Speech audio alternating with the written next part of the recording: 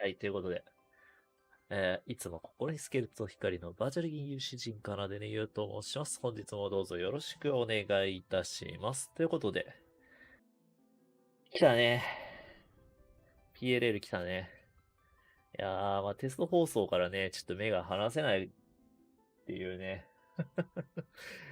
テスト配信で面白い話すんのダメだろ。もうさ、ついに PLL は休憩が休憩じゃないだけじゃなくて、テスト配信がテスト配信じゃなくなってきてしまったよ、もう。いや、前からテスト配信じゃなかったわ。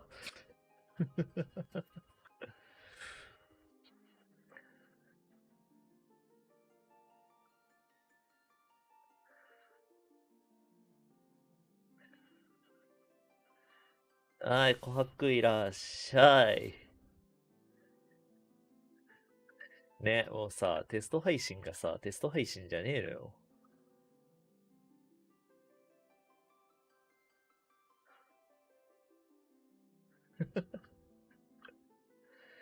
いやー、びっくりした。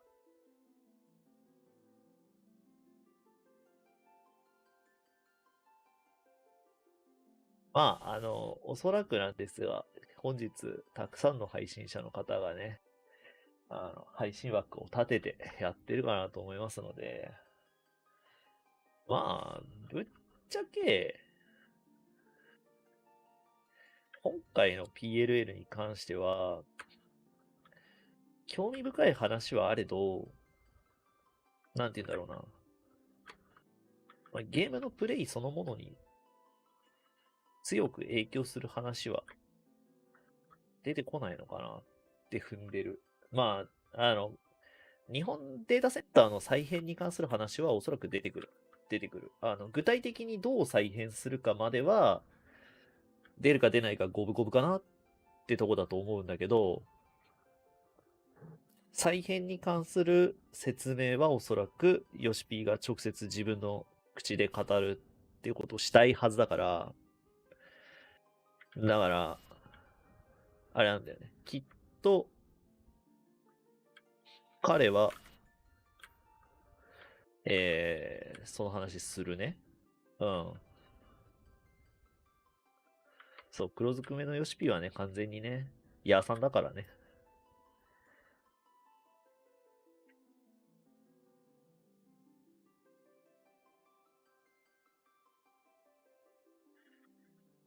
まあ、絶対にあるのは、DC 間トラベルの話。DC 間トラベルの実装スケジュールに関しては、まあ絶対話が出ると思うんだよね。DC 間トラベルがどんなスケジュールで実装されるのか、いつ実装されるのかっていう話はされると思う。で、それに伴って DC 間トラベルの後に、DC の再編、日本 DC の再編について、まあ、もうすでに散々言われちゃいるけど、まあ、吉田がどういう意図で再編に舵を切ったのかっていう説明と、もしかしたら、どういう振り分けになるのかっていう話だね。まあ、少なくとも、どういう意図で再編するのかっていう話と、あとは再編に伴って対象になった、要するに新データセンターに移動されることになったサーバーでプレイしている人に対する補填、保証に関しての話は出るんじゃないかなと踏んでる。最低限。どんな編成になるかまでの話は本当に五分五分だと思う。我々が思ってるよりも、その再編が早い。まあ夏って言ってたけど、のであれば、まあまあまあまあ、そういう話をする可能性はあるかな。う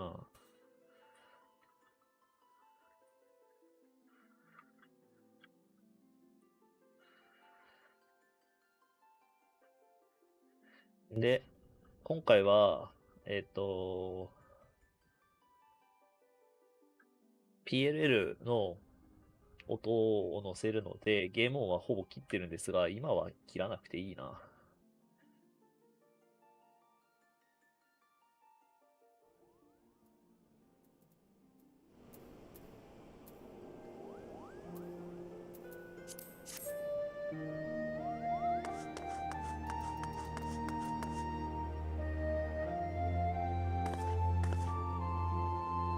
そうだね、お盆休みがあるから、そこのタイミングは慎重にやると思う。サポート的な話もあるしね。だからやるならお盆前にも全部済ましてしまって、サポート周りもお盆までに間に合うようにしてしまうか、お盆が終わってから落ち着いて対応するか。てか、ある程度言ってた気がするの6月とかだっけ？なんか結構思ったより早いなと思ったんだよな。DC 間トラベルが今年の6月とかじゃなかったかな。ちゃうかったっけ？なんかどっかでそんな話のスケジュール出てた。で、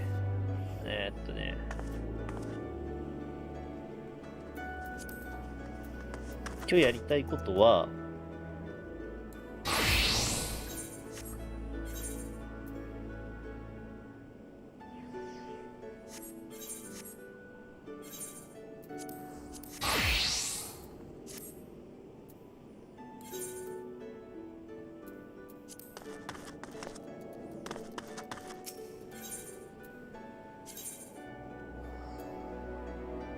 まずアルテマに変えよう。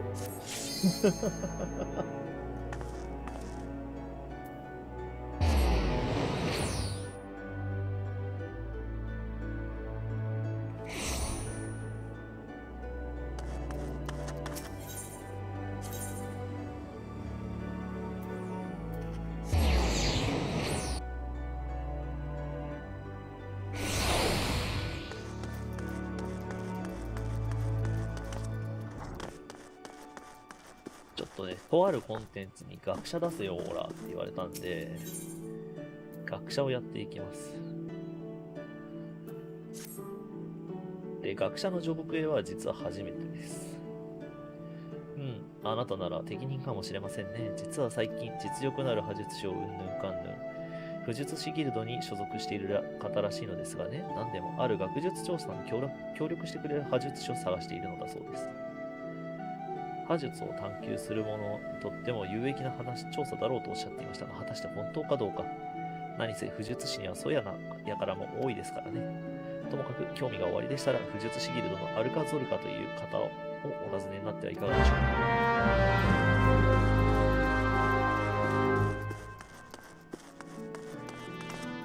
めっちゃアクション消えとる。めっちゃアクション消えとる。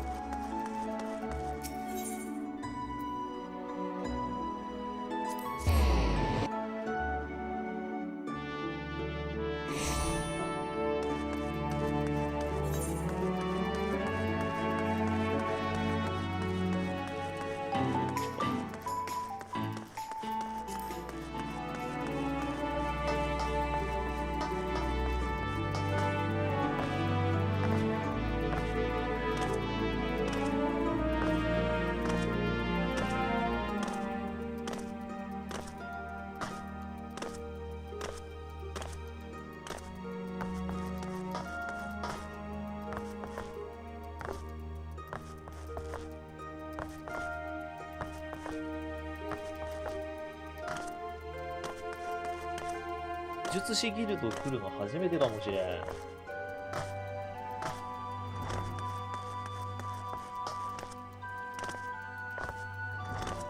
や、やったことないもんねな。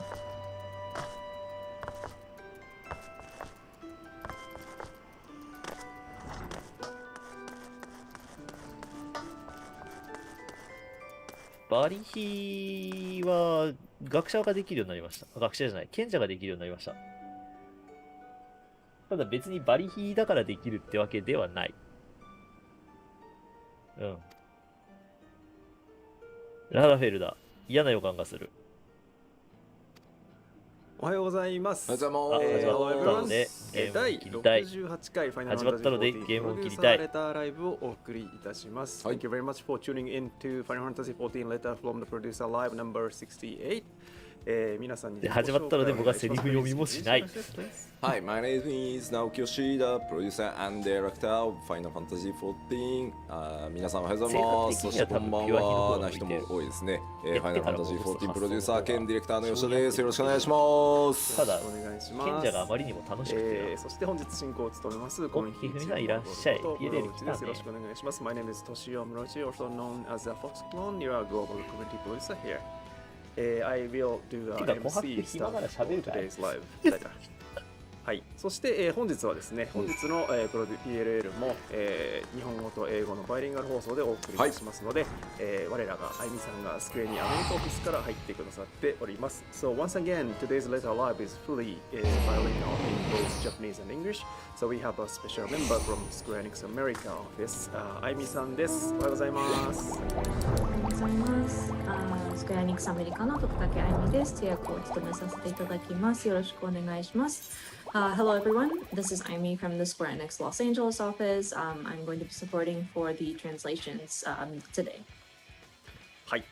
で本日の、PLL はですね、このセットアップをご覧になった方もいるかと思いますが、吉田さんが話したことは、あゆみさんが通訳してくださいます。で私が喋ることは私が自分で、翻訳しながら進めていきますので、で対して私からは大して重要な話は出ませんので、私のことを翻訳し忘れてるなというのはスルーしておいていただければと思いますのでよろしくお願いします。So today's setup is Yoshida-san explain things in Japanese and then Ayumi-san will do Yoshida-san's voice in English and I will translate myself.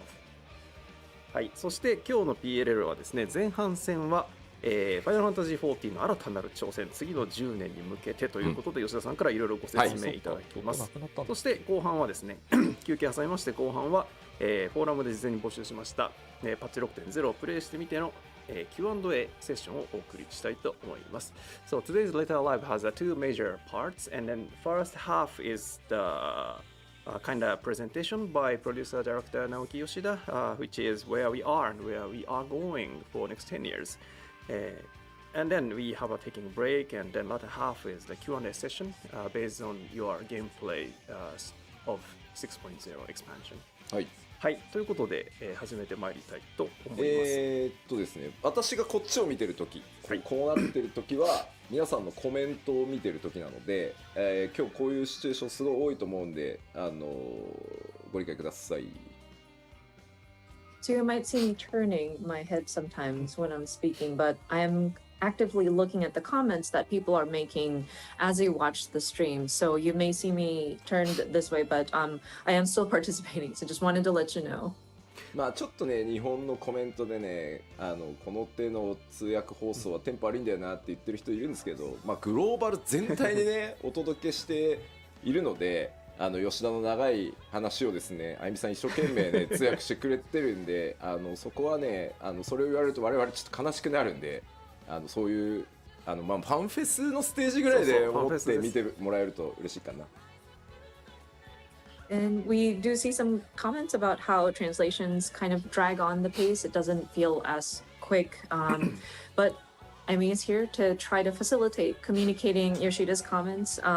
It makes us sad if you're disappointed that it's in two languages, but perhaps if you look at it like a FanFest stage event where we have the Japanese and English, maybe that might help it make it more fun. あとコメントで今日は 6.1 はがっつりじゃないんですかっていうのもあるんですが、So we see some comments. Do we have any further updates for 6.1? So 6.1 がっつりってことだけはないんですよね。そうですね、パッチ 6.1 の内容と紹介に関しては、3月4日、はい、4日ですに、パッチ 6.1 特集パート1の PLL をやる予定なので、6.1 のまあでも今日ちょっと出ますけどね、6.1 の詳しいところはそっちに譲ります。So yeah, today's broadcast is not literally going to be just about 6.1. We may touch upon it, but then the details are going to be explained on another episode of the live letter on March the 4th. This is JST, but we will go into details of that 3月4日って結構すぐじゃない？あとはまあなんかこう重大発表的なねニュアンスで取られてるけど楽しく気楽に行くので、皆さんもですね、緊張せず気楽に今日は見てもらえると嬉しいです。And some people might be bracing for a very important announcement when we talk about today's broadcast, but that's not the intent. We would love for you to just relax and just have fun with the broadcast. 面白いですよ。なんかこういうこと言うたびにさ、よしやめんのみたいなの出るんだよな。ついに俺さ、でもいつだっけ、新情報発表会でさ、言ったばっかだよね。そうですね、ライフワークだって言ってるんで、そういう話じゃないんですよ。I understand we were talking about like the future of Final Fantasy 14, but every time we mention something like that, people are like, "Oh no, is Yoshida going to quit?" And no, I think I told us when we were doing our announcement showcase in February. It's like 14 is my life work. It's not like I'm going to just up and leave suddenly. もうそんなんで嘘つきってやるの嫌だから、なんだろう、そんなね、自分の去就をね、重大発表しますみたいなね、ことは言わないですよ。ちょっと恥ずかしい。I don't want people to be going around saying, "Oh, you're such a liar," because I mean, I'm not the type of person who would make these kinds of like my personal announcements on a live stream. So. さあでは、やっていきましょうか早速。前半大体ね2時間ぐらい、後半も多分2時間ぐらい使うんじゃないかなと思います。なのでご飯食べたりですね、今日土曜日なんで飲める人はお酒飲みながらとかでも全然いいので、楽しくいきましょう。机にの重大発表なんだよ。 So we're looking at at least for the first part, we're looking at about 2 hours broadcast. And so just you're free to do like you have dinner or like eat lunch as you're watching the broadcast. It is a Saturday, so if you want to start drinking early, you're more than welcome to do so. さあ行きましょう。では、画面切り替えてもらっていいかな。はい。はい。じゃあ早速いきますが、改めて今日お話しする内容のトピックおさらいしておきましょう。Okay, so jumping right in, let me go over the topics we will cover. 当たっているんでしょうか。で、まず一つ目はちょっとですね、14これまで、正確にはね11年やってきているので、ちょっと振り返りを最初にね、皆さんへの感謝も込めて、やりたいと思います。The first topic, of course, it's been about 11 years to be accurate, how long 14 has been going on. So we'd like to kind of do a little bit of a retrospect, just convey our thanks to our players and look back on everything. でそれを振り返った上でですね、ちょっとこの先じゃあさらにもう10年は僕続けたいと思ってるんで、この先10年さらに14を発展させていくために、新しい挑戦やっていきますよといろいろそこについて、どんなことやっていくのかというのをお知らせしたいと思います。And then once we do look back on our past, then we look forward to the next 10 years. Because as I mentioned, I would love to continue having Final Fantasy XIV for yet another 10 years. So there are many different things that we want to do in order to continue expanding Final Fantasy XIV, many challenges that we want to take on. So I want to touch upon some of those items in today's broadcast. でここまでいったら1回休憩を挟んで、放送の後半として3つ目、パッチ 6.0 行月のフィナーレ、プレイしてみて何かありますかというので Q&A 事前に質問募集していましたので、それに対していろいろお答えしていこうかなと思ってます。And then once we do that, we will have a break in between, and then it'll go into the latter half of the show where we kind of asked the players, what did you think after playing 6.0? And so we will do a bit of an Endwalker Q&A. あと10年か吉田リビングデッドを使う気だなみたいなコメントがあったりね。We're seeing comments like, oh, 10 more years, huh? Is Yoshida going to kick off his living dead? あったよね、確かにね。吉田の量産を開始しましたとか、クローンの吉田が誕生したので紹介しますとか、そういうのじゃねえかって書かれてましたね。But yeah, I think I've seen comments similar to that, and like people saying, "Oh, we have mass manufactured Yoshida clones." なぜか私はもう完了してますよって書いてあるんですよ。そう。Yeah, then I say I've done already. So something like that. あれ？では早速いきましょうか。まずは正確にはね11年なんですけど、大きくくくって10年ここまで皆さんとねやってきたのをちょっと振り返っていきたいと思います。Okay, so jumping into the timeline here. Of course, accurately it's 11 years, but like we'll call this the 10 years of Final Fantasy 14. もらえない？嘘？本気で言ってる？まあいろいろありましたね。まあ2010年サービスを開始して、その12月に運営体制ね全部開発も、一新して、僕はここから参加ですね。So first, 2010 was when it all started. Many things that happened caused us to sort of reconsider the development structures, and there was a lot of changes that were made in order to kind of reboot the title. So this is when I joined in. Yoshida joined into the project. だってもらわないと学者になれない。2021年の2011年の10月14日に、まあ、14日が縁起がいいだろうっていうので申請をやりますよという発表してますね。And then 2011, October 14th, we were thinking 14th must bring us good luck. And that's when we announced that we are going to have Final Fantasy 14 Reborn. 海外の皆さん詳しいよね。あゆみさんもインタビューにいてくれたと思うけど、9番を遊んでみたいので9番のサーバーを復活させる気はありませんかってクラシックファイナルファンタジー14やる気ありませんかってナイトメアって答えたやつみんな覚えてて、ナイトメアってすげえ言ってんのコメントで。I love how the comments from the West are, I love how they know all these details, and I'm sure Aimi had sent into the interviews as well, but people were asking about, oh, are you going to make an FF14 1.0 classic like WoW Classic did theirs? And Yoshida answered, Nightmare, and so people are calling the time of 1.0 in Nightmare. It's awesome.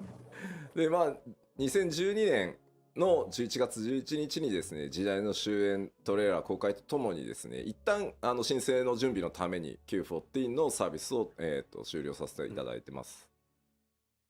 And of course, in November 11th of 2012, we titled it The End of an Era, and we sort of closed the service for the original version of Final Fantasy 14. まあ、9番からねやってくださってる方も結構いるし、9番の捉え方って結構、まちまちだとは思うんですけど、9番のしかも割とラ最近スト付近はそれはそれでまた独特のゲームデザインの MMO として結構ね好きだった、面白くなったんだよって言ってくれる人たちもたくさんいて、まあ、僕らシャットダウンするのを決めながらも作ってたところに対してそういうね評価をもらってたりするのはとてもありがたいことなので、僕らもすごいね実は励みになってました。And of course, people who have been playing since the original 1.0 may have their different opinions about how the game had played. But there were people who thankfully acknowledged how 14 was starting to shift, and they did take notice about how the game design was unique, despite we were looking to sunset the original version. And so it was wonderful that people acknowledged that, and that was very encouraging for us as a team. ちなみに9番から今日視聴してくださってる方でQ14 からやってるよって方、どうですか？手を挙げてもらってもいいですか？ So if I could have people in the comments, by show of hands, I don't know how you raise your hands, but like anybody who's been playing since 1.0, the original Final Fantasy 14, we would love to see who's been with us since then. めっちゃいするな。ごい There's a lot. Wow. Thank you very much. すごいありがたい。That's amazing. Thank you guys. まあここからねあと10年お互い健康に気をつけて楽しんでいきましょう。But yeah, we're looking forward to the next 10 years. So yeah, let's all take care of our health and keep going. That's awesome. で、2013年ですね、ベータテストをやりながら、2013年8月27日についに新生オルゼア正式サービス開始やっぱりミラクルが大事だからさ。So moving on, 2013, we start our beta testing for A Realm Reborn, and then August 27 of the same year, we were able to relaunch as A Realm Reborn. 振り返るとですね、2011年の3月ぐらいから一気に新生14の設計だけ5人ぐらいで設計をスタートして、2011年の6月から、6人のプログラマーがコードを書き始めたのを覚えてるので、実質そこから2年2ヶ月で申請リリースしてるので、もうちょっと驚異的今振り返ると恐ろしい。 And looking back, God, so this it was is- 2011 in What? March. We started at least doing the framework, just the design structure first. And it was a very small team that worked on it. It was 5 people who started on the base framework. And then starting June of that same year, 2011, we had 6 programmers starting to write code. And considering it took about 2 years and 2 months to relaunch, that's just や incredible. ばすぎだね。で、念願だったですねファンフェスっていうのを2014年の10月からですね、スタートすることができました。今でも覚えてます。And of course, by 2014, October, we were able to hold our very first fan festival. That was something that we really wanted to do. 初めてやった北米のファンフェスの基調講演でステージに上がった時の大歓声でですね、もう足が震えてI still remember it today. The first time we did our fan festival, and we started out in the North America region. And when I took the stage to do my keynote presentation, and just the cheer that I received from the audience, man, my legs were shaking when I was up there. で初の拡張であるヘブンズワード、2015年の6月にリリースして、その後の8月に、全世界累計登録者数が500万人を突破したと。And then next, we were able to launch our first ever expansion pack, Heaven's Word, in 2015 June. And then soon after, we reached 5 million registered players. でこのあたりはですね、我々開発チームもですね、高難易度高難易度って言われてよしやっちゃうぞって言ってもうキリッキリなのをやったらですね、いや難しすぎんだろってなってですね、我々もいろいろな失敗を繰り返しつつですね、今につながってる本当重要な時期だったと思います、ここは。But this is around the time when people were starting to clamor for higher difficult content, and the dev team got so excited about, oh yeah, you want difficult? And so we gave you a really, really tough content, and people started complaining now about, oh no, this is too difficult, Yoshida, this is too difficult. And so we were trying to find that balance. It was trial and error trying to get to that nice balance. But I think it was really important that we're making that conversation. あれでね、僕は人生の格言の一つをね学んだんですよ。プレイヤーの皆さんには、いやーちょっと簡単だったなって言われるぐらいがちょうどいいんだなと。And it was then that I learned this very valuable lesson, which is I think it's best to keep the difficulty where the players would walk out of it saying, that was pretty easy. で、グレンのリベレーターを発売したのが2017年6月で、この辺りからようやくこうバトルコンテンツ以外の、そのもう14の世界に住むみたいなことをより具体化していけるようになったのがこのぐらいの時期で、それがね、功を奏してですね、登録者数が、この時点で1000万人突破と。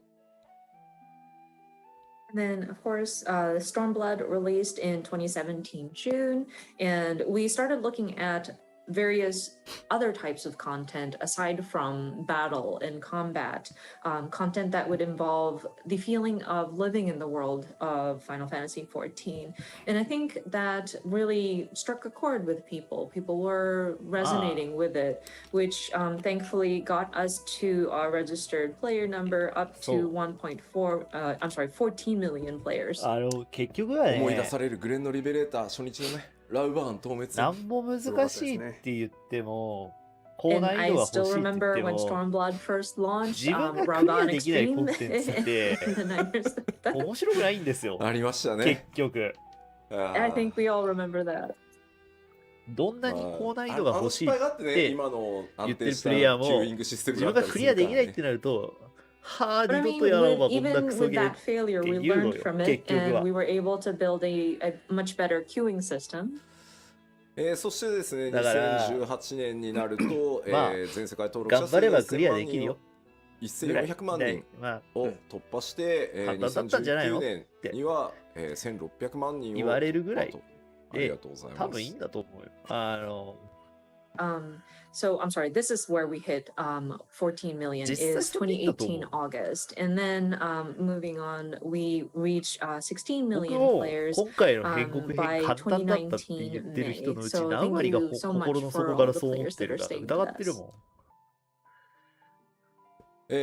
そして続けてですね、簡単だったって言って2019る年に、人間漆の多くが黒のヴィランズを再生要素と比発売し、べたら簡単だったらその年末にはですねみたいな言い方してもいいよ全世界累計登録者数が1800再生万編と比べたら簡単になっとるに決まっとるやろうが、比べるなら覚醒編なんよ。 We released Shadowbringers in 2019. じゃあ覚醒編と比べ and たときに soon 変国 after, 編簡単だ we ったかっていう surpassed と18 million 別に registered トントンなんじゃない players. かなと思うよ僕は。ちょうどいいと思う数字に関して言う難易度としてはと、単純に数字だけをこう見ていくと、そのなんていうの、増えるペースっていうのがばらついてるようにまあ見えるのかもしれないんですけど、実は体験したことのある人が増えれば増えるほど、新規が当然減るんですよね、はい、パイが決まってるところから新しい人を呼ばなきゃいけないので、だからここまでの数字になってるのにさらに数百万増やしていくっていうこと自体はとてもすごいことで、これは本当にそれぞれのコンテンツに対して自分が感じた適正な評価をコミュニティの皆さんと一緒になって達成してきてる数字なので、本当にこれはね誇らしい数字だと思ってます。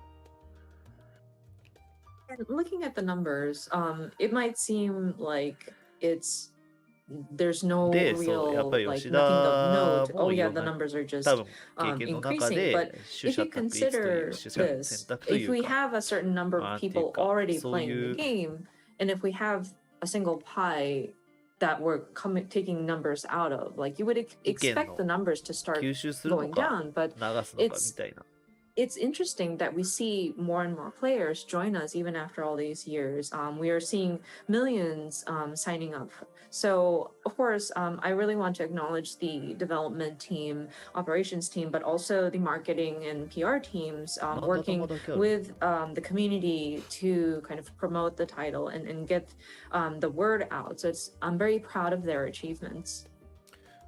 そして2021年、去年ですね、12月2日にはですね、全世界累計登録者数が2500万人を突破し、ちょっと昨日の数字とかは見てないですけど、まだ全然まだ上がってってると思うので、で12月7日ですね、すいません、2週間ほどちょっと遅延をさせていただくことにはなってしまいましたが、行月のフィナーレを発売して、ハイデリンゾディアーク編完結というところまでこぎつけてこられたなと。Of course, 2021, which is last year, we surpassed 25 million registered players. I did not see yesterday's numbers or like as of yesterday's numbers, but I do understand that our numbers are still increasing. And then afterwards, I know we had to delay the release by about 2 weeks. Again, apologies for the delay, but we were able to release Endwalker, and finally we were able to conclude the overarching story of Heidelin and Zodiark. まあ長かったようで、僕は結構あっという間の11年でした。でも本当にね、世界中のプレイヤーの皆さん、光の選手の皆さん、メディアの皆さんもね、関係各社の皆さんにも本当にものすごくこんなに支えてもらうタイトルは他にないだろうと思うぐらい支えていただいてここまで来れたので、改めて本当に感謝をお伝えしたいと思います。ありがとうございます。And it feels like a long time, but man, these 11 years went by very quickly for me. And all of our warriors of light, our players, members of the media, all of our supporting partner companies as well. There were just so many people that supported us throughout this all. So I do want to take this opportunity to convey my gratitude from the bottom of my heart. So I sincerely thank everybody. はい。まあ、あとは本当ね、開発チームにも、本当に厳しいスケジュールでやってきてて、うまい組み合わせが出た時実際め実はちゃめちゃハマるんだけ拡張パッケージそのものど、の開発期間ってかなり1年と柄かの癖が強いから、下手すると1年切ってたりするんで、本当に頑張ってきてもらいました。And I also want to acknowledge the development team as well. They were always working against a very harsh schedule, and even developing some of our expansion packs. Sometimes we have only about a year or even less than a year to get through all of the tasks that needed to get done. So I really want to show my appreciation to them as well. さて、ではこれを踏まえてですね、ここまで歩んできたその11年、9番の状態を考えればこれ以上ないぐらいの成功をさせていただいたと思ってます。ここはあんまり言葉を隠さずに成功できてると思ってるので、それでいいと思ってるんですけど、ここまではある意味もう過去になったので、ここからさらに次の10年また挑戦を続けていきたいと思います。And looking at the trajectory here and the path we've walked down, I think I want to consider this a success from what we had taken and what state it was in when we had first taken on the project, and to bring it to where it is now. I'm not ashamed to declare it. It might be a little awkward in the Japanese, but I believe it is a success, and I think it's a good thing that we've gotten here.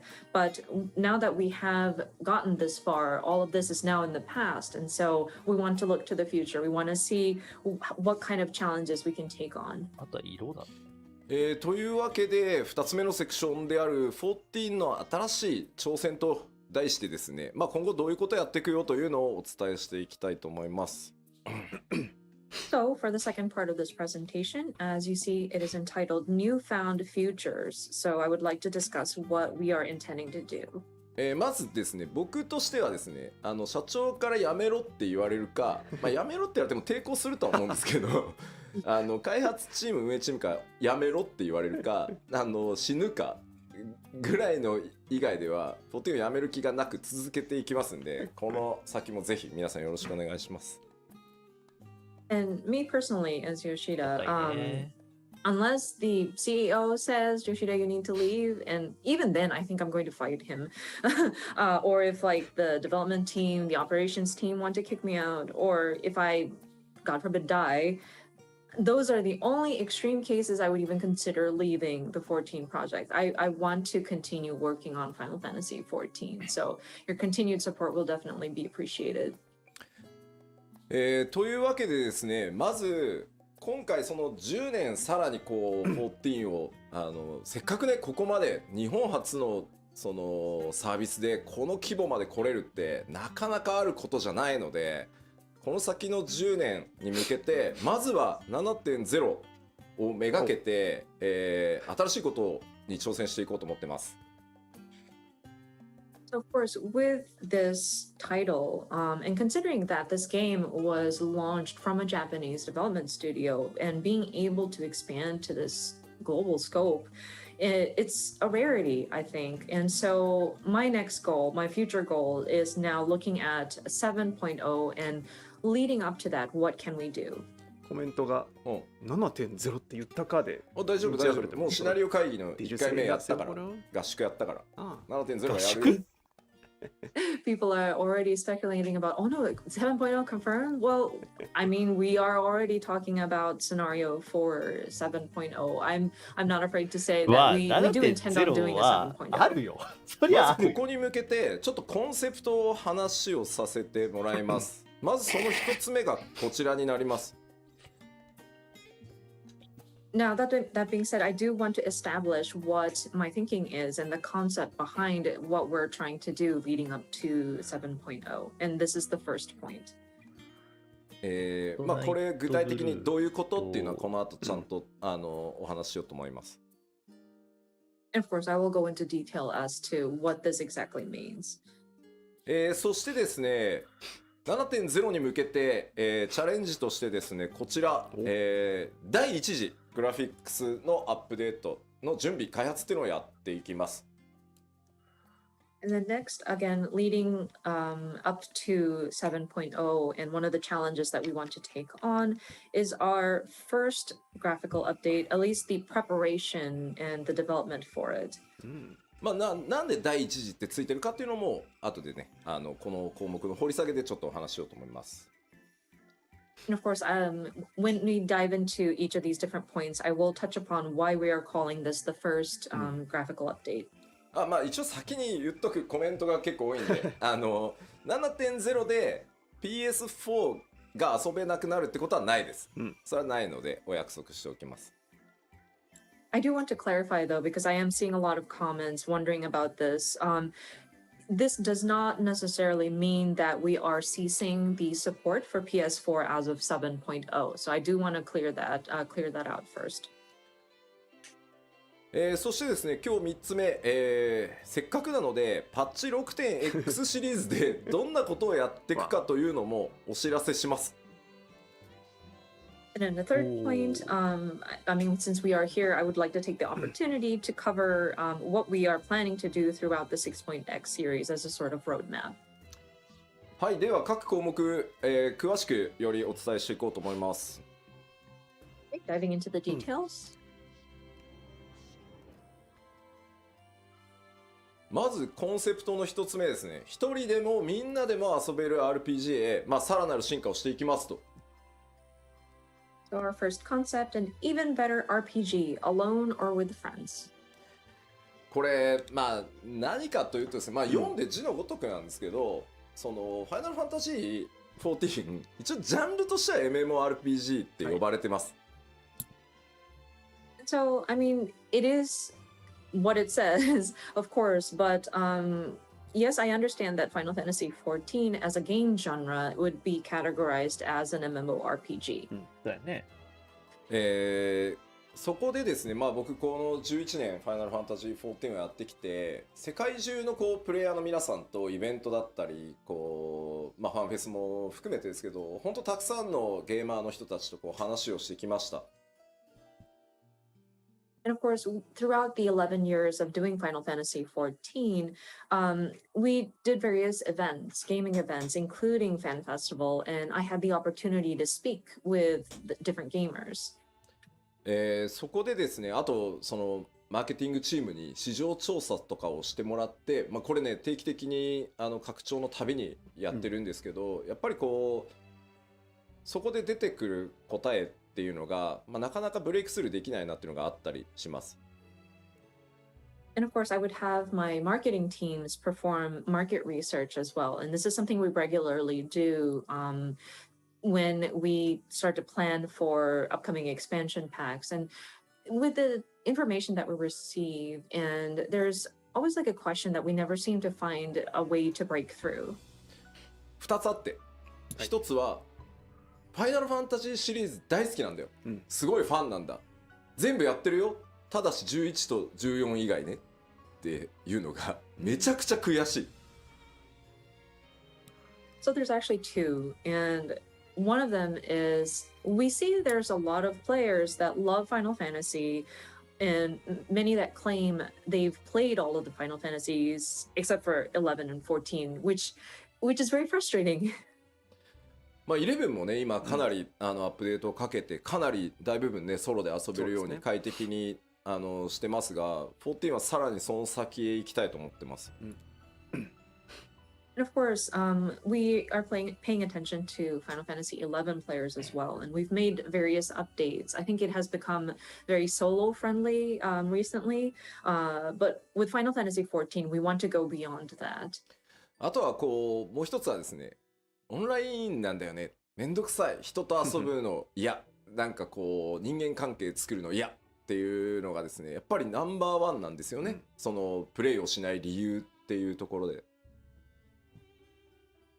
The second point we are trying to reach a breakthrough is people who comment about, oh, online play, I don't want to deal with having to play with other people. I don't want to develop relationships online. And that's actually a very large reason, if not the number one reason, many players kind of hesitate playing 14. だから10年かけて MMORPG っていうジャンルじゃなくて、一人でもみんなでも遊べる RPG っていうジャンルにしたいと、14を。So what I want to do here is spend the next 10 years and break out of that MMORPG category. I want this to be an RPG that can be enjoyed alone or with friends. まずなので、7.0 でまでの間、フェイスシステムの大規模アップデートっていうのをやっていきます。So, as a lead up to 7.0 or until that time, we will continue to make updates to the trust system. あれコンテンツごとにいろいろ調整してるから。パッチ 6.1 から 6.5 までの5つのメジャーパッチで全メインクエストの必須 ID と4人用の透滅戦をすべてフェイス対応します。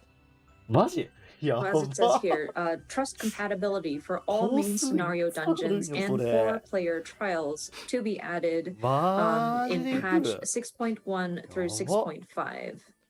まあ順次なのでね、パッチ例えば 6.2 とかを見ると中途半端なところまでしか対応されてないとかいうことがある可能性は高いんですけど、それにね怯えているといつまで経ってもできないので全部一気には不可能なので、もうなのでこの 6.1 から 6.5 つまり 7.0 までの間を次に飛び上がるためにもうどんどん順次やっていくという期間に当てさせてください。やば。 And so, of course, these are going to be incremental implementation, and so you might look at, say, patch 2 point something and 6.2, and you might notice that maybe not all of the dungeons have been supported with the trust system compatibility. But if we are afraid to make progress and be just in the middle of work in a certain major patch update, we won't be able to make progress. I think it's impossible to do everything at once. So we are trying to address this as we can, and we're looking at this as a preparation for 7.0. And so we would like to ask for your understanding as we lay these foundations. その第1弾となるパッチ 6.1 では新生オルゼア編のうち、2.0 範囲をすべて対応します。So the first implementation, patch 6.1, will make a realm reborn, and this is just patch 2.0 range, and the scenarios duty become trust compatible. そしてですね、それに伴って一部初期のですねメインクエスト ID とか、透滅戦もリニューアルします。And then further improvements will be made to some low-level もしか main して頭割り scenario がちゃんと dungeons 頭割り and マーカーになったりしま trials. す？でちょっと注意なんですけど、蒼天のイシュガルドに入ってからの8人透滅戦ストーリー上に出てくるあれらはちょっとやっぱりコストを全見積もりしたんですけど、どうしてもこう 6.1 から 6.5 までの期間では対応しきれないので、8人の透滅戦に関しては 7.0 以降順次対応していくつもりです。いや、それでも You may see the disclaimers on the 相 bottom, 当やね。 but for the 8-player trials, especially those with でも the どうなんだろう。 Heaven's Word expansion, フェイス I'm afraid we are unable to update it at this time. We tried to calculate all the cost and the resources that it would take for us to address all of this within that sort of 6.1 through 6.5 timing, but 呼びか I'm けが afraid we 直接 would be 声か unable けるシ to ステムあったや allocate ん。 the resources for it. So スト we ーリー上それ will get 口 to 違 it いもあるし、あ after とはそもそも 7.0. Yeah, these updates そ will も be そも considered for として 7.0 or 万 later. 神戦まあもにちろん皆暁のさんごメンバーが存知の絡んでくると、その辺の設定いろいろややこくなってくるけマッチングがなくなるど、わけじゃないので、あくまでストーリーを一人で進めていきたいっていう人のための機能なので、レベリングルーレットだったりね、マッチングっていうところはそのまま継続していくので、そこはご承知おきください。ね。And of い course, 行く we と don't か、 intend to do away with the regular matching systems. Your 箱 leveling とか、 dungeons and queue matching in duty finders will still be active and available. These trust compatibility is どういう設定 primarily に for なるんだろ those who have a strong desire to play through these story dungeons on their own. で、ですね、8人透滅戦は今回行月のフィナーレでハイデリン透滅戦でテストケースとしても含めてやったんですけど、やれることはなんだろう確証を得られたんですけど、まあ、相当やっぱりコストがかかるっていうのと、ギミックから調整していかないといけないっていうこともあって、まずは数の多い ID から優先させていただいてます。あとはね、8人なんで責任半のかかり方がちょっと減るんで、やっぱり、まあ、ここは逆にマッチングの面白さみたいなところも味わってもらいたいので、一旦7.0 以降にさせてください。And of course, with these 8-people trials or 8-person battles, we did try it out with the Mother Crystal trial, and we were able to see success as like a test case, but it did require a lot of resources for us to build it. And then if we were to start applying that system to existing dungeons, we'd have to adjust the mechanics so that it would accommodate for the trust system. So at this time, we made the decision to move forward with just the instance dungeons.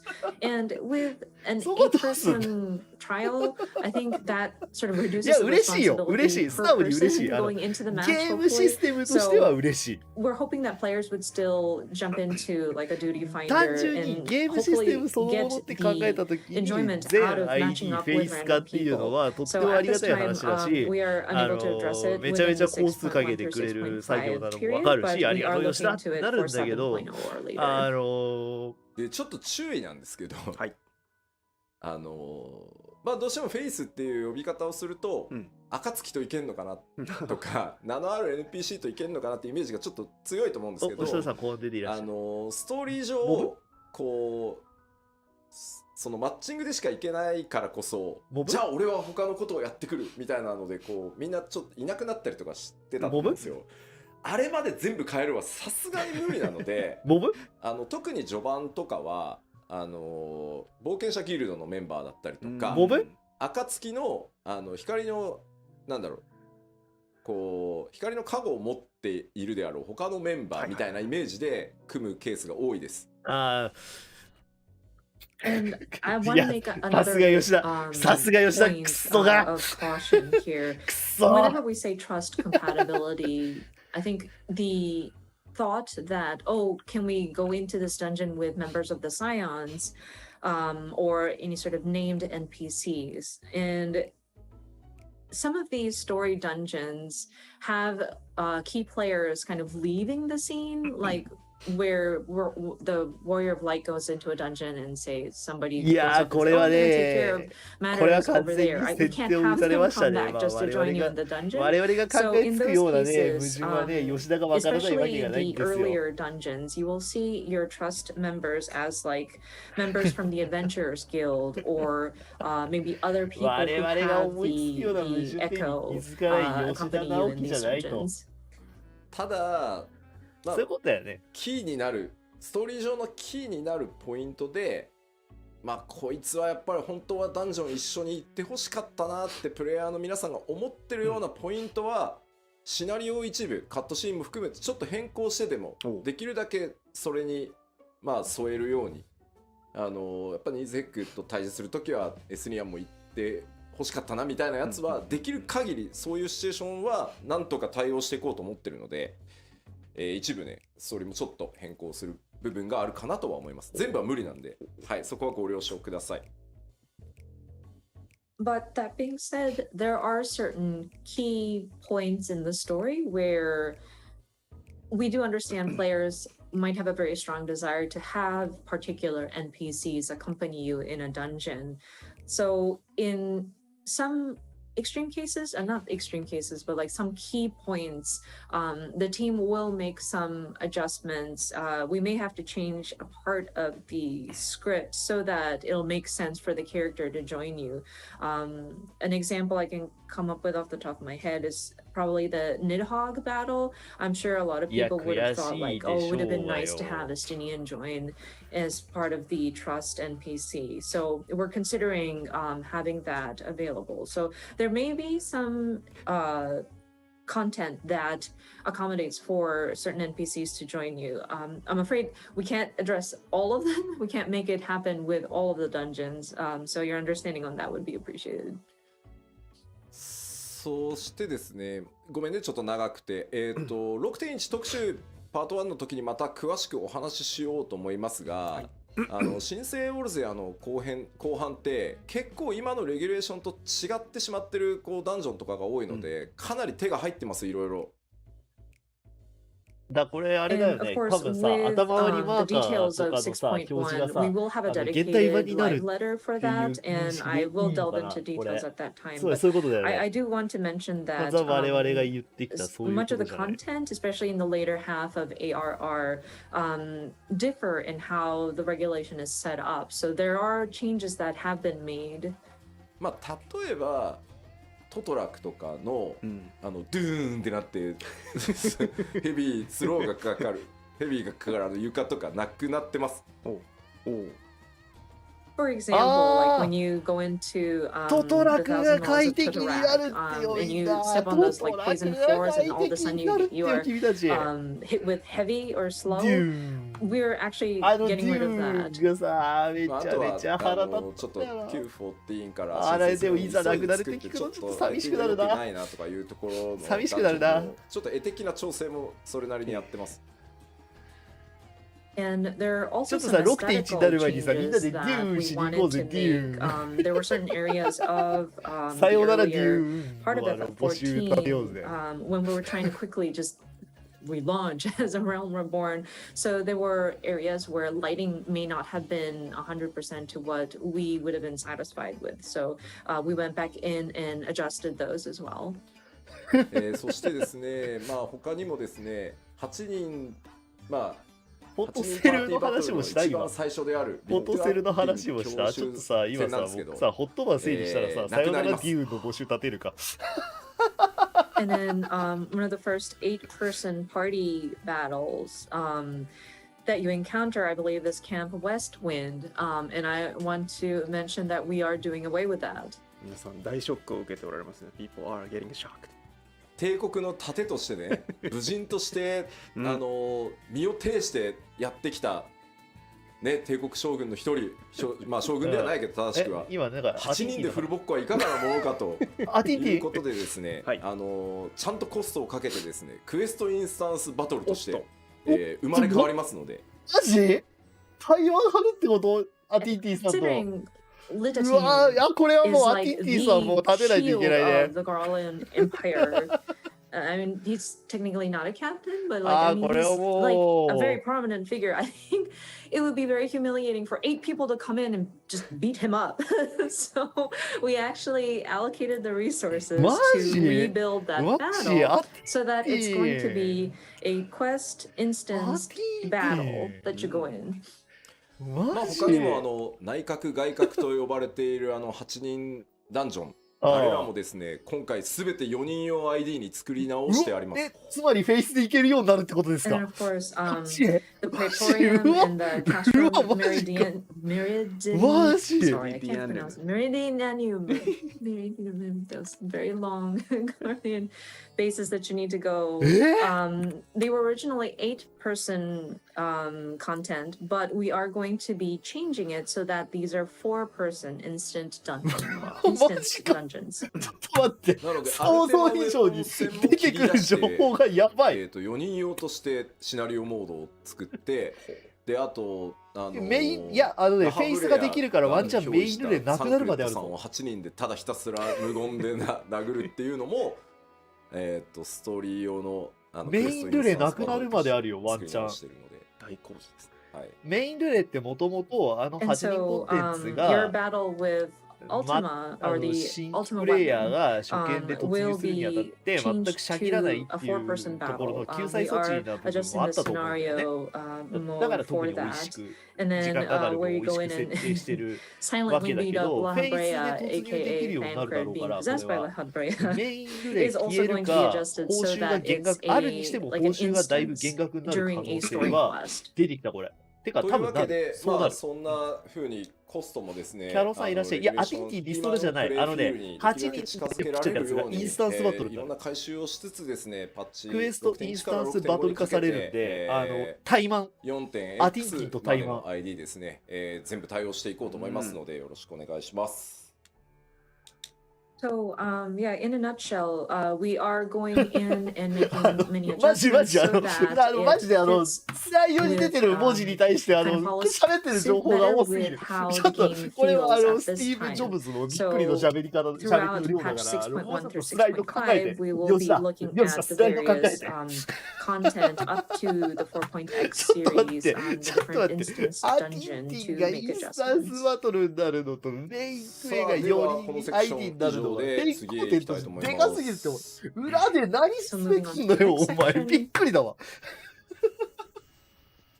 2つ目の新しい挑戦ですね。この、6.1から6.5までの期間、吉田やば。 7.0リリースまでの吉田じゃん。期間を使ってですね、まず、長期運営やっていく上で、第一次のグラフィックスアップデートを、裏でね、作業させていただきます。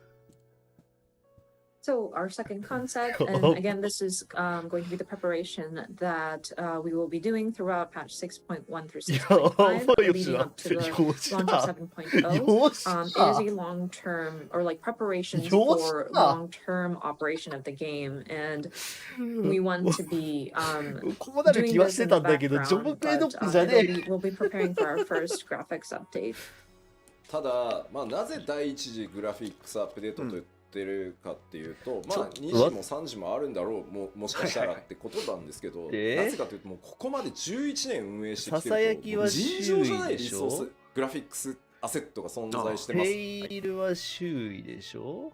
So the reason why we named this the first graphical update, and that's of course to imply that there will probably a second and or third after this, but our game has been in operation for about 11 years, and considering all the graphical assets we have produced, it's an insane amount. やっぱり一気に極限まで上げようとすると、絶対コンバートミスがあったりとか、そもそもコンバートの物理時間が足りなくて、もうデザインチームが無理です、絶対できませんっていう答えになってしまうので、やれることを一回やって引き上げたら、またその状態で安定が見えたら次のをやってっていう形で、その第1回目が来るんだというふうに思ってください。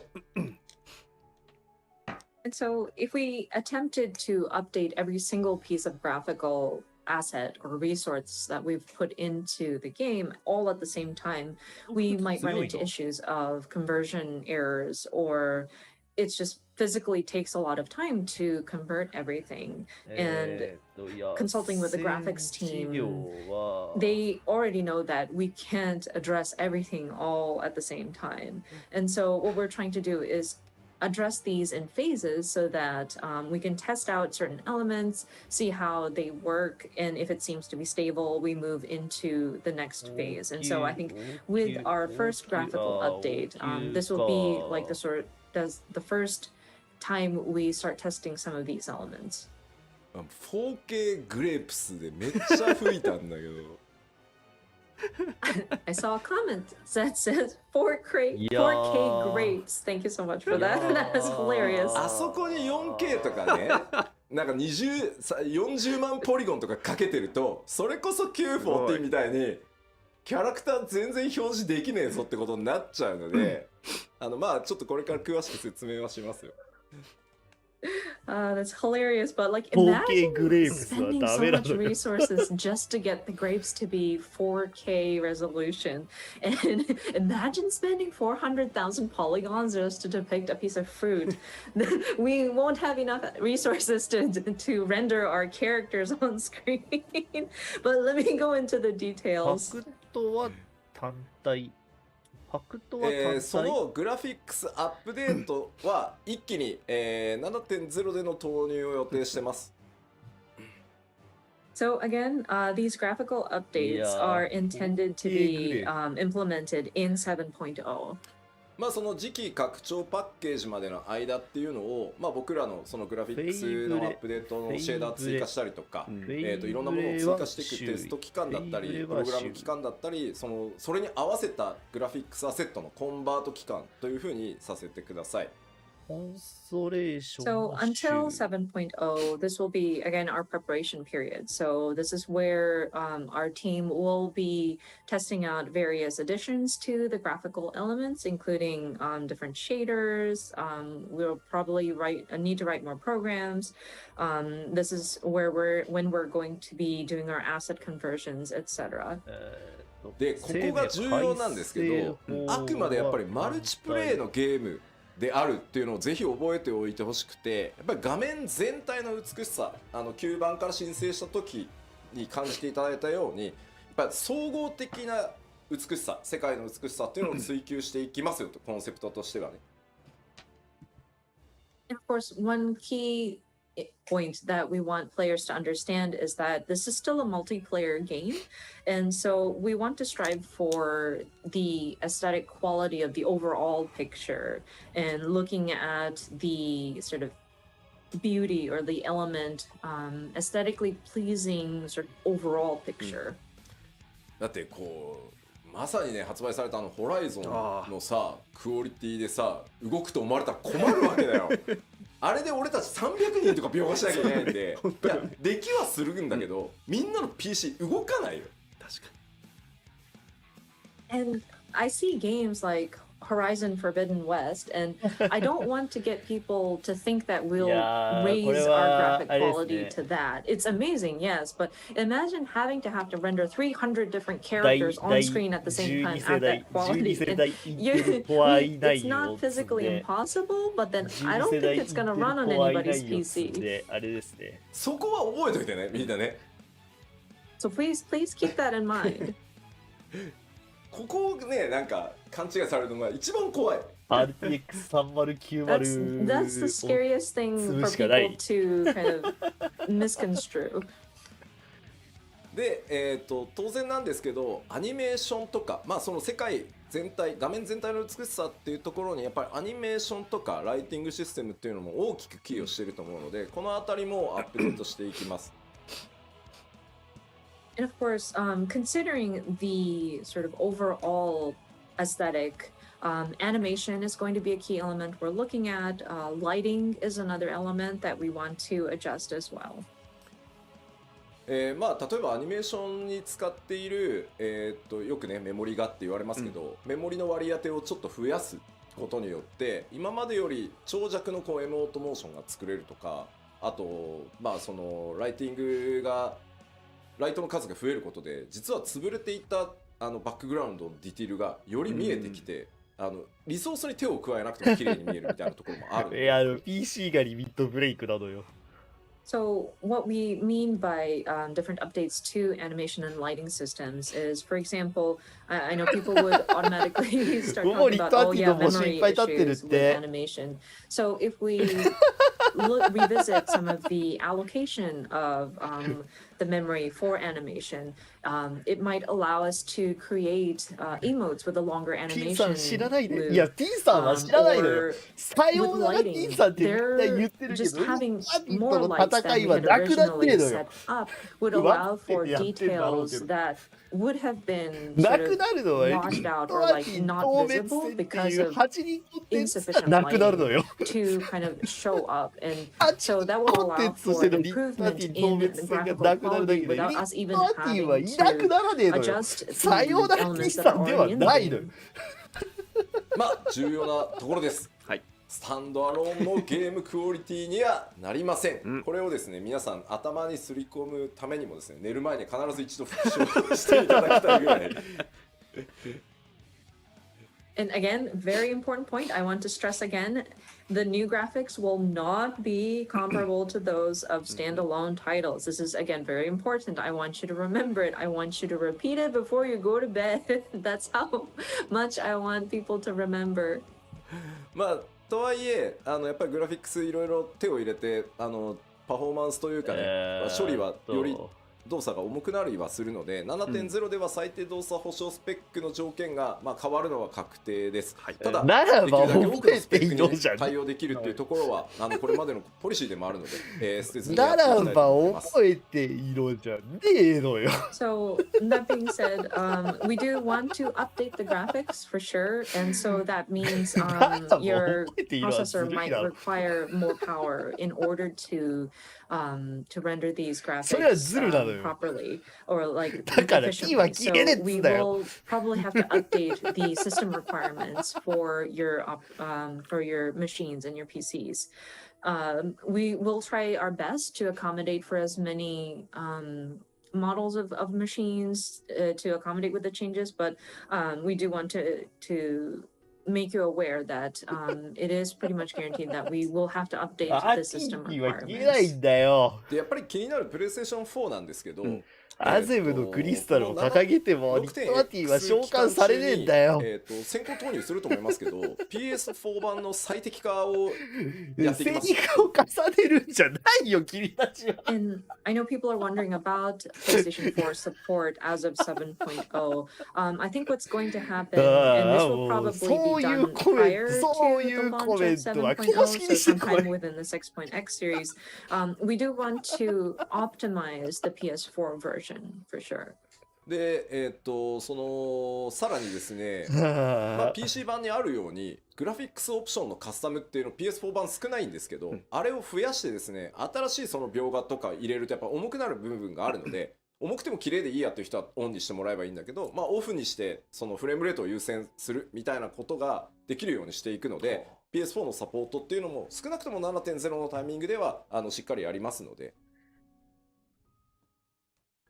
So, and on top of that, there are various graphical configurations that you can set up on the PC version. Like you can customize some of the like display options, and we understand that it's a bit lacking in the PS4 version. So we do want to implement options in the configuration so that you can select like prioritize frame rate, or if you want to, if you're okay with performance kind of dropping slightly, but still have the graphics performance, then you can select that option, whatnot. So I do want to assure you that we will continue supporting for PS4 at least until 7.0.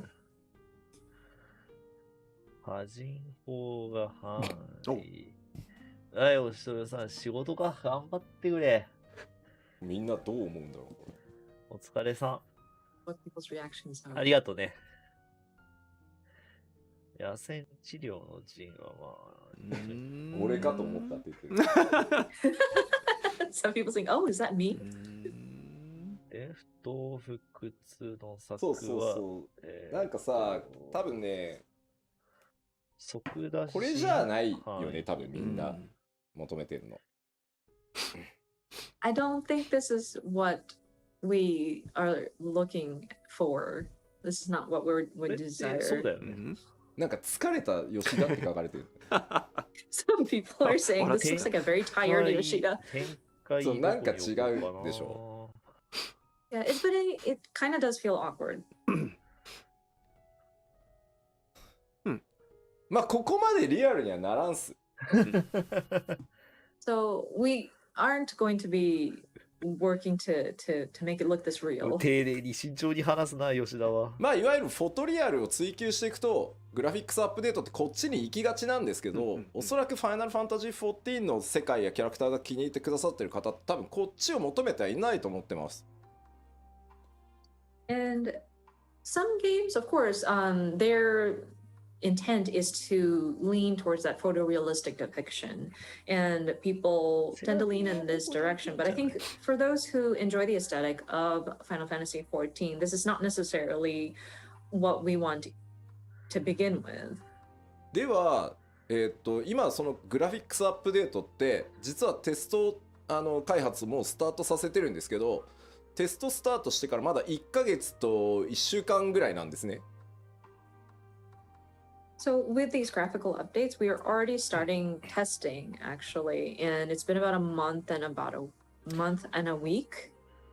なのでその1ヶ月と1週間ぐらいテストをして、まあこれだったらもう今出してもまあいけるだろうここまではと、まあこれ以上を目指すんだけど、まあ少なくとも一旦お見せしてもここまでは間違いなく大丈夫だよあると 7.0 でっていうのを用意してきたんでちょっと見ていきましょうか。And so we are still very early in our testing stages, again, about a month or so testing, but we do have results that we're seeing that is, of course, we're going to aim higher than what we're going to be showing you, but I think it's coming out pretty nicely, and we are relatively confident. So let us show you some of these images. こちらがですね、テスト期間1ヶ月目のサンプルです。キャラクターですね、まず。So from first month of testing, so this is one of the samples. これ左が今で、右がテクスチャーをハイレゾリューション化してます。髪の毛も含めて。で、あとシェーダーを、1枚入れてます。髪の毛やばいね。And so what you're seeing is the current image on the left, and then on the right, we've made the textures high resolution, and we've added a layer of shaders. あと、セルフシャドウって言って自分の髪の毛の影が顔に落ちた時、まあその自分のオブジェクトが自分に影を落とすのをセルフシャドウって言うんですけど、そこも調整してるので、結構ね、セルフシャドウ実はすごい気になってて、カットシーンとかでも。いや、これやばいね。And one thing that we did pay attention to was the self shadow, or whenever there's like an object that drops the shadow on yourself. Especially if you look at the bangs and the shadow it casts underneath it. That was something that I was kind of I wanted to address looking at the cutscenes in the past. 特に我々の問題はもっと上目指せるとは思ってるんですけど、我々の問題は動作保証あまりにも重くならないっていう意味では、このグラフィック設定で OBS と同時に動かして大丈夫かどうかなのよ。行って、やれるより高いところは目指していこうかなと思ってます。今の14ってめちゃめちゃ軽い。めちゃめちゃ軽い。even better, but at this time, I think MMO としてはありえんぐらい軽いんだけど、このクオリティになった時にどのぐらい重いかなんだよ。I think this is what we can show at this time, and then we'll continue to test and we'll continue to sort of improve and then apply optimization. まあ、いわゆるヒロシと呼ばれてる彼でやるとこんな感じです。いやー、これはまあ 7.0 までには PC 買い替えはすると思う。うん。で、ちょっと見込んでのサンプルです。今のパソコンが今3年目だから 7.0 はまあ、戦月賞のだってどう少なく見積もっても1年以上後じゃん、7.0 って。髪の毛の柔らかい1年半は後じゃん、今から。印象とかってちゃんと出てるのと、まあ、セルフシャドウが受けてないんでね、綺麗にかかる。2年近く後になるわけじゃん。現時点から 7.0 って考えたら、まあ、確実に PC は買い替えるね。いや、12世代いってる CPU にしたいじゃん。まあこれが大体グラボも上げたいな。1ヶ月目だっていうのをぜひ認識しておいてください。Again, just to remind you, this is after testing for about a month. したいよね。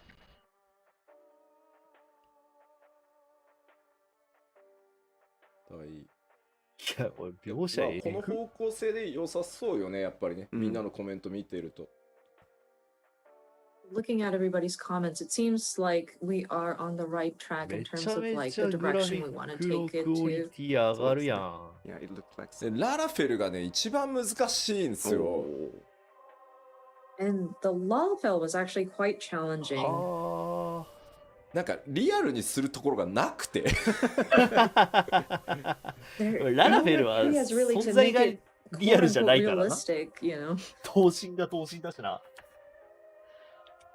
まあでも髪の毛綺麗になって、目の周りはものすごく鮮明になって、まあキャラメイクしておけばね、もちろんいろんなパターン作れるとは思うんですけど。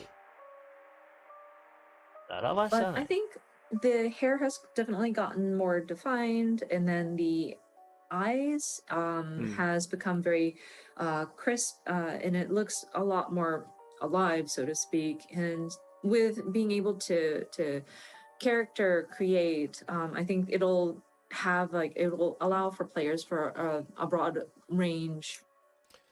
そうね、肌の感じをどこまでなんだろう、本当にツルツルにするのかララフェルは、こう少しそうは言ってもちゃんと肌っていう感じを出すのかは、結構ね調整が難しいところだとは思ってるので、ただ皆さんが求めてるであろう方向性は理解してるつもりなので、しっかり吉田自身ララフェルだしな、所属ごとにですね調整しながらいきたいなと思ってます。And it's still a challenge to figure out how do we depict the surface of their skin. Like, do we make it completely like flawless, spotless, or do we actually give it some texture to make it look like skin? We want to believe that we understand what the players are looking for, but it is something that we still need to kind of explore. なんて言ったってね、11年も皆さんと一緒にこのゲーム作ってきてるんで、そうですね、皆さんが求める方向は理解してるつもりではあります。はい。But again, we've been with you guys for about 11 years at this time, so we want to believe that we understand what the players are looking for. ですいません、ちょっとテスト1ヶ月目ということでですね、キャラクターサンプルとしては以上になります。またなんだろう、途中でね、ファンフェスのタイミングとかあればまた途中経過とかね、お知らせしていけたらなと思ってます。So yeah, because we are still in the early stages of testing, as for character samples, that is all that we have at this time. We're hoping that we can continue to update everybody on the status. Perhaps maybe next time we can do it at like a fan festival or something like that. じゃあ改めてですね、そのキャラクター、まずそのグラフィックス、第一次グラフィックスアップデートでキャラクターに関する表現のアップデート項目をお知らせしておきます。Okay, so just wanted to recap all of the different elements that we look to update for our first set of graphical updates in terms of characters. まずですね、全体的にテクスチャーを高解像度にしていきます。髪とか肌とか、それから今日ちょっとねご紹介できてないですけど、装備品のテクスチャーの解像度も上げていきます。So first one would be higher resolution textures, which includes hair, skin, and we weren't able to show any examples today, but we do want to improve the textures of the gear as well. でさらにですね、これシェーダーと呼ばれる、処理になってくるんですけど、質感の表現というのを向上させていきます。例えば肌、それから装備品の金属部分、あと布って、布用のシェーダーっていうのが実はあって、Q14 では入れてたんですけど、重すぎて外してるんですね。そろそろいけるだろうということで、布がもう少し滑らかに布っぽく見えるっていうシェーダーなどを今、研究トライしているところです。And then the next item, and this is relating to various shader processing, which is improved material qualities, of course, skin, metal, and fabric. It's interesting because in the 1.0 or like the old version of Final Fantasy 14, there was a shader or like a process that was just applied to fabric so that it would look the textures would the texture quality would look like fabric, but it was too heavy of a load on processing, so we had to remove it in the relaunch. But we're testing various ways to see if we can apply something like that to make fabric a bit more, well, smoother and more fabric-like. And we're still kind of researching and trying out various methods. そしてですね、キャラクターに対してのライティングとシャドウの強化というのもやっていきます。特にね、見栄えに直結しやすいセルフシャドウに関してはすごくずっと気になってたんで。And then again, lighting and shadow, better lighting and shadow effects, especially for the player's shadows. さっきもお話しましたけど、できるだけプレイヤーの皆さんの今のキャラクターに持ってるイメージっていうのが変わらないように、綺麗になったな俺のキャラって思ってもらえるようにしていきたいと思ってます。Of course, again, our goal is to make it so that the overall appearance of player characters will be altered as little as possible. We want you guys to see the graphical updates and think, oh wow, my characters become pretty. で注意点が2つあって、まず一つ装備品、信じられない数のアセットがあるのであれを 7.0 までに全部コンバートするのは不可能です。So 2 points of caution. The gear, we mentioned about updating the material quality of gear, but there's an incredible, unbelievable amount of gear available for all of our player characters. And considering we'd have to convert them all, we will not be able to get through converting all of the gear by the 7.0 timing. なので 7.0 で新しく実装されている装備っていうのは全て今回のグラフィックスアップデートを経た内容で作っていきます。なのでクオリティがより高いもので全部用意するつもりです。So any gear that is implemented from 7.0 will have gone through the process of the updated graphics. So of course those will be of the higher quality.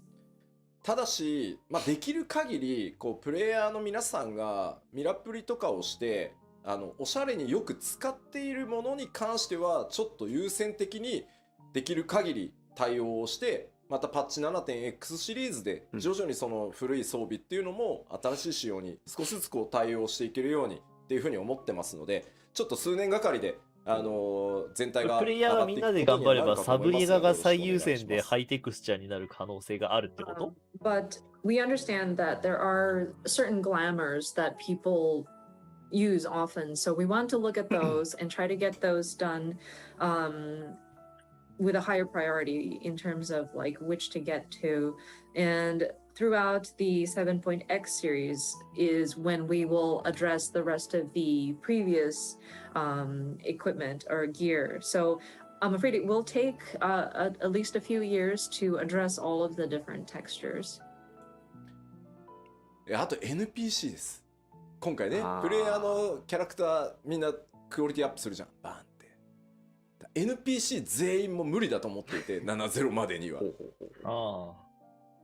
アニちゃんだけ。 Another thing are the NPCs. アニちゃんだけでも。I know we talked about updating the player characters and the graphics on those, but I'm afraid we're not going to be able to address all of the NPCs by 7.0. 申し訳ないんだが、クオリティの高くなった NPC とまだなんと順番が回ってこない NPC っていうのが出てしまうと思うんですけど、ちょっとそれも許していただけると助かります。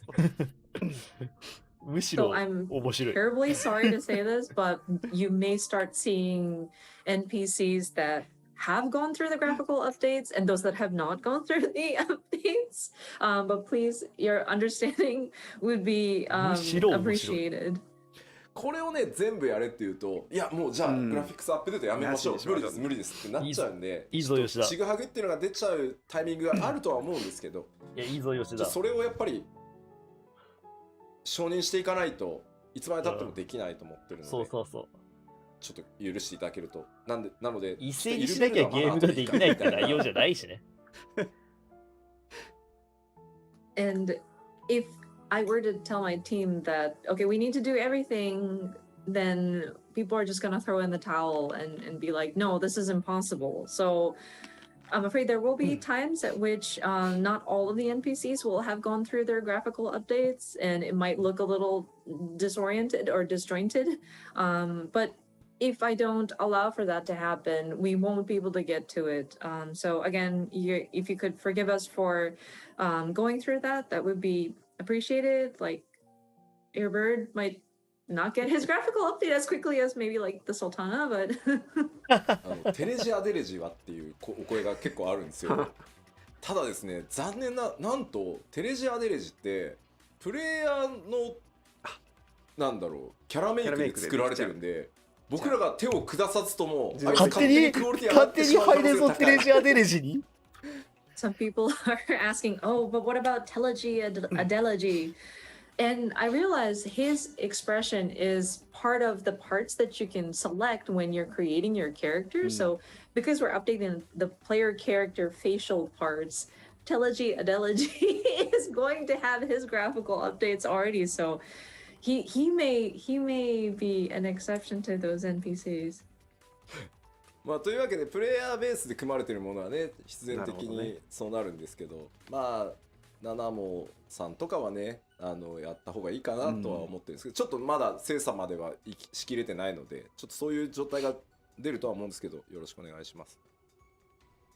So yeah, any characters that are built based on facial parts or body parts that are available for players to utilize will probably be updated simultaneously with like the player character graphics. But there are certain key NPCs that we're also looking at. Maybe the Sultana, but we have yet to sort of assess, and we will continue to sort of explore the options. でまあちょっと今日お見せしたのは繰り返しになりますが、テストをスタートしてまだ1ヶ月ちょっとのデータなので、さらなるですねクオリティの向上に向けて他の種族も含めてですねテスト続行していきます。いずれ装備とかもねこんな感じになるよというのもお見せできればと思ってます。But yeah, again, what we showed you was only about a month or so of testing. So we're hoping to provide you with more updates as they come in. Perhaps the other races, perhaps we can provide you an update with gear, etc.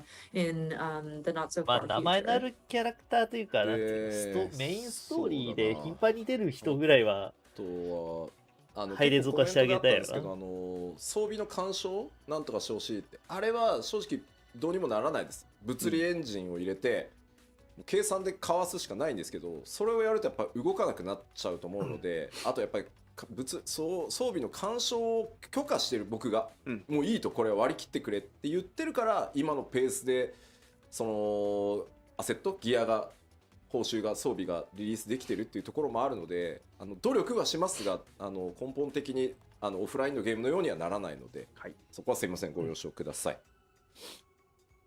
And I'm also seeing comments about can you do something about like gear or equipment or like player characters like body parts interfering with the graphics of gear, まあ equipped gear. 吉田の言わんと And する I'm ことはわか afraid るんだけ that ど、 is something that we cannot address fully. We would AF have to put in a physics を engine in 同じ there, 世 and 代 that の would cause AF for 装 some of the 備し characters か装備 to してな kind い of 状態で not 干 move 渉する properly のは anymore. And デザイン plus, の段階で何とかしていただ I, きたいな as と the 思う。 director, have allowed 詩 for 人の those AF4 は帽子を弓が貫通す to るん my じゃ。 team. I'm afraid we're just 専 moving on 用 with it, 装 or 備と else か we 事前に won't 分 be か able to る keep the 系の pace 装備は in さ、releasing these あら different かじめ gear そこ and 分か different った状態 designs で作っ that てほしい is な。 available. So I'm afraid we are unable to address it fully to match something that of a like a standalone game. Sorry. さあでは次はですね、ちょっと BG、マップに関わるところもテスト1ヶ月ちょっとのサンプル持ってきました。Okay, we have more samples though. This time it's for various backgrounds and like map elements. まずこれは単純に、テクスチャーとかに何も手を入れずに、配置できるライトの数を増やすっていうテストのサンプルです。So this first image is a test of just simply the number of lights we can place in a certain scene without it touching any of the textures or surfaces. 配置ライト数をですね複数増やすとこんな感じになります。So we just added a few more lights in a particular scene, and what you see is in the right side of the image. ライトがですね遠くに左側ね1灯しか焚けないので、ちょっと見てほしいのは手前側にあるデスクに影がほぼ落ちてないのが、右側複数ライトによってちゃんと影が出るようになってるでしょ。So if you look at the one on the left, we were only able to place one light source in the scene, but in the picture on the right, we were able to place multiple lights to give it a more realistic look. And as you can see, the desk is now casting a shadow. まあ当然分かりやすく上の方にライトさらに1灯追加されてるので、まああそこまで作り込んでたのにライトが当たらないことによって全部黒で潰れちゃってたのが、まあ、しっかり見えてくるようになるので、これね多分プレイじっくり見ていないというか受ける雰囲気が変わるので、これによって And of course, I think one of the key changes that you can see is because we were able to place a light directly on top, you're able to see some of the details that would have been kind of hidden behind a shadow. And so I think with allowing for more lights to be placed, it will kind of give you a better impression of some of the atmosphere in some of these locations. でさらにですね、こちら今の現在の状態のティターニアですね。Next, you see Titania in her current in their current state. でこれはシャドウです。シャドウのテストをお見せします。So this is where we tested out how shadows appear. まあ影に使ってるテクスチャーの解像度と計算を上げていくので、これぐらいくっきり見えていくようになると思います。So this is where we tested the texture as well as the calculation formula behind how we're displaying the shadow underneath Titania. And we believe that we were able to improve the quality and the resolution up to what you see on the right image. さらにですね、これ複数ライトも置いてみてるので、もう今の14だと左の環境しか作れないんですけど、複数ライトさらにカラー変えたりしていくことで、右のようにね、かなり複雑なライティングの絵作りっていうのができていくようになります。And as you can see, we have multiple lights again in this updated picture, and then plus we put some colored lighting. So the background is exactly the same, and it was actually quite intricately built, but by having these different sort of lighting available to shine on it, you can see the complex details that was part of the structure.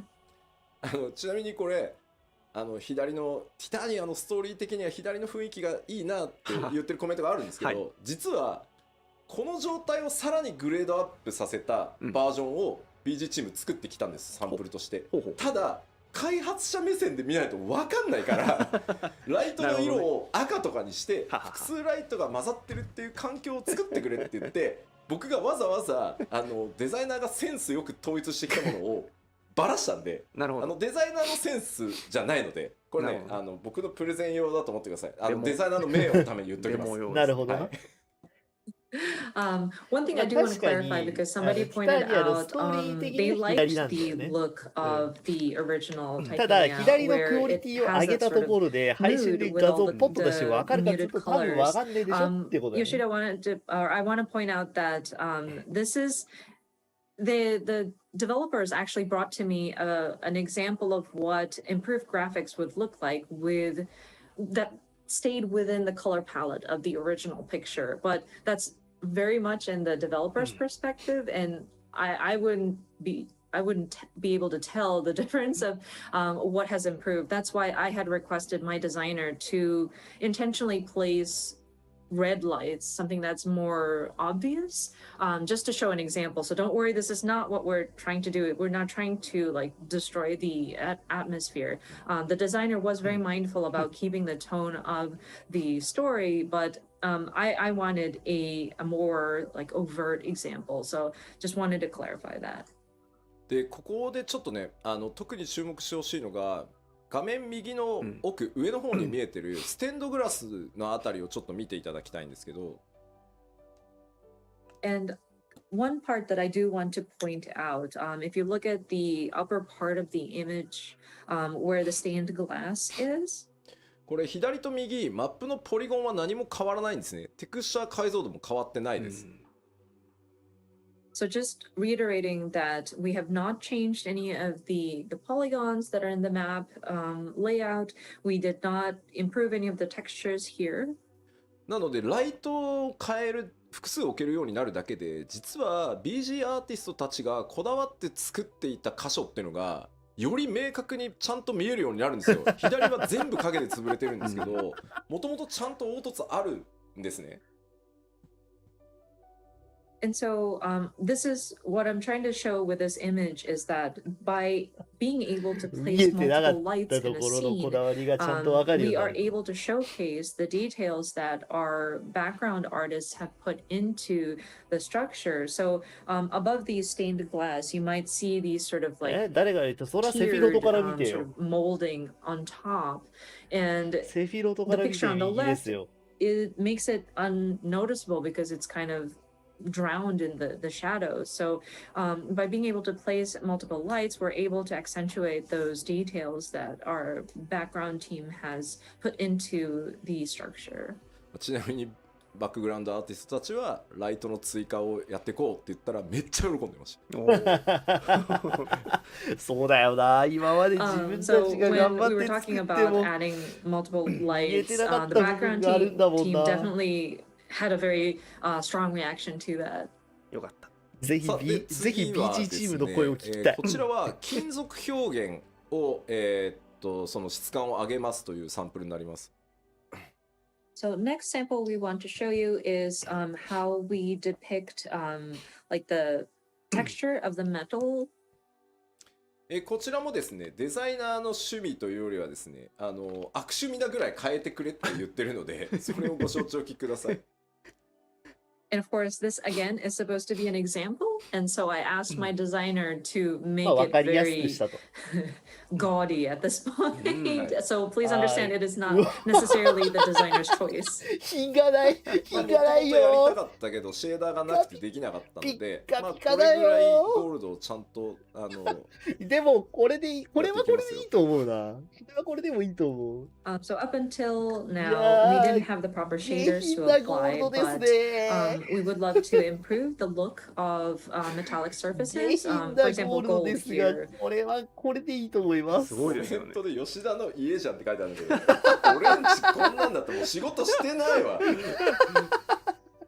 People are saying, "Oh, is this Yoshida's house?" It's like, no, if I were that rich, I wouldn't be working.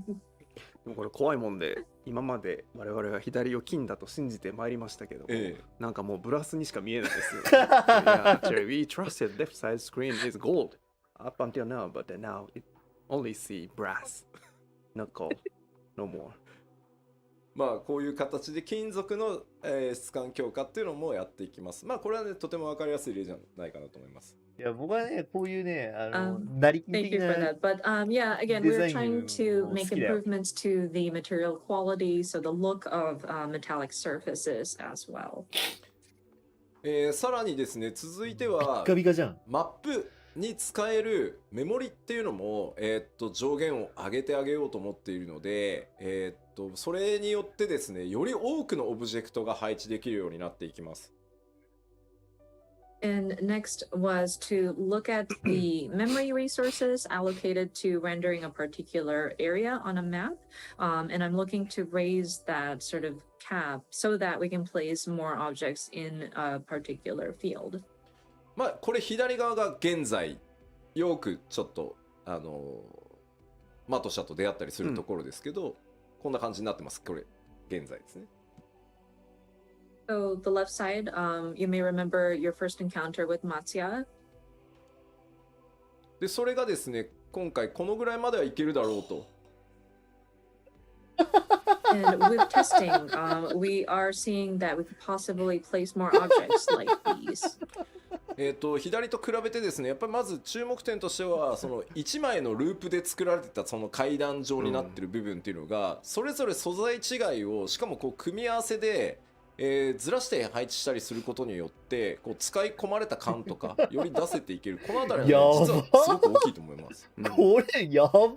And so in the left, you may notice that it's just a repeat layered on, like a repeat layered on top of each other. But in the updated graphics, you can see that we are able to place objects not exactly like on top of each other, but like you can shift it by a little bit. It'll allow for a more realistic depiction of the area has been in use. So this is actually quite it helps with like the immersion. であとはその床ですね、実は床の上にもう一枚テクスチャーを重ねてブレンドさせることでですね、あれだよね床のこうひび割れだったり、うん、そうそうそう細かいそ今だとねメモリがないので巨大な床を一枚貼ってどうにかってところなんですけど、あの樽そこをさらがさにこう手前スタンバー上げていのけるようになる階段下に樽が増えた And と then ころ the の周り floor とか or の the さ、 ground, ザラ with the ザラ感、 graphical update, 岩 would が be able 石 to が add ゴロゴロしてる another 感 layer on top to give it more とかさ、 texture and 上がっ kind て of るよ blend it ね。 in. So like 上がってる cracks よ in the ね。ground. 明らかに石がゴロ Previously, ゴロ we してるよ wouldn't ね、あ have そ enough こ。 memory, so we would just have to paste one giant floor and deal with it. But with the graphical updates, I think we'll be able to improve on the texture quality as well. そしてですね、続いてがちょっと BG でお知らせする最後になるんですがNext is, I believe, the last set of samples that I've seen for the background elements. こちらです。我々開発チーム最大の敵、自動草って呼んでるやつ。これは自動草。 So this is one of our pet peeves, arch nemesis, I should say. These are like these automatically generated grass. これがですね、カットシーンのチェックをやってるとですね、割り込んでくるんですよ。自動で生やされるんで。多分カットシーン作ったスタッフの時には生えてなかったんでしょうけど、僕がチェックする時は生えててですね、このジャギジャギがすごい入ってくるんですよ、カメラに。And this is so ジャギジャギ。 it takes away from cutscenes when it barges in. I'm sure when the cutscene team is creating the composition, they don't see the grass because this is just automatically generated after the fact. But sometimes it's 自動 like 草っ so て close up 表 and 現 it's が so 面白いな。 pixelated, and that pixelation it bothered me very 自 much. 動草って表現面実白はいちょっと裏な。話ですけど、自動で草生える。まあ、エルピスで、ヘルメスにね、メーティオンにせがまれて、エルピスの花をこう見せるシーン、夜空でね、あるじゃない。で、ヘルメスがこう、仮面を外す。あそこがですね、何度チェックしてても、自動草が入ってくるんですよ。で、頭にしたんで、もう BG 班に頼んで、この辺もう草生やさない設定にしてくれ。なるほど。除草剤を撒いてし除まったんです。草剤だな。 So one behind the scenes comment I wanted to make when I was looking at そうい the う話好 cutscene き。 in そういう話好 Elpis, き。もっ sorry として、もっ spoilers, として吉田。 Hermes when he's そういう talking 話 to 僕大好 Meteon 物なん about だ。 oh I want to show you the flowers in Elpis and he removes his そ mask. の時は君に The grass 草を送ろう。 automatically generates and it gets in the way, so I got so mad. I told the background team like, can you make it so that you don't have grass being generated in this part of the ground? で、それがですね、今まだテスト中ですが、こんな感じになります。はい。But that will be updated hopefully. Yeah, Again, we're still これは testing, もう but this is a 別のゲームだ sample よ。 image of what it could look 今、 like. もはやで、別まあ、種の類ゲーもね、ムなのよ。複数持てるようになるので、こだれね、草原から上は何も手入れてないんですよ。向こうに見える木とか、全く今のままなんですけど、まあ、こんなに変わるですよね。So, and plus, we are able to generate a variation of different grass or plants. And so, while we haven't added or modified anything in the background, like the trees and the field in the background have not been modified, the look of it is different because of how we can process these automated grass. どう見てもこれ草だよ、これ。はですね、自動草そのものを入れ替えるので、申請から行月まで全てのなるほど。マップで自動で生えてる草が綺麗になります。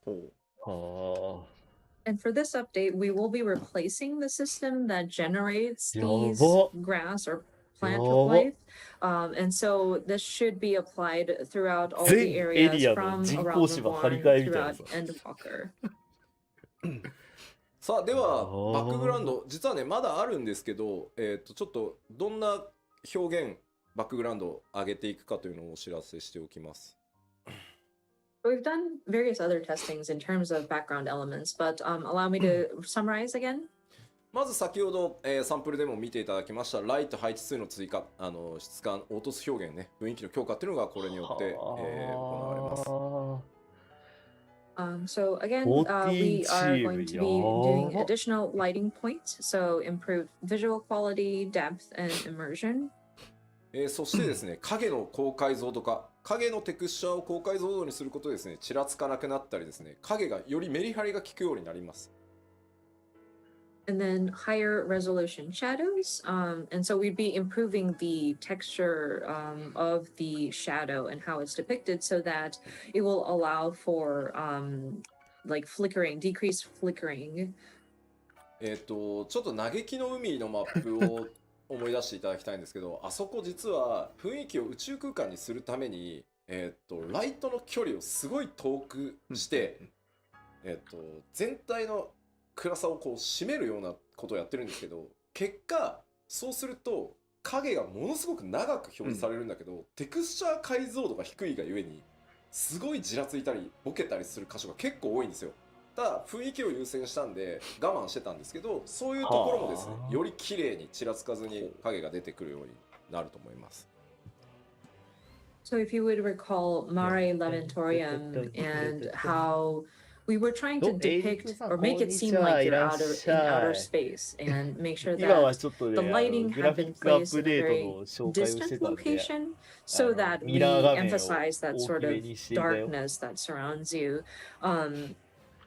Because of that, whenever you're on the moon, your shadow gets to be very long, but because the shadow textures were not optimal, you would see frequent areas that would cause the shadows to flicker or it could get blurry. So with the graphical update, we're hoping to improve so that those shadows would come out a lot crisper. そして質感表現の向上です。これもシェーダーでですね、金属とか布とか、まあそれ以外のちょっとシェーダーも今検討してます。And then, of course, improve textures, which includes metals, fabrics, and we're also trying to consider what other elements can we improve. そして最後にご覧いただいた自動配置植物の強化、高解像度にしたりですね、あと植生をね、種類を増やしたりしていきます。Lastly, more and better auto-generated greenery, which is increased resolution, やりすぎだよね。で、画面全体にフィルター効果として非常に重要なアンビエントオクルージョンっていう機能だったり、フォグ、いわゆる霧をこう重ねるみたいな、それをフォグって呼ぶんですけど、これらに関しては今テストをしてるんですけど、まだちょっとサンプルをお見せできない状態です。And we're also considering other effects or filters that would apply to the overall screen, including ambient occlusion and fog effects. Now, those are still being tested, but we couldn't produce results that we can present at this time. めちゃくちゃ雰囲気出るし、めちゃくちゃクオリティ上がるんですけど、画面全体にパフォーマンスの影響を与えるものなので、慎重にテストをして、しっかりこれだったら大丈夫だろう、その皆さんが極端に PC を買い替えたりとかしなくても、あとオプションでね、ちょっと切ることで軽くできるとかっていうのをちゃんと用意した上で、ここまでやれますよっていうのをちゃんとお見せできる。まだちょっと1ヶ月じゃそこまではいけないので、ただこれらも強化していきますので、また続報をね、お待ちいただければと思います。And we totally understand that it will give it a different sense of atmosphere, or it would really improve the mood if we had those kinds of textures applied or those filters applied. But it does affect the overall performance of the game. So we will need to test it very carefully for sure. So we want to explore our options, but we also want to make sure that we are at a state where we're comfortable and not requiring for so much resources that players would have to like update their PC to an extreme, or be able to provide an option to shut it off if you want to optimize your performance. So I'm afraid we're not able to show you anything as of like a month or so of testing, but we're hoping to bring you updates further down the line. So yeah, if you could please stay tuned for that. さてでは、グラフィックス第1次グラフィックスアップデートの、今日お伝えできる範囲としては、ここまでとさせていただきます。Okay, so in terms of the graphical updates and the preparations that we're making for it, I think is all that I have for today's presentation. さあでは続いて、3つ目なんですが、引き続き多くのアップデートこれまでと変わらずですね適切なスケジュールでお届けしていきますよというお話です。So yeah, we will continue to provide regular updates on an appropriate schedule. せっかくの機会ということでですね、ちょっと 6.1 から 6.5 まで現状決まっているものでお知らせできそうなものをお知らせしておこうと思います。So I would like to share information that we know that we're going to have from 6.1 through 6.5.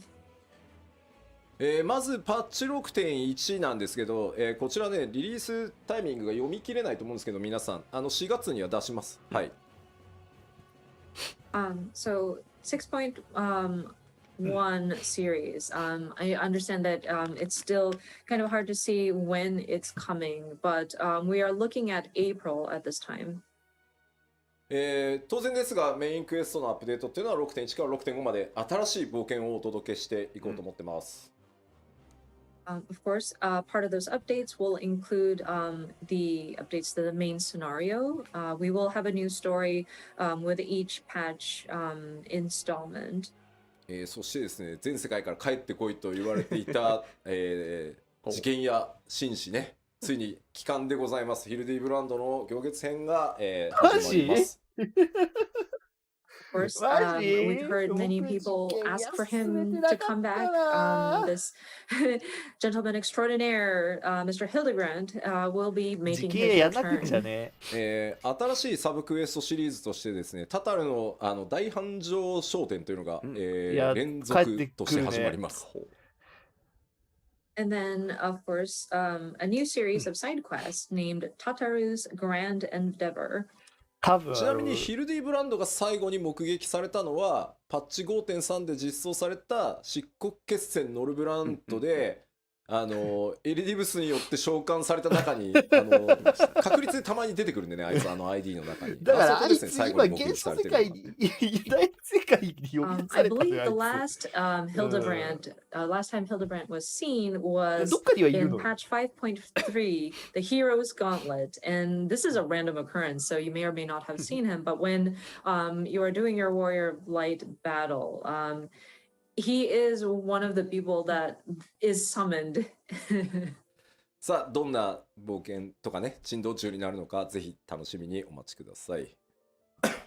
But yeah, we hope you enjoy whatever odd adventures that he gets into. どんどんいきます。パッチ 6.1 まだまだあってですね、アライアンスレイド、ミソロジー・オブ・エオルゼア、12支にまつわる物語ですね、スタートします。Continuing with patch 6.1 updates, we will have our Alliance Raid, Myths of the Realm, Part 1 implemented. This is going to delve into or touch upon the mythos of the 12 gods. そして新 PVP のクリスタルコンフリクトというのが、スタートして蛮族クエストアルカソーダラがあって、ゼツは本当お待たせしました、レイド大好き勢、本当お待たせしたんですが最新ゼツリリースします。And so next is a new PvP, the Crystalline Conflict. We will have a new Beast Tribe quest, or like a new tribal quest, Arkasodara Tribe quest in their dailies, and then a new ultimate content. Thank you so much for your patience. Our new ultimate duty will be implemented on 6.1. ゲームはねアルテマになりますが、もうバランスチェックも終わっていて、結構むずいですよ。そもそもさ、L のアルテマ And of course, we will finally be reopening the Unreal battles. Ultima's Bane will be what's coming for the next battle. We are currently testing this out, but it's quite challenging. アルテマウェポンってもともと結構初期に時間のない中で作られていて、IL が結構みんな上がってるんで、いろいろギミック無視できたりとか、被弾してもそんなになんですけど、レベル90でバランス取り直してきっちりアイテムレベル確定させたらね、やっぱ面白いしやりごたえあるなこれって感じでした。Of course, when we first designed the ultimate weapon fight, it was done in a rush, and then by now, I think people have raised their item level, so even if you take damage, it's not as bad. But with the Unreal battles, we have adjusted the boss fight so that it matches that of a level 90 player. So, and we've kind of finalized the item level. So testing it out, I enjoyed it. It was a very interesting battle, and it's very challenging for sure. 本当にごくでも今ちょっとコメントであったんだけど、蛮族クエストっていう蛮族っていう呼び方やめたいなってコメントがあって、確かにそうだね。ちょっと考え直そう。メモっといてもらっていいかしら。はい。表現変えていきましょう。There was a comment about the beast tribe quest, and it seems to not be very favorable to call it that. I know we're trying to shift it to say tribe quest, or like we're just calling it by the tribal name in the English, but we are going to try to figure out a better way to phrase it. そして絶なんですけど、めっちゃ調整続いてるんですけど、多分一番難しいと思うんで、やる方は覚悟をしておいてください。And I want to backtrack a little bit to the ultimate duty, the new ultimate duty, and we're balancing right now and making adjustments, but it's quite difficult. So if you're up for a challenge, that's fantastic. But yeah, it's going to take some. It's going to again be challenging. 実は 6.11 かな。Oh, I'm sorry. Ultimate would be not 6.1 but 6.11, so it's probably not at the same time as the major patch. メインシナリオをやったり、ハウジングの抽選に応募したりとかすると思うので、2週間空けて出す予定かな。はい。別に僕は粒子 We are hoping that players would enjoy the main scenario first, and then 6.1 is also when we open up the Ishgard housing, so I'm sure people will want to sign up for like housing plots. So we're going to wait 2 weeks after the launch of the major patch and then release the ultimate 粒子早期 duty. は考えてないっぽいし。まだまだあってですね、粒子早期なら 6.1。絶早期なら絶対やんないし。さっきお伝えしたメインクエスト ID のフェイス対応 2.0 半やって、それ以外のID もちょっとグラフィックスの調整とかいろいろやってます。さすがにね。So continuing on with the 6.1 series updates, so the main quest, sorry, the trust system for A Realm Reborn patch 2.0 main scenario dungeons. そして新しいリワードシステムとしてですね、キャラクターカードっていうのの、システム実装が、ドーンと始まります。And then a new calling card style UI. So this is going to be a new reward type system that we plan to start implementing. この辺の詳しい内容はね、3月4日からのまたパッチ 6.1 特集、パート1、パート2の方でお伝えしていきます。そしてお待たせしたロスガールの、新髪型対応がスタートとなります。So for this calling card style UI, this is something that we'll cover in our next next 2 live letters. There's one definitely planned on March the 4th, and we'll do like a 6.1 feature, part 1 and part 2. So we'll delve into details at that time. So next item would be new hairstyles for Hrothgar. Thank you so much for your patience on this. そしてハウジング、石屋ガールドハウジングが秋、お得意様取引は、なんとアルフィナ・アリゼのお母様であるアメリアンス編となります。難易度が0式までだと思う。The next two items is the opening of Imperium or Ishgard housing, and then custom deliveries. You get to meet with Alphino and Alize's mom, Amelians. 新 PVP はいつですか、またちょっと PLL で詳しく言いますけど、6.15 を予定してます。はい。ガチヤグラ We は had a question 6.15 about when is the new PvP going to go live. Again, we'll cover this in the upcoming other PLLs, but we are looking at 6.15 timing for that. まあそれ以外にもですね、透滅戦など多数のものが、まあ透滅戦名前言えないですけど、ありますんで、ぜひご期待ください。ここまでがまあ 6.1 のざっくり概要です。はい。And of course, new trials, we can't say what, but other assorted updates are planned for the 6.1 series. そして続いて 6.2 ですが、こんな感じになってて、まあ一番の注目はやっぱりお知らせしていた、無人島開拓が 6.2 からスタートになります。So next up is the 6.2 series. This is one of the large, like the anticipated content, I believe, is the Island Sanctuary. That's when we're going to start opening this up. 昨日全体を一通りチェックしましたけど、めちゃくちゃでかいんで規模。だいぶね、組み上がってるんで、もう。I had the opportunity to check the overall sort of content yesterday, and it's quite large scale, but I think it's coming along nicely. またちょっと今日は時間がないのであれですけど、詳しく説明する機会は取ろうと思いますが、基本的には外の世界と全く異なるそこだけで完結できる遊びになってますし、まあ、ゆっくり本当にゆるくやれるので楽しみに待っていただけると嬉しいです。So I'm afraid we don't have the time to cover it today, but we will take the time at another opportunity so that we can explain the details of this. But it is going to be a different sort of area that you can enjoy, and it's a very self-contained sort of content that you can enjoy. でまあ2.x 残り新生オルゼアの 2.x シリーズのメインクエスト ID を全部対応し、想定編にも突入します。あとは武器強化コンテンツの新しいシリーズをスタートしますとかですね。武器強化シリーズ。So going back to the earlier bullet points, we will be applying the trust system for the 2.x main scenario dungeons, maybe partially into Heaven's Word. 後々絶粒子行くにあたっての。そうだ、もうね、多すぎて入れてないんですけど、ミラプリの拡張もね、6.1 から第1弾始まるんで、言っときます、そういうの。Oh, we also want to mention we will be expanding on glamours. Glamour ミラプリのごめんなさい、ミラプリはグラマープリズムの方でしょうか。ね、言えない感じですか。第1弾はプレート増やすをやっていく、まず第1弾。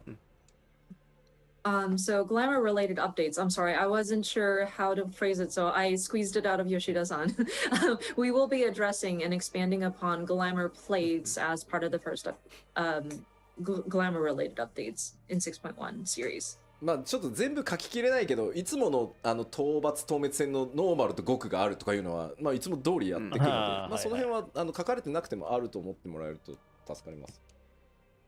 And of course, we will have whatever content that you can expect in a patch update, so like new trials, etc.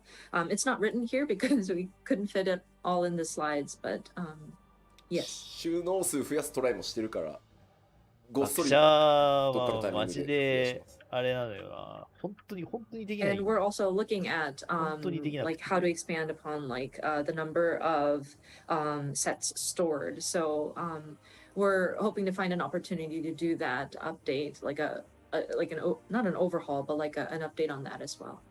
そしてですね、さりげなく書かれてる新しいこの 6.2 から新しいバトルコンテンツ、タイプが全くこれまでと違うコンテンツを今開発中です。破片ダンジョン And then the fourth bullet point, it's just kind of snuck in there as part of like the updates, but it's a new thing that we're trying to do. It's a dungeon with variable difficulty. これ難易度可変ダンジョンって今開発コードネームなんですけど、1人から4人でチャレンジできて、1人で行く、2人で行く、3人で行く、4人で行くっていうので、自動的にそれに合わせて難易度がコントロールされるっていうチャレンジ型のコンテンツになります。And so the code name that we're using here is like Criterion Dungeons, but so you can attempt this with 1 to 4 people. And what makes it variable is that if you go in, depending on the number of people you go in with, so 1 person, 2 people, 3 people, 4 people, the difficulty sort of varies. It will automatically scale. So it's like a content where players can sort of challenge themselves.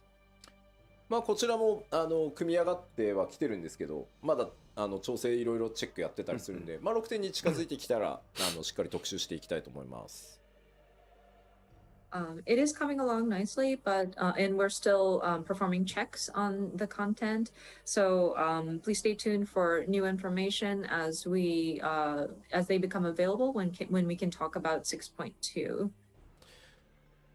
そして 6.3 になるとですね、メインクエストの ID フェイス対応が争点編をここで完了させる予定です。And then moving into 6.3, so we continued to add more trust NPCs. We should be able to address the remaining main scenario instanced dungeons in Heavensward. でかいのはですね、世界中からですね、ディープダンジョンシリーズの新しいのがやりたいという、お声をたくさん頂戴していたので、今企画をやっている最中です。6.3 で、ディープダンジョンシリーズの第3弾実装予定です。お前手足は刺して縮んでねえじゃねえかよ。Players from around the world had asked about when do we get a new deep dungeon, and so we are in the planning phases at this time. We're hoping to launch the third in the series of deep dungeons at 6.3 series. 待って、6.1 で絶がいて、6.3 で絶が開発スタートして進んでるんですが、絶シリーズの第5弾をおかしいだろ。でリリース予定です。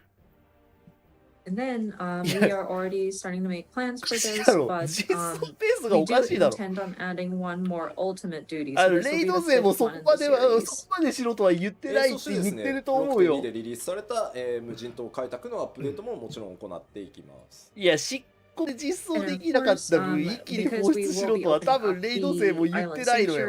さ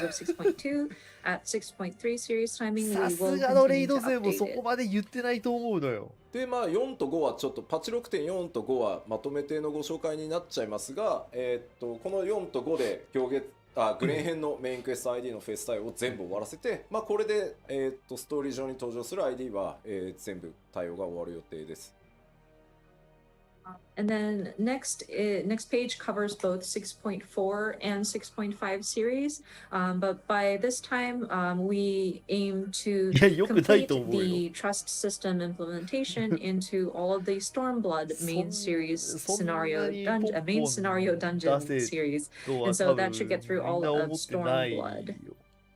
で難易度可変ダンジョンと呼んでる新しい理由しは漆黒で実装予定入れていきますし、無人島開延期になったんだ拓の開拓エけどリアを追加したりっていう予定も延期になったんだけど当然ね我々長期計画で進んでるので予定されてます。延期になったんだけど別にその分全体のスケジュールが後ろ倒しでも僕ら文句ないでしょ。We'll see an update. We should have numbers 2 and 3 implemented, and then for Island Sanctuary, at this time we want to expand upon the area, so we'll have an additional area.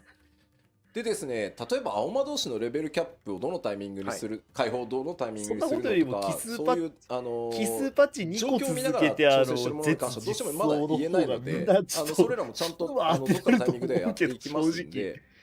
またそれぞれですね、通常ペースでいけば4ヶ月だっけお待ちいただければだからありがたいな。やらないとかいうわけじゃないんで、ここに書かれてないものはね。そこで始めてる人たちは攻略始まってこの辺りはもう全部確定しているのでお知らせしております。I'm sure some of you might be wondering about, okay, when is the next time the Blue Mage is going to have their level cap increased?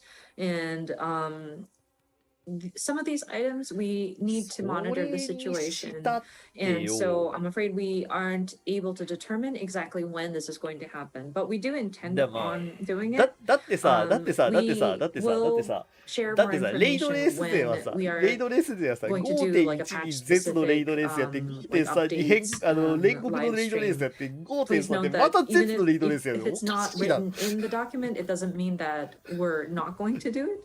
So yeah, there might be information that we're still in the planning phases and we weren't able to solidify at this time. So 体持たないってそん we なの。 will continue to look at the various existing content and provide updates when we can. まあなんかパッチ情報を出すとみんな細かいところあれはどうこれはどうってやっぱなっちゃうね。まあ皆さんが思ってることは基本的にやっていくんで大丈夫ですよ。I see that people in the comments are talking about various granular areas of patch updates, and I think it's safe to say that things that we know people are expecting in a regular update will more than likely be included. So I て want か to make sure 3 that パッチ続けてって言ったけど、 yeah, 今回 don't 変 be 告編 worried. があるから4パッチ続けまああれてのがそうレースなの次よ。がまあどうなるの種族ってどうなるのとかもう全部決まってます。ちゃんと毎パッチやっていくので、まああれかなこれかなって思いながら待っていただけると嬉しいです。違うわ、点4も確実に認識があるから 4パッチどころじゃない5パッチ続けてレイドレースなの I'm よ。 sure a mystery, but we have a plan. We do have like which group to focus in on, and we do want to have content available per each of the patch. So it'd be great if you could wait, or not wait, but like speculate, kind of imagine which tribe will we be focusing in on. 5パッチ続けてレイドレースはやばいっなんか5にてま。だ決まってないんでちょっと待ってください。 5パ And ッチ we 続 do けて intend は on making gold saucer もう updates, but we still haven't やばいね。 determined if it's going to be 6.4 or 6.5. So that's why は we're い、 not つくさん mentioning it おは at this よ time. う。さあおはようじゃない、というわけで親ようだ。まあ起きるの寝るのまあどっちだ変わらずですね、もりもりでやっていきますもりもりすぎるわお知らせでした。もりもりすぎるわ。 But yeah, まるま just るもり wanted もりだわ。 to go through all of these roadmaps just so that we know that we よし continue だ。 or we plan to continue よしだ。 providing very hefty updates. ただですね、一個皆さんにこれを踏まえてですね、ちょっとお知らせをさせてください。 But with that being said, 何メジャーパッ allow チ me の to サイクルが make 変わるって話 one announcement. 別にもうその辺は、メジャーパッチのサイクルについてです。 And this is regarding the major patch cycle. これまでですね、申請スタートからですね、まあずっとできるだけこの 3.5 ヶ月に1メジャーパッチ配信っていうのを、まあ、目標に掲げてやってきました。まあ、そ So う of course, 基本 since the 4ヶ relaunch 月ぐら as い a ごと Realm だっていう認 Reborn, 識でしたね。 we've tried to keep this pace of one major patch update per every 3.5 months. でこれをですね、本当申し訳ないんですが、2週間プラスしてですね、4ヶ月にさせてください。誰も文句ないと思いま And す。 I'm terribly sorry to ask 誰 of も this, 文句ない ask と you 思い of ま this, す。っ but て we いうか僕らみん need な to 4ヶ月 extend だと it 思っ by てま 2した。 weeks, and so we want to change it so that it's one major patch every 4 months. でこの2週間って何かっていうとですね、まあ我々開発内では実装期間っていうのと調整期間っていうので大きく2つあるんですけど、だねこの実装期みんな間にプラスあと3.5だって1週間、認識あった？僕それか4だって認調整識してた。期間にプラスあと1僕は週4だ間って認の時識してた間。をいただいて、まあマイメジャーパッチをそうだよね、監督そうだよね。 3.5 4だと思ってたよね。みんな4だと思ってたと思うまあよ。プラス2週させていただけると助かります。よっ So ぽ of ど、 course we よ have periods of our ね、 development 一 cycle 部の where 一部の it's 小さい非課税 development と and か then でそういうの implementation and various adjustments, fine に tuning ちゃん that と we 興味 do. 持って So 確認 the してる 2 人間の weeks 部 that 分 we は基 ask 本4だと思ってたと思う。 of you for your patience is 1 week for additional implementation and then 1 week additional for fine tuning. So that makes it that 3.5 months now turns into 4 months. でですね、夏季休暇期間とか、まあ、我々やっぱりサマーバケーションスタッフに渡したりですね、年末年始やっぱり家族とねゆっくり過ごしてほしいっていうのがあるので、まあ、夏季休暇期間とか年末年始の場合には、まあ、これにプラス1週間ねさせていただくことがあるかなと思います。 And in addition to that, we do have breaks, like summer vacation or summer holidays, New Year's holidays. I'm sure むしろ people そう、 have むしろ family 4 that ヶ would, they 月 would ごとの visit 方が over い the いよな。 holidays. And so for きっ those ちり、きっちり holiday スケジュール seasons, 立つじゃん。 we might see an additional like 1 week's not delay, ていう but か like ほら、 1僕さっ week's き絶の話した時にさ、 time added 4 as ヶ well. 月4ヶ月で8ヶまあやっ月ぱりここあるからクまでリアはしてるでしそのょって話をした時点で前半の僕が10年間っていうところでもメジャーパッチがお伝え4ヶ月ごとだって認識してたことはバレてると思うんだけど、みんなの開発チーム運営チームのモチベーションみんな4だって4じゃないって知ってた4じゃないって知ってたと思っていて、まあそれは僕自身のこう稼働の高さも含めてなんですけど、まあ休みたいというよりはやっぱり適切にみんな健康で健やかに開発に取り組むことでよりクオリティも上がっていくだろう。でもまあ事実足りてない無理をしてきたっていうところもあるので、ちょっとそれが理由になってます。それ大丈夫2週間で改善するの As I explained in the first half, when we were looking back at our それ first 2 10週間 years, 程度で改 they, 善 we するの really depended on the いい motivation よ of いいよ each 吉田 of the 別に developers 別 that に are 我 on 々 the は5で team. も構わないと思ってるよ And me included, I was moving around and very hands-on with my team. But looking at our schedule and how we work, I do want my team to be healthy and be able to sort of maintain a マジ good よ level 4 of ヶ月4ヶ quality 月ごとじゃなかっ because た they の are 割と taking 僕 the 衝撃なんだ necessary けど breaks. And to be honest, there were areas where we might not have performed as well as we should have because some of us may あ have あ been 新 pushing 生 too 児 hard. として So 3ヶ月ぐらいだ that's けどまあまあ the reasoning 3.5 周 behind 期だから why そう we いう want 感覚になって additional もおかしくな time. いのなるでほどな、まあ非常にね皆さん優しいコメントいただけてるんでとても嬉しい。特にスタッフの健康とかね気遣っていただけてるんで吉田本当に読んでいいのかとても嬉しいんですけど、本当に読んでいいのか、まあこれ5でもいいんだぞ 2.0 からねなんとか 3.5 ヶ月でこうやってきたこの実装10何週調整何週みたいなのでまあやってきたんですけど、ちょっとね比較を持ってきました。And thank you so much for the kind comments ああ数えたことない regarding our で staff もう and いれば、making sure that you're showing your concern to our staff members. It really warms my heart, and I'll make sure to relay that. But considering what we've been doing in terms of providing an update every 3.5 months since 2.0, and we work with a schedule of like such and such weeks for implementation and whatnot. So we put together this comparison chart for you to take a look. なんでラハブレアトまあレンドになったの、これまであれか企画あれかメインクエが4開人発コンテンツになるからか、調整デバッグっていうのを、まあ、3.5 ヶ月でやってきてたんですけど、 てか Of そう course, our development largely is broken down to planning, そう1 development, ヶ月を切っ adjustments, てから and の debug. 延期します And this が is 多 some 分 of the 一番 numbers ダ that メー we ジがで pulled か up. いと思うんだよね。まあ、パッチ 3.3 の時が左の列 5.3 の時が右の列です。 So the column on the left だ is 別に大丈夫だよ、吉田。そんなデータなんか持ってこなくても、僕らはそれを4にすることに関して何の依存もねえよ。まあ、コンテンツ数がねそこまで極端にってわけじゃないんですけど、やっぱジョブ数がまずね11だったのが18になってたり、大丈夫だってボス吉田数が作ってるボス数がもう17から23大丈夫だって増えてるんですね。これ当然調整コストめちゃくちゃ増えてるんで、増えましたな。So, I mean, the number of content, like types of content, may not have varied over the years. But if you look at, say, like the number of jobs, from patch 3.3, 11 jobs, we've now jumped up to 18 as of 5.3, which means a lot of different balance adjustments for those.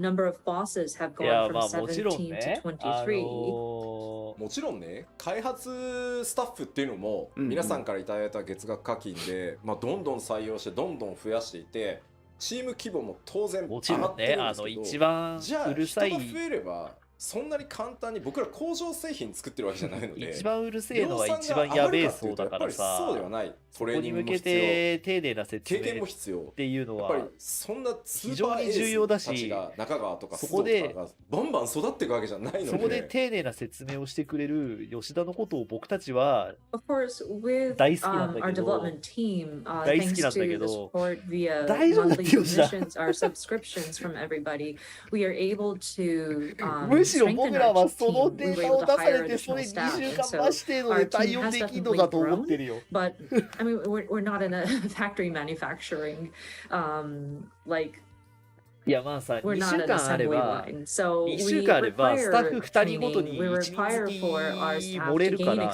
2週間 experience. で10日でしょ Not だから、 everybody is a 稼働日10日で super しょ ace 稼働日 player 10日 like で、スタッ Nakagawa フ2 or 人いれば Pseudo. 22日あるから、22日で1例えば日でしょこの開発チーム、運営チーム三角形だとした場合に、で今この何人体制でやってるかわかんないけど、大きくできるんですよまはいはいはい。あ、まあおそらくだけど結局上の方に行くと、何十人とかどこまで行っても十最後は何人とかって焦点はディレク体制でやターとってるでしょかプロデューサーってなってくると、ここがやっぱそんな簡単には増えないんで、うんまあ、何でもかんでもたくさん調整もチェックもせずに出すってわけにもいかないから、まあ、吉田を別に分身させろとかその培養して増やせばって考えもなきにしもあらずだけど、なきにしもじゃねえよないよそこまで追いついてないんで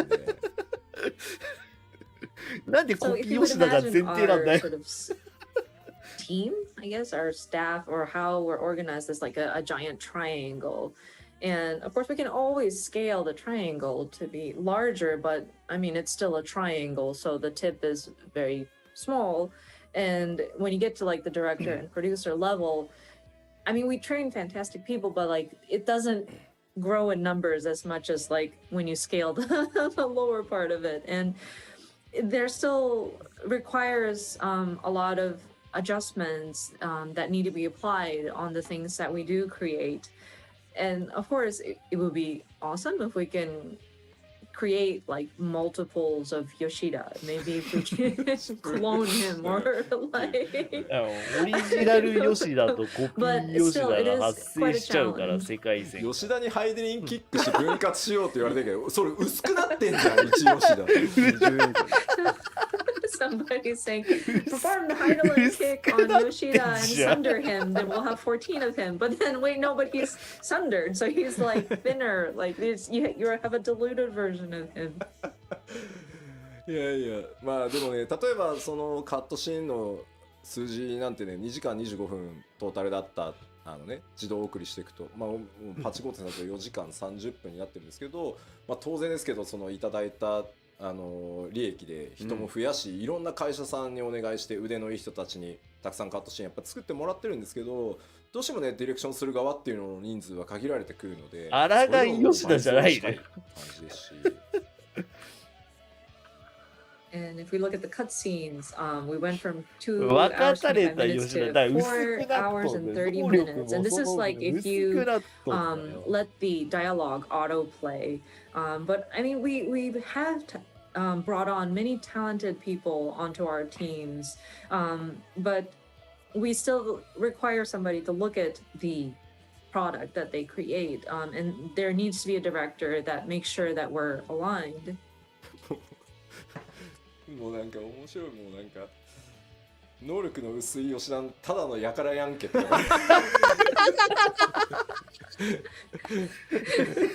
Comments 能力の about 薄 Sunder い Yoshida, like, 吉田はただのやからやんけはもうただの悪口なんよ it's just a man. やから度合いはというわけでやですねから度合いも薄まるでしょうこれからもちょっと今日お伝えした内容が 7.0 に向かっていろいろやっていきますパッチの物量というのも頑張ってまた作っていきじゃますらじゃらもう減るのよ吉田を分割したら妥協なくねまた進めていきたいとは思うんですが、まあその分ですねちょっとこれまでのパッチサイクル3.5 ヶ月にプラス2週させていただいて4ヶ月っていうサイクルでですね、ここから先まだまだ楽しみお届けしていこうと思ってます。はーい、ヒ But ペ yeah, ル we こ are れや making じゃー various plans leading up to 7.0, and we still want to continue bringing you the different patch updates. And so, with the different elements that we implement, as well as the balancing that we do, the fine tuning, we don't want to compromise any of that. That's why we do want to continue producing the patches to the quality that we hold ourselves up to. So we do want to ask for that initial 2 weeks so that we will have the 4-month patch cycle, but we will continue to bring you regular updates. まあ本当にあと10年やっていけばとてつもなく長い旅になると思ってます。皆さんとね一緒に今度は20年歩んでいこうってことになるかと思います。And we strive for another 10 years. This is our goal. And I'm hoping that we will get to a point where we will be celebrating, or like we will be looking back at our journey in our 20th anniversary. まだまだやりたいことね、チャレンジしてみたいことあります。驚いてもらえることやっていこうと思いますので、ぜひこの先もですね、一緒にまたボティン作っていただけると嬉しいです。はい。We do want to do more, take on more and more challenges, bring you more surprises. So I want to continue building this together with you all. So yeah, it would be great if you could continue to keep with us. はい、では前半。はい、ありがとうございました。Thank you very much. So this is all about the first half of today's letter live.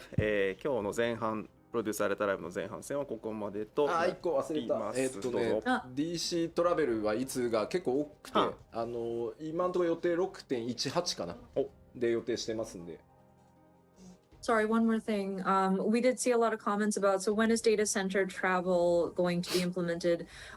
We are currently looking at 6.18 timing for that. PC 再編の話なかったね。すると思ったんだけどな。ではこの後休憩に入るんですが、ですね、今日は後半戦は、通訳は別の方にお願いすることになっておりますので、あいみさんがここまでとなります。So before going to break, because we have another person for translation for the Q&A part. So that's it for あいみさん today. So あいみさん、皆さんに一言ご挨拶お願いします。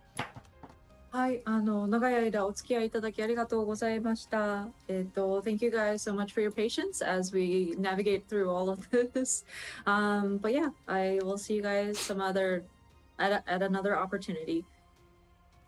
ありがとうございます。Thank you very much, あいみさん。では僕がね安心してこうゲームシステムの話っていうのを全世界の皆さんにこういつもの調子でお届けできるのは、本当にあいみさんの高い翻訳スキル、特にね僕の性格を把握した上でのやっぱり、トランスレーションがねもう長くなりますのでね、僕らもコンビを組ませてもらって、ね、なんで本当に助かってます。いつもありがとうございます。ありがとうございます。ここどうやって訳しましょう。吉田さんは Thank you. Ami-san really knows Yoshida-san's characteristics very well, so it's we are very relying on Ami-san's translation for when he explains the game systems or mechanics. So thank you very much, Ami-san again. Thank you. はい。では今から休憩に入るんですが、1時40分再開。So we want to restart the latter part of the letter live at the 1:40 p.m. Japan time, which is in 20 minutes. でですね、今日の休憩の音もご紹介したいと思います。So during the break, we have two videos today for you to enjoy. 20分あるから1本ならいいやと思ったら2本あんのかよ。Yeah, we have a 3-second digest preview of all the songs from the upcoming Endwalker soundtrack. And the time-lapse video of mosaic art we created live using screenshots that we were submitted by our players during another podcast. 2本ありまして、1本目は、先日つい最近公開しましたエンドウォーカーのサントラが出ます。それの、3秒ダイジェストの全曲紹介の、トレーラーがありますので、そちらをご覧いただき、その後ですね、これも先日ご紹介しましたが、別の生放送企画でモザイクアート、皆さんからお送りいただいたスクリーンショットでモザイクアートを作るという企画がありまして、休憩タイムに休憩なんかできるわけないよな。ビデオがありますので、そちら2本続けてご覧いただいて、また、1時40分から再開したいと思います。はい、それでは休憩です。ビデオをご覧ください。休憩だから休憩になるわけないんだよ。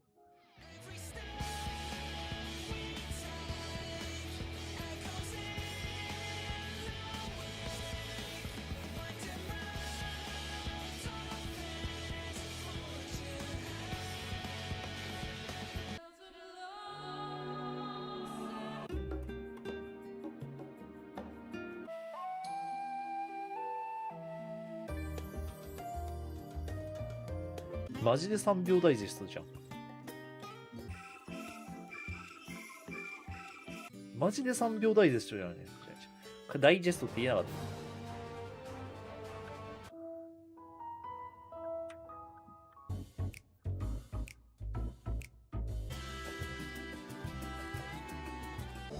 今の曲どこで流れてた？いや、多分ラザファンなんだろうけど。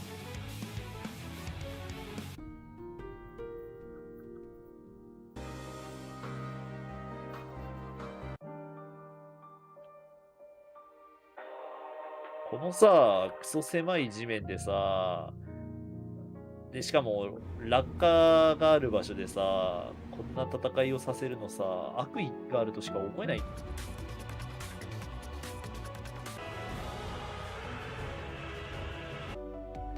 ちなみに僕は、行月 ID のサンボス BGM めっちゃ好きっすね。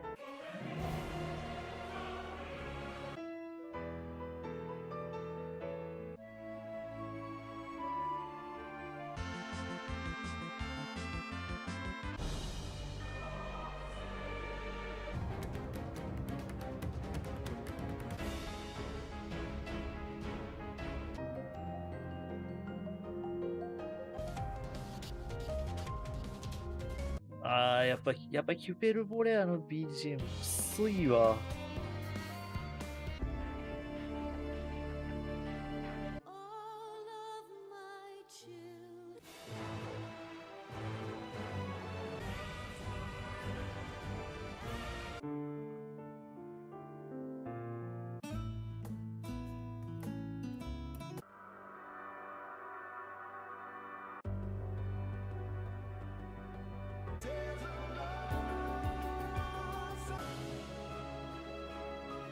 うわー、そこそういう流し方するんだ。ずるじゃん。ずるじゃん。ずるじゃん。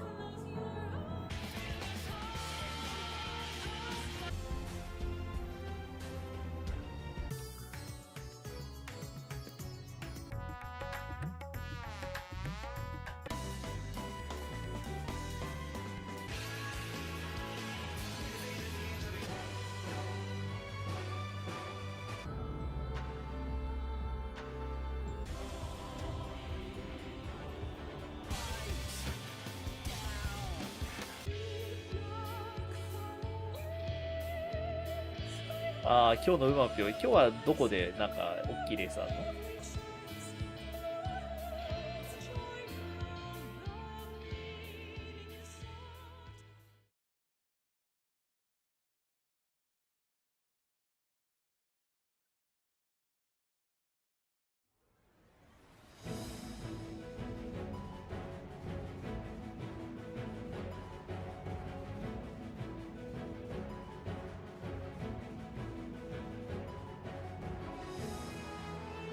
これ、この作り方なの、ほんとすぎるよな。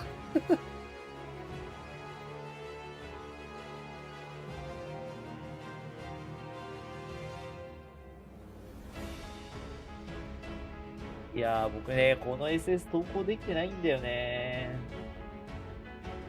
すればよかったな。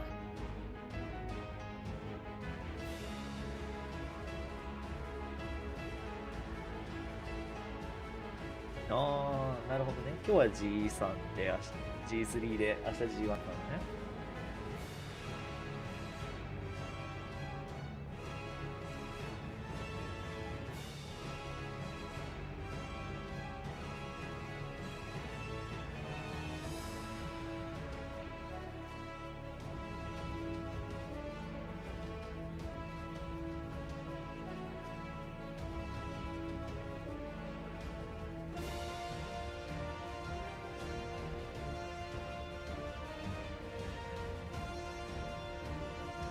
さすがに自キャラ隠れっぱなしは良くない気がするので、こっちに移すね。ちょっとちっちゃくなっちゃうけど、ごめんよ。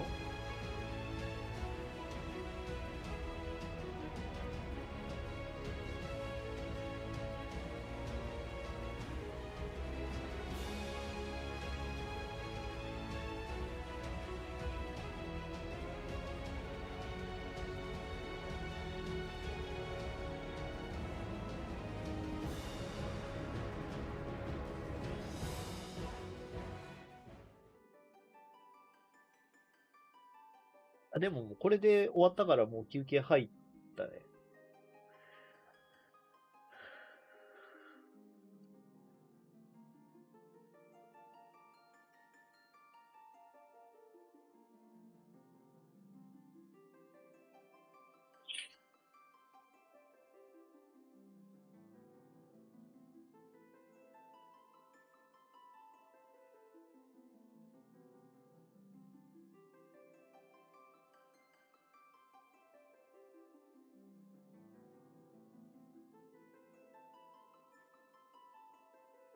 あかりん、こんちはいらっしゃい。じゃあ、ちゃんとした休憩入ったんで、僕もお手洗い行ってくるわ。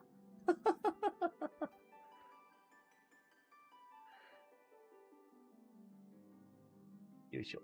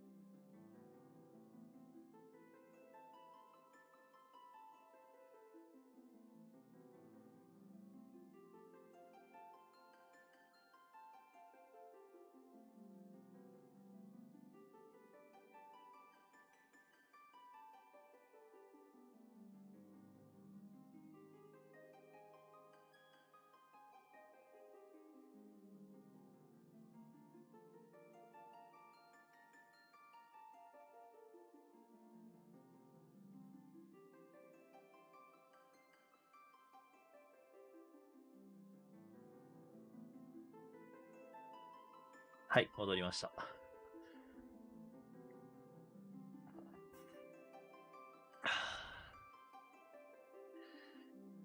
たださ、まあ正直なところさ、後半はさ、一応 Q&A じゃん。だからまあ、配信で同時視聴してなくてもいいのかなとかは、思ってなくもないんだよね。もう2時間40分やってるからさ。だから3時間近くやっとるから、配信としては区切ってもいいのかなっていう気持ちもなくはないんだよね。まあ、QA の中でさ、ポロッと吉田がさ、なんか、関係のある、海兵魂だわ。海兵魂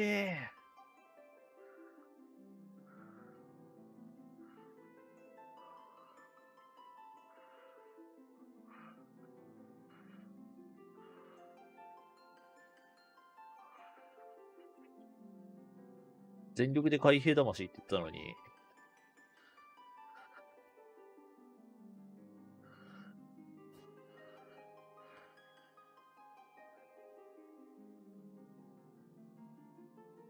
ていうか、ここ、もしかしてさ、種族によって呼ばれ方変わるよね。僕のこと鱗娘って呼んでるもんね。種族と性別によってこれ、多分変わるよね。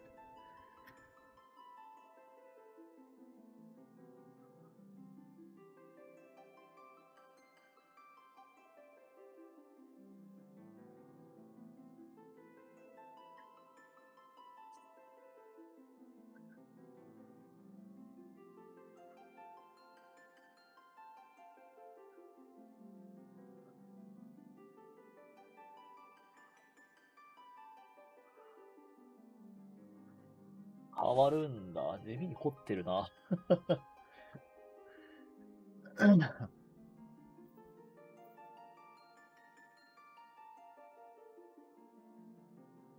海兵魂、ここか。鱗娘可愛いからね、仕方ないね。で、大笑いする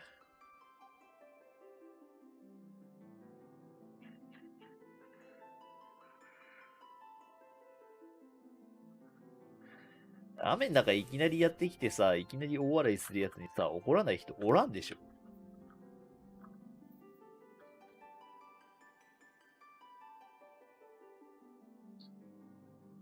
失礼。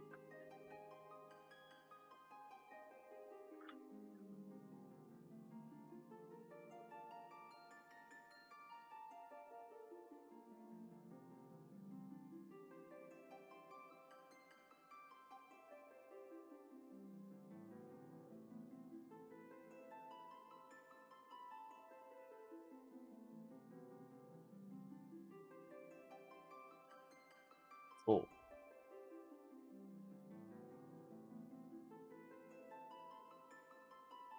でね、ちょっとこんな感じのミラプリにしてみましたよ。かわいいでしょ。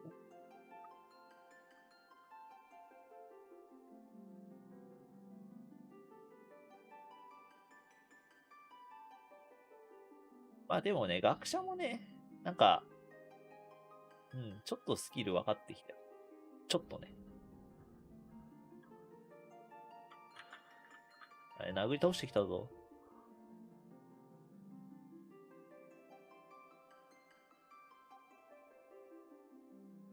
微笑みメガネと鱗娘。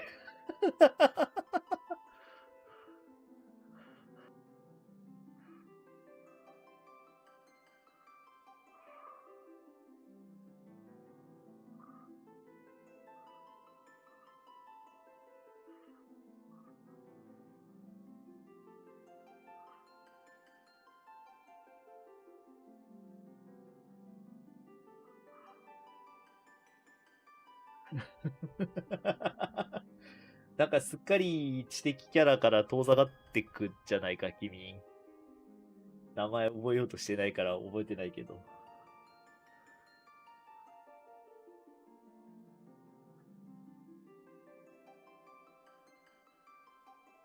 やった、これでコブ点ができる、コブ点ができる、コブ点ができる。やったぜ。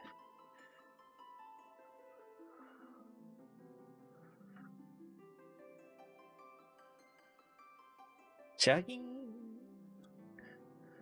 おー、これ僕にも展開されたんですね。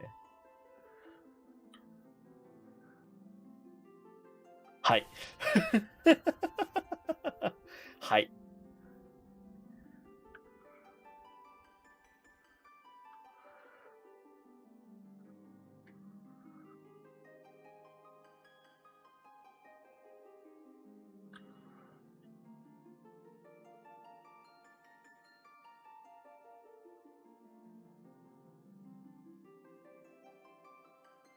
なんでみんな学者で海兵魂って言うんだろうと思ったんだけど。そういうことね。実はですね、僕ね、メインキャラはね、学者と召喚80なんですよ。ただ、なぜか召喚がやりたいのに学者でジャンプをしたんで、学者のジョブクエやってないんだよね。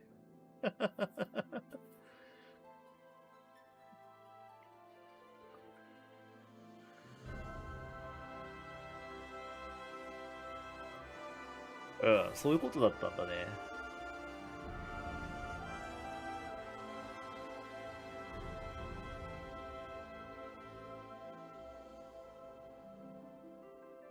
元ネタが分かっちゃった。用意に関する研究所を。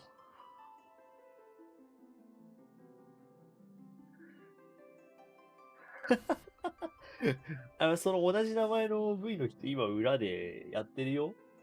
同時視聴配信。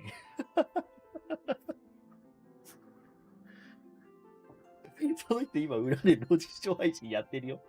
あの子、こないだ、ついに行月を終えて、初めて PLL オンタイムで見てる。から休憩がないって知らなかったらしいよ。今日は休憩あったけどね。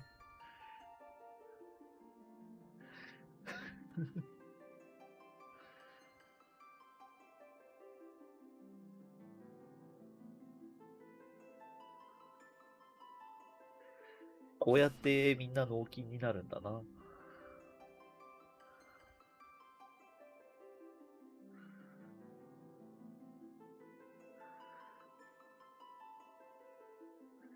肉の女神のカゴは、ただレースの名前だからな。馬の名前だったとしたらカゴがあるかもしれないけど、レースだと全員聞いちゃうからな。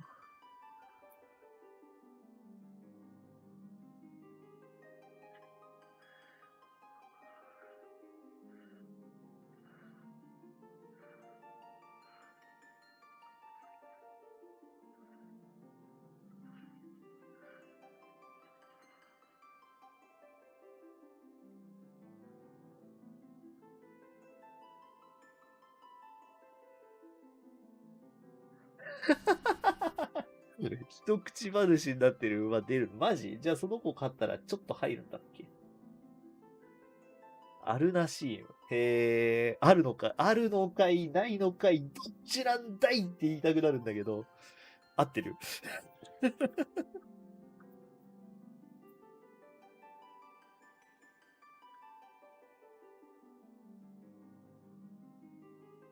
一番人気なんだ。じゃあ割と本命なんだね。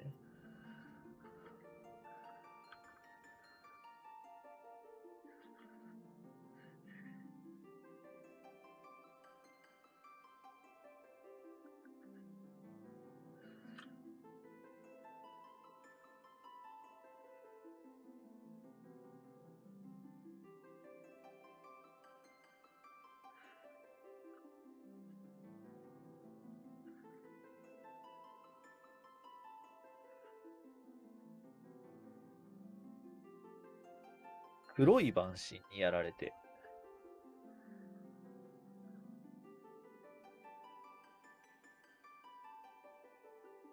はあ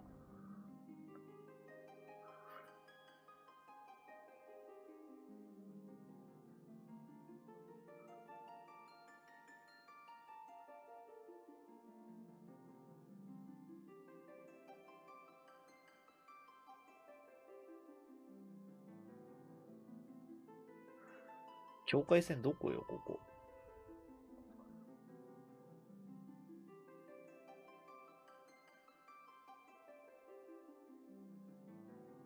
境界線どこよ。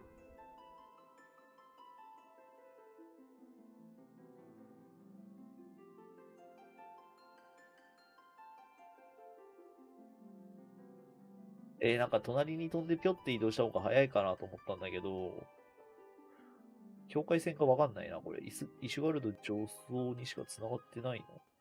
はい、戻ってまいりました。はい第68回ファイナルファンタジー14プロデュースされたライブをお送りしております。So, welcome back to the Final Fantasy 14 letter from the producer live number 68。で、後半戦は、ここからのお時間は、Q&A セッションということで、両月のフィナーレをプレイした経験から皆さんに質問をお送りくださいということで、事前にフォーラムでお送りいただいた質問をもとに吉田さんに答えていってもらおうということになっております。So for latter part of the today's letter live, we gathered lots of questions of all of you from the global players on official forums based on your gameplay through the Endwalker. So we have Yoshida-san to answer your question.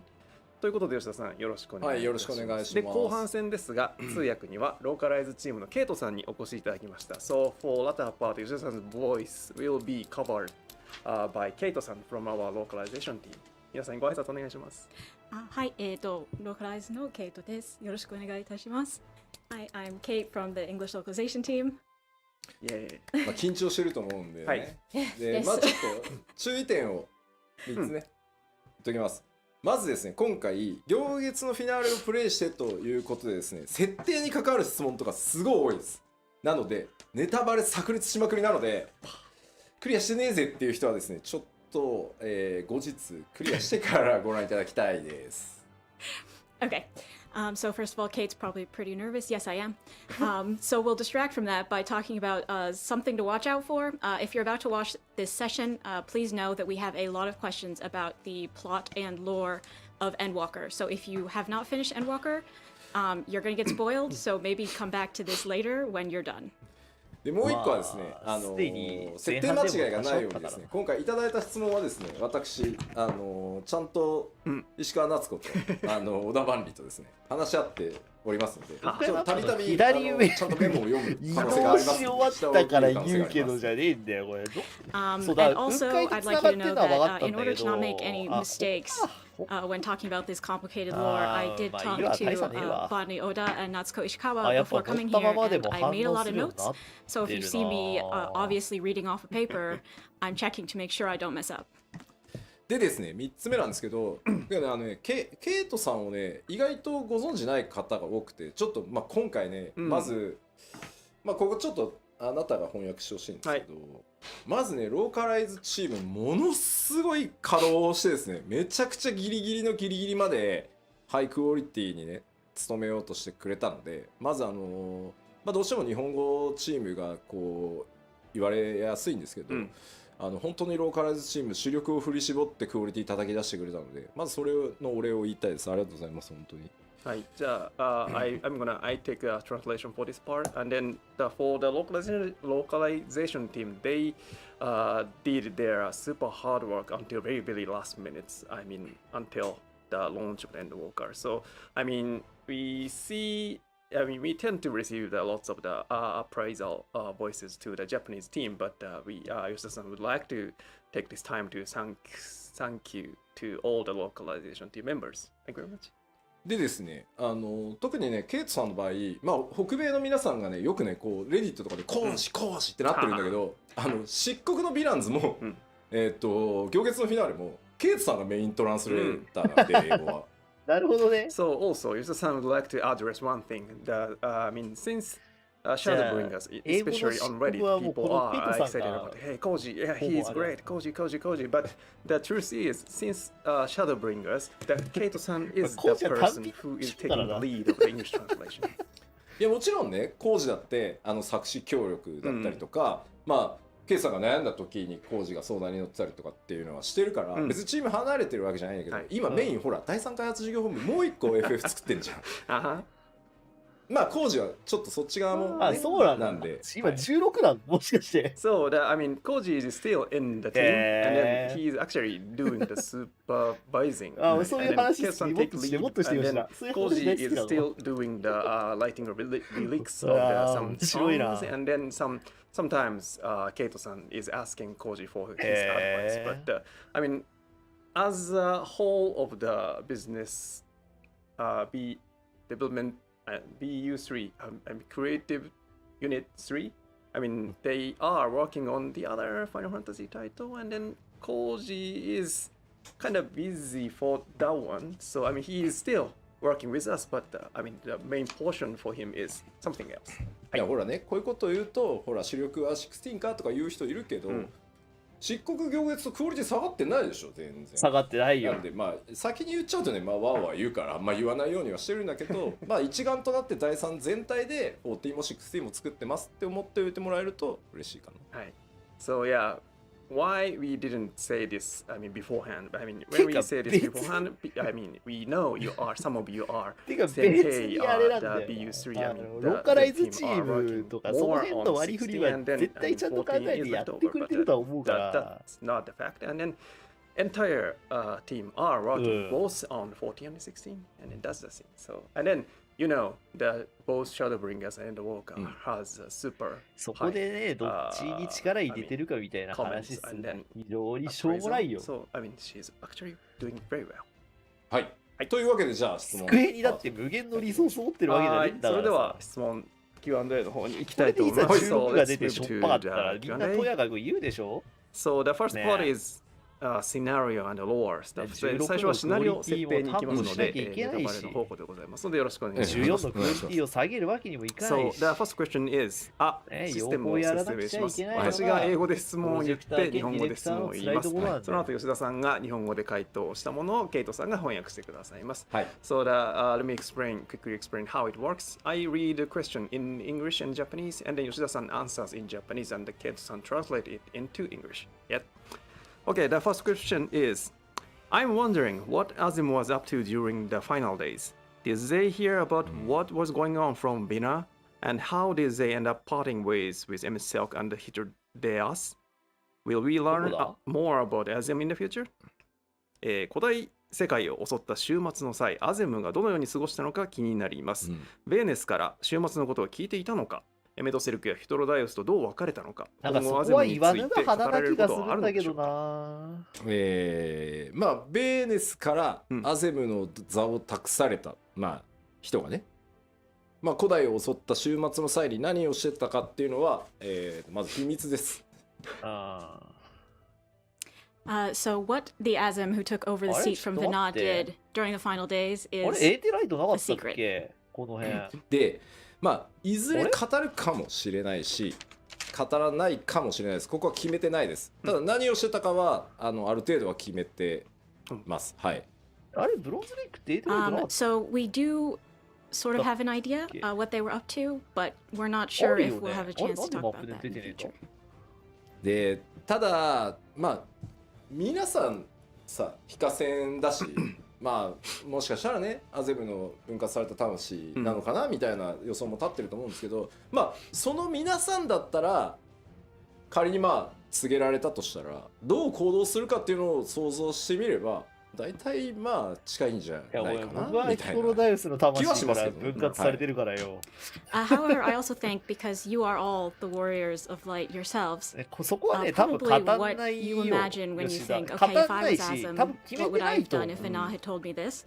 That's あの probably pretty ア close ゼ to the ム truth. アゼム像ほらね、ハウジングしてたかとかさ、各々の非化戦争にかなとかさ、直結お使いにしちゃう走り回ってたからだろうなとか、いろんなそコメンこについトがあてるじゃない。確定させるような描写は吉田はしないよ。まあその中に近しいものがもしかしたらあるのかもね。今までもしてないし、これからもしないよ。For instance, we have people saying, I don't know, play around with housing, like do some mahjong. だからこそ、 If you think so, then yeah, that's probably だ what からこ happened. そアゼム本人じゃなくて戦隊アゼムだったっていう体でベーネス様が出してるわけだから、 Why did Xenos 東大 dream のア of ゼムに armor 関 of する final 話 days? は Also, 絶対 how did he come し to ない be a Reaper and learn to manipulate his する avatar かも in しれない time って before 言ったけ 6.0? ど、なるほど。ゼノスが以前に終末のアーモロートの夢を見ていたのはなぜでしょうか。また彼が 6.0 までの間にリーパーになりアバターを刺激できるようになっていた経緯マップも知りたいです。表示おかしくない？やっぱマップ表示おかしいよね。まずちょっと思い出していただきたいんですけど、ゼノスの父親はバリスでしょ、でバリスの祖父に当たるのはソル帝ですね。ソルですね。なんか消した僕ショートカ So ッ the ト first で thing you need to remember is that Xenos' father is Varus and his grandfather is Solus. でソルはまあそもそもエメトセルクなので、ゼノスはエメトセルクの血縁者、まあひ孫に当たるのかな。So if you think about it, you know, Solus is なんで表示され Emet てなかったんだ Selk, which 今。 makes Xenos まあいい a よ。 direct descendant of Emet Selk, like his grandson or so. でこういうなんて言うんだろう DNA の特殊性って、まあ、必ずまっすぐ受け継がれるわけじゃなくて、こう突然こうなんだろう思い出したかのように発言したりすると思うので、まあその辺をイメージするとちょっとなんとなく見えてくるんじゃないかなとは思います。If you think about, you know, how sometimes when things are passed down through DNA, they don't appear in every generation, but eventually it suddenly remembers. If you think about it like that, maybe you can sort of understand what happened here. でまあ漆黒秘話の中にも、サイド本当サイドオブサイドのストーリーですけど、まあヒントがあるのでちょっとクリアした今ね改めて漆黒秘話とかを見直してみるのもいいかもしれないですね。Obviously, this is a side story, but if you look at our Tales from the Shadows, you may find another hint in there. So perhaps right now is a good time to go reread those stories. でリーパーになってアバターっていうのはね、まさかこの質問が来るとは思ってなかった。とても良い質問なんですけど、なんか話せないです。As for how Xenos became a Reaper and got to use his avatar, I didn't actually imagine anyone would ask this right now. It's a very good question. Unfortunately, I am bound to silence on this matter. 考えてなかったわけじゃないですけど、話せないです。話せないものは話せない。It's not that I've not thought about this, but I absolutely can't tell you right now. ありがとうございます。はい Thank you very much. まあ Okay, so next one. I'd be interested to know how the unsundered Ascians, Zora Hablair, Elidibus, and Emetselk avoided being kicked into 14 pieces by Hydelin. オリジナルと呼ばれるアシエン、ラハブレア、エリディブス、エメトセルクだけがハイデリンキックを逃れ14分割されなかった理由が知りたいです。テキストをちょっと思い出していただきたいんですけど、まあ、物語行月の最終盤でエメトセルクが、まあ、この時代まで私を残したのはっていうセリフをまず言ってるんですね。So if you think back to the text, towards the end, 言ってるね。 Emet Selk did imply that Vinal let him live on purpose. なのでそのハイデリンがかつて放ったその光の一撃っていうものには、まあ、エメトセルクならギリギリかわせるだろうなっていうまあ加減が入ってます。世界ごと分断 So して in るのに fact, か she わ did すの何 intentionally もな leave く a ね。 tiny flaw in her sundering attack. A crack that Emet Selk, you know, being Emet Selk, could find a way to wiggle through. これね、なんて言ったらいいんだろうな。加減って力を加減してるのとはちょっと違って、意図的にこれを使えばっていう、まあ、ニュアンスだと思ってもらえればいいです。まあそういうこと、そうじゃないと It's sort of like どうしよう説明がつ yes, かん it よ。 was a very powerful attack, but intentionally, she chose to do it in this fashion. ただシナリオ中でも語られている通り、その光の一撃ってハイデリンにとっても本当にギリギリ視力を振り絞っての一撃だったので、めっちゃ多くない？加減までしてる余裕はなかったので、なんとか彼ならやってくれるだろうっていう、まあ賭けみたいなもんですね。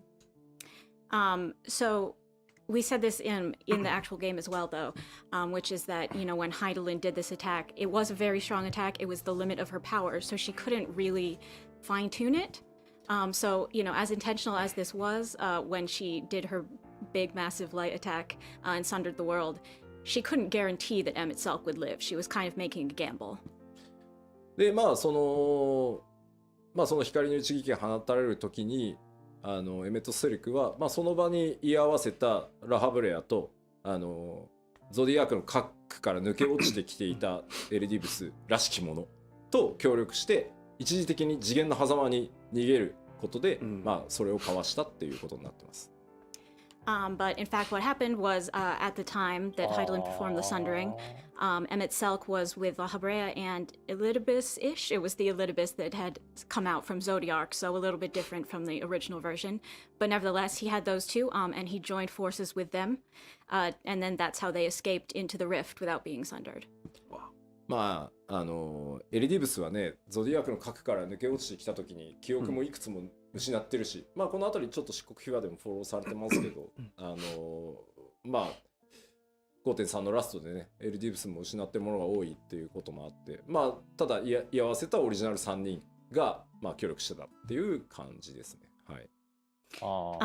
Yeah, I mean, you may recall, if you've read Tales from the Shadows, that Elidibus, when he came out of Zodiark, he had sort of lost some of his memories, some parts of himself, and that's sort of the point in 5.3. By the time he dies, we sort of know that, you know, he's lost a lot as well, just like Emmet Selk. But yeah, that's how the Unsundered got out, was by working together. その3人だけ世界に放たれた頭割り攻撃から頭割りに入らなかったって言われてる主役はないし。How is it just the three of them that managed to do this from this thing that busted the entire world into 14 pieces? Well, you know, good question. 今逃げていく中に白いルガディンさんいませんでした？ありがとうございます。では次です。Okay, next question. Are there sundered Asians other than Fandaniel or Black Master Asians of lower rank still around? I'd also like to know which Asians those two red masks that Gaius carries around belong to. なるほど。ファダニエル以外の転生組アシエンや黒い仮面のカイアシエンたちはまだ残っているのでしょうか。あとできればガイウスに駆られた赤仮面のアシエン2人が誰なのかも教えてほしいです。細かいなところをしっかり見てくださってますね。まあ、気になるよね。転生組のアシエンはまだ確かにまだ何人か残ってるかもしれないですね。That is a really good question, and wow, you guys are paying close attention to this game. But yes, I do think that there are probably still some of the sundered blast mask wearing Asians around. ただその転生組のアシエンが、まあ、何人か残ってたとして彼らが現象世界にいるのか、結果世界ワイプしとるんよ。共通世界のどっかに身を潜めてるのかっていうのに関してはまあちょっとまだ分かんないですね。But those sundered Asians, however many of them there are, we can't really say whether they'd be in the source or in one of the reflections. ちなみにガイウスが持ってたその仮面はウルテマとデュダルフォンです。As for the other part, the masks that Gaius carries around, they once belonged to Ultima and Dudalaphon. ただまあ仮面を持っているだけで、まあ果たして本当に倒されているのかどうかっていうところはまだ何とも我々は言ってないので、まあそこら辺はまだ推測しておいてもらえるといいかなと思います。However, just because he has the masks, that doesn't necessarily mean that he vanquished them. So you'll have to come up with your own theories as to what has gone on there. まあそのアシエンを倒すっていう方法って、アルカゾルカの HP 何回かね描いてはきてると思うんですけど、まあその辺ともこう重ね合わせて可能性とかを考えてもらうのもちょっと面白いのかもなとは思います。We've had a lot in the story so far about what it takes to truly defeat an ASEAN. So maybe think back upon those things. ここからやり直したら待ってよ。ぶっかしてよお前。では次いきます。Next question. これどうせさ、吉田さっ さん き 's ここが当たりだ how ったけ much ど time has さ、 passed during the story spanning from 1.0 through Endwalker? だ I よ want to ね。 know how many years どうせこれ older 全部 the 調べないと Warriors ダメだよ of Light is now. 吉田さんの中では Q14 から、行月のラストまでで劇中ではどのぐらい年月が経過した想定でしょうか。非化線が14の世界でいくつ年を取ったのか気になりますと。なるほど、まあ、言われてみれば。これね実は特にはイメージしてないんですよ。でトレーラーをそのまあ字コンテ文字のコンテを書いて、まあ、このぐらいのその風貌にしてほしいっていう時ってなんとなく現実の経過時間、確証だとまあ2年か2年半に1回とかっていう間で皆さんと同じようにそのヒロシと呼ばれてるウォリアー・オブ・ライト代表もいろんな冒険をしてこうなってるだろうっていう予想で作ってます。So to be honest, that's really hard, and I don't have a particular figure in mind. When we're making the trailers, when we're coming up with the storyboards and things like that, we actually think about like, okay, the Warrior of Light has done these different adventures. How would they look now? Imagining it with a time frame of 2 or 2.5 years each time, just like in reality, what you all have done. なのでまあトレーラーとはあんまり作中ねゲームの中をまあ紐付けないで時間経過のイメージをね結びつけないでいただけると嬉しいです。But the trailers are really not reflecting the length of the story itself. So I would appreciate it if you guys could think of them as separate things. でまあ作中での時間その 2.0 から 6.0 までまあもうなんか数年としか言いようがないあんまりイメージしてないです。As far as the actual story is concerned, I don't really have an exact figure in mind or an exact imagining of how long it's been since 1.0. もう突っ込み出すとキリがないでしょ。じゃあヤシトラの実年齢は何歳なんだとかさ。23歳だよ。Yeah, I mean, because if I go down that rabbit hole, like I will never stop. But how old is Yastola? I don't know. I don't want to think about it. まあなんであんま深く考えない。フィーリングで感じる。It's better not to think about it and to just feel vibe. Yes. 何がダメだった？アルカゾールか。Hear, feel, think, perhaps. 何かしなきゃダメだった。Thank you very much. では続いていきます。Next question. As I understand it, Emmett Selk and Hyslodias returned to the Ethereal Sea, so they can now be reborn. If their souls are reincarnated, will the people they become to be able to use creation magics like the ancients? なるほど。エメトセルクとヒトロダイウスはエスナで治療してくれって言ってる。転生できるようになったように見えますが、エスナで治療してくれって言ってるわ。彼らの魂がもし転生したら古代人のような想像力を持つのでしょうか。まあ正解に帰って魂が浄化され再び肉体に宿るとしても、まあそれは原初世界の人としておそらく宿るのみですね。Well, their souls have been cleansed in the ethereal sea, so even if we say they're reincarnated, that's just their souls being reborn into new bodies in the source like everybody else. まあ分割されてないっていう、まあアゼムとハイデリンの術で一時的とはいえ復活してるのを改めて正解に帰っていきましたけど、まあほぼ前例がないんで、まあどうなるのかっていうのは分かんないですね。まあおそらくは普通の人プラスアルファちょっとぐらいなんじゃないかなっていうのがイメージですけど、まあわかんないですね。As for what would happen if they were reincarnated in that fashion, we've never had an example of someone who was unsundered being reincarnated like this, so we can't really say for sure. I think maybe it would be just like a normal person, but maybe a little bit cooler, a little bit better, but there's really no way to say. まあこっからは僕個人の妄想ですけど、調査からやりあれだだしけめんどくさいやれることをよ。やり託して世界に戻ったのであれば、記憶も焼き付かず綺麗に現れるんじゃないかなって思ってるので、ティラに出てこねえやつの状態異常見ろっていうのやめてく転生するイれメージは僕の中にはあんまないかな。ティラに出てきてねえやつの面倒まで見てらんねえんだわ。 So their souls would be completely purified, and I don't know if they'd even really want to come back. They あ have いつら nothing バティラにいねえのが悪 remaining. い They よ have no。lingering memories to address. かなり前にここにいたようだだから、はいこれは Thank you very much. きっと So the next こ question. っちの遠く Please 寄 tell り us の whether 遠 the く寄り star will の be named Iseris going forward, or if we are sticking with Heidelin. Also, does everyone know the name Iseris or just the アラ warrior イア of ンス light レー and ドだ their って死ん lives? だ時はわかるけど今さ、後この死んで星をアないーティリス時なんてトと呼ぶのかワフまでいちいち今まで通りハイデリンと呼ぶのか。か教えてください。またアーティリスという名前は非化線と周辺の人だけが知っているのか、全世界の人に周知されているのかも知りたいです。まず今のところですね、光の戦士、主人公プレイヤー皆さん、俺別に介護がしたくて学者やってるわけじゃないんだよ。週末の仕組みとか週末の結末っていうのを詳しく知ってる人はおそらくアーティリスって呼ぶことになるかなとは思います。I think people who are close to the Warrior of Light or otherwise very familiar with what happened actually in the final days might start to call it Aetheris. で逆に世界中のそれらの真相を知らない大多数のエオロゼア人はこれまでと変わらず別に惑星ハイデリンって呼ぶと思います。On the other hand, most of the people on the star, most of your average Eorzeans, would probably just keep on calling it Heidelin because they don't know any of that 突 stuff. 然って言ったじゃん。じゃあそこであれよ。東方の人たちとかそれから新大陸にいるような人たちっていうのはもともと惑星ハイデリンと呼んでない地域もあるので統一されてないですよ世界で。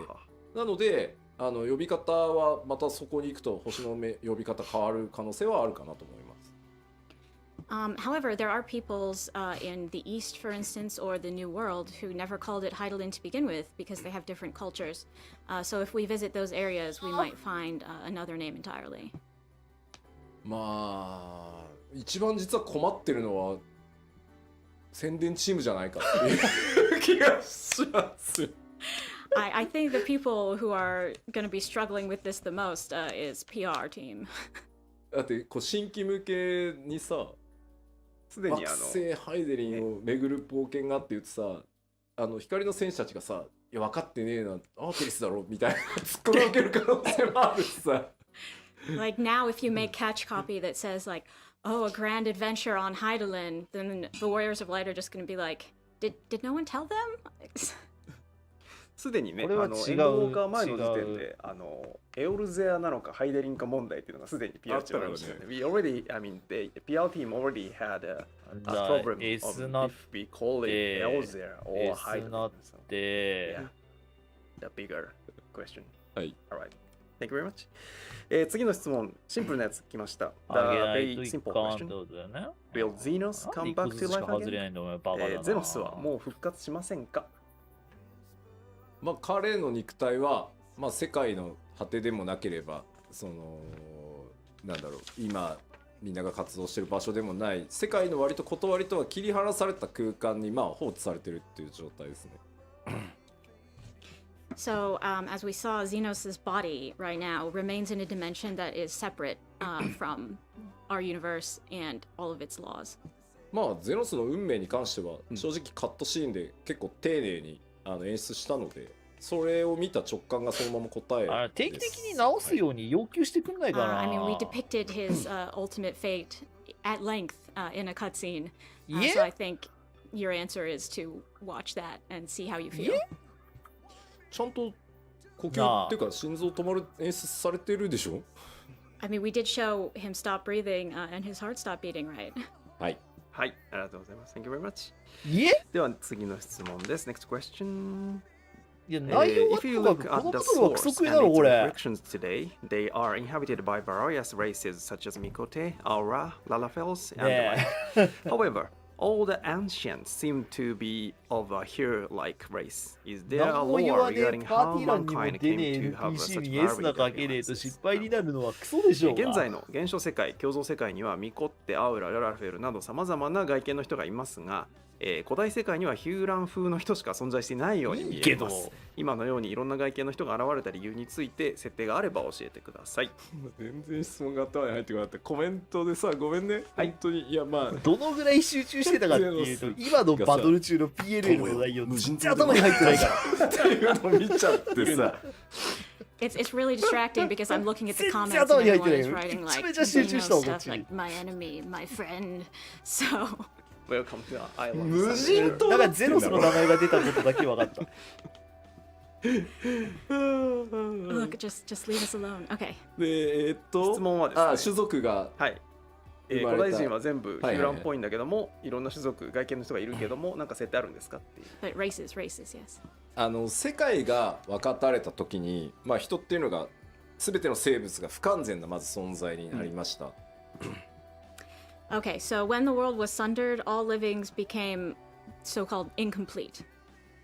でも不完全だからこそ長所と短所っていうのがより強くこう背中現預けてると不思議と安心感を感じたんだよ。う But る it's せえ、 that て very めえは S だが欲しい incompleteness とき that は allowed 言 them え。 to develop strengths and weaknesses, and that over time sort of compounded into やっぱ racial り君は traits. 最高の相棒だ。その僕はそうは思ってない。長所と短所っていうのがお前もまあ2回目以降も S なんか欲しいなら種族と言え。しての外見だったり特徴だったりっていう風にそれにこう現れてきたっていう風に僕らは解釈してます。あんたたちと一緒に戦えて光栄だって。 You know, 何度も言うが、 So if 僕 you は have そう思っ something て that's な a い。 little S bit だ less が or a 欲 little しい bit な more, ら言い over なさい time。it will increase, be stronger, and in ただ certain のトンベリ tribes 汁だ汚ねえな。 will compound into distinctive features.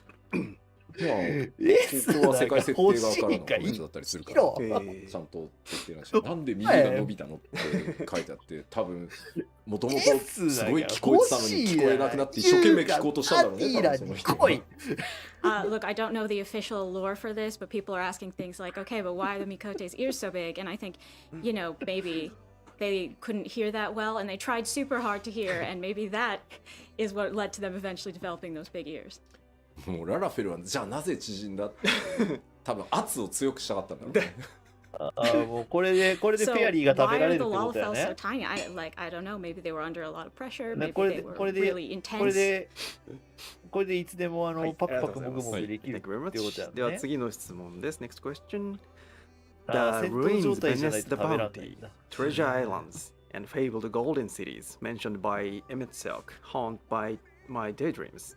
Can we expect to be able to loot them someday?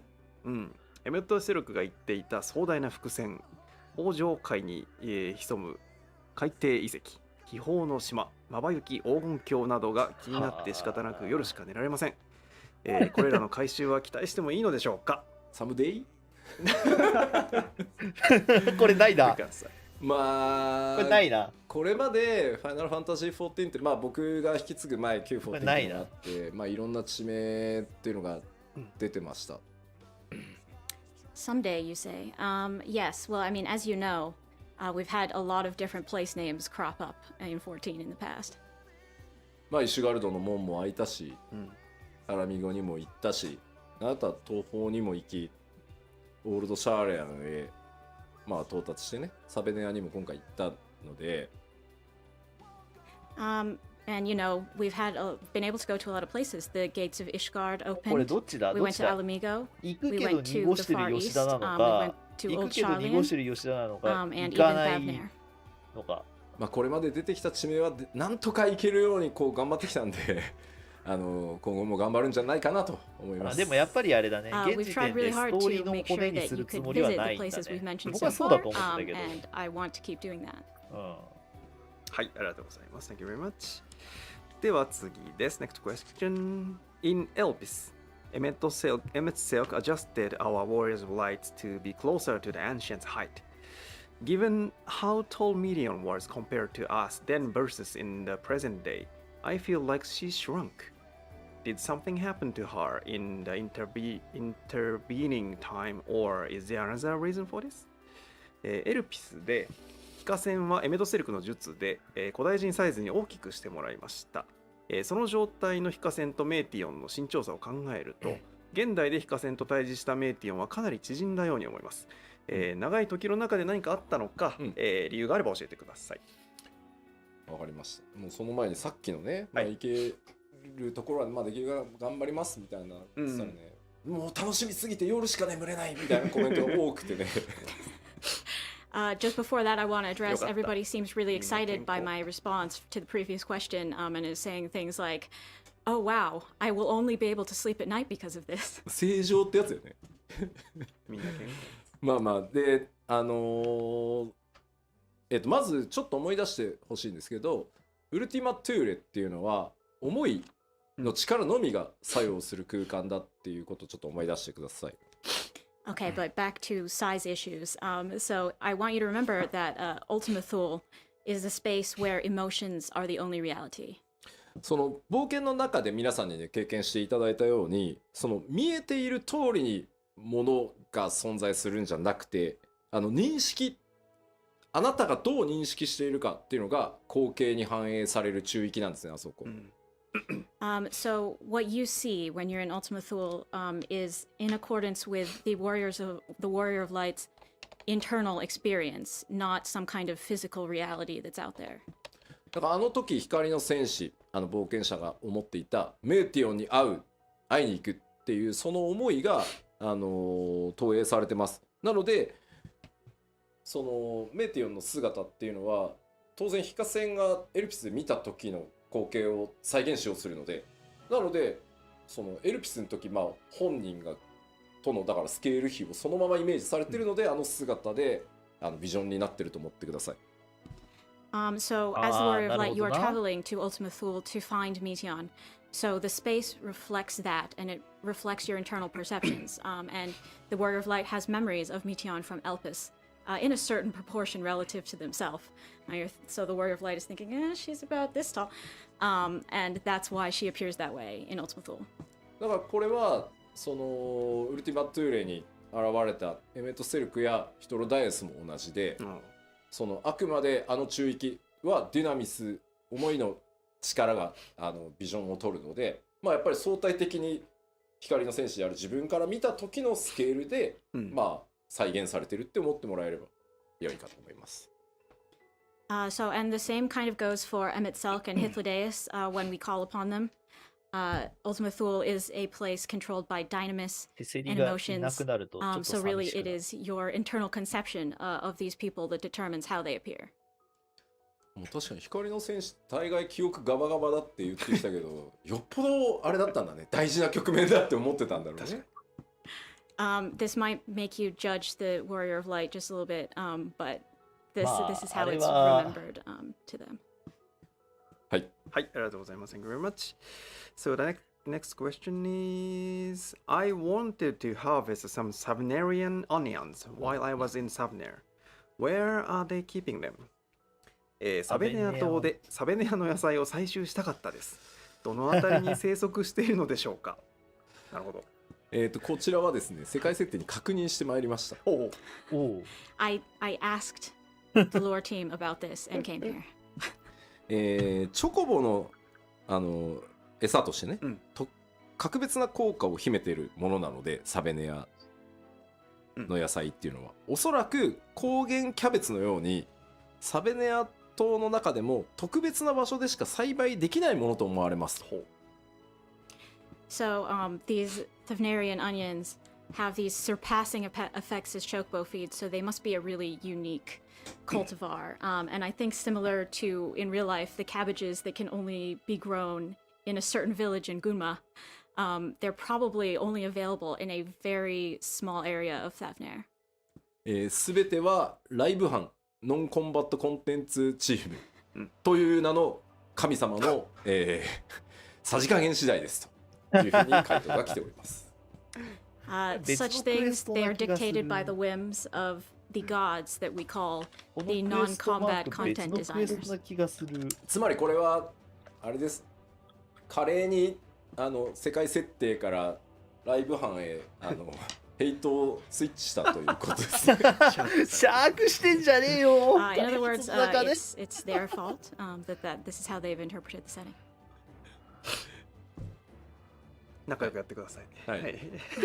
ありがとうございます。Thank you very much. では次の質問です。Were Zodiac and Hydrin completely destroyed? Or are there still standard parts of them on the other reflections? なるほど。ゾディアクとハイデリンは今回で完全に消滅したのでしょうか、それとも共造世界には分かたれた体があったりするのでしょうか。どうでしょう。これはもう明確に答えてしまいますが、ハイデリンは完全消滅です。I'm just going to give a straight answer here, and that is Heidelin was ハ completely イデリン destroyed. ゾディアク編はそしてですね、終了なのゾデで、ィアークに関しても、ファダニエルに乗っ取られて核を完全に破壊されたので、ゾディアークも完全消滅です。ここは明言しても今後 Similarly, のストーリーに影響ない。 Fandaniel crushed Zodiarc's heart, which is his core, and that completely destroyed Zodiarc. 各共造世界にこう分割されて封印されてたんですけど、ゾディアークって、だからまあ見てもらえれば分かるんですけど、ゾディアークっていくつかのパーツまだなんかこうワープしたかのようなこう次元の別次元にこの先あるみたいな感じになってると思うんですけど、各共造世界に当然封印されてたんですけど、本体が完全消滅したのでそれらのパーツも全部消滅してます同時に。There were, of course, いや、こ parts of れ Zodiarc 質問 in 投げれば the よかっ other たな。僕 reflections. 気になってん When の he は was さ sealed, he was split across all of them. But at the same 僕気に time なって that たのは his ウルテ main ィマトゥーレ body って宇 was 宙にあ destroyed, った they じゃ all ん。 would have also faded into oblivion. なるほど。ありがとうございます。Thank you very much. ウルティマトゥーレってでは宇宙にあったじゃん次で。す。Next question. あれって I さ、 don't 第一 really 世界と understand か共造 why 世 the 界 volley の of light messing around in 宇 Elps 宙では didn't どうなっ create てん any のかなっ alternate timelines. ていうと Can こ you ろ。 explain what happened?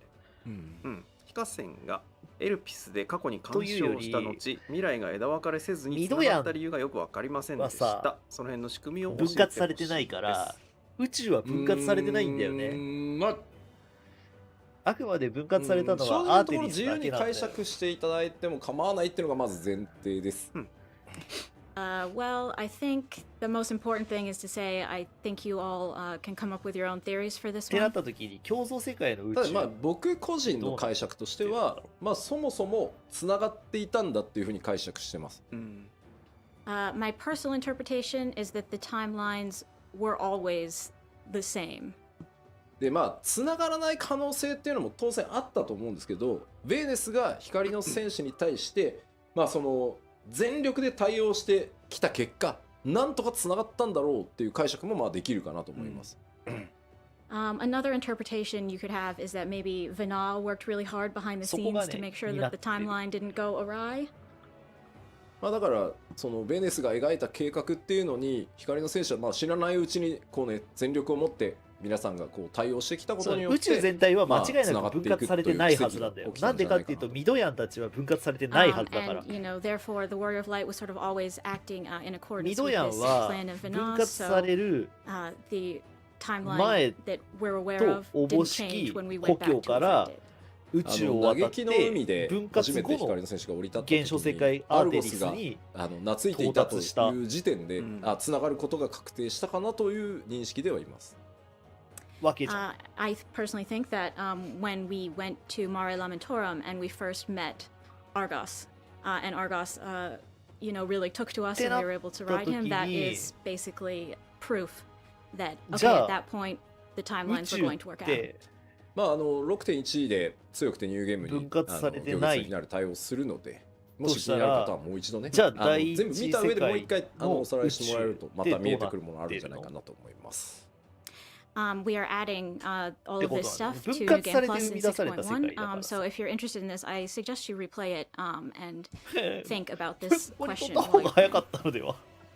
ここに取った方が早かったのでは。チョコボや開けて出 So, す。 to next question. 次の質問いきます。はい。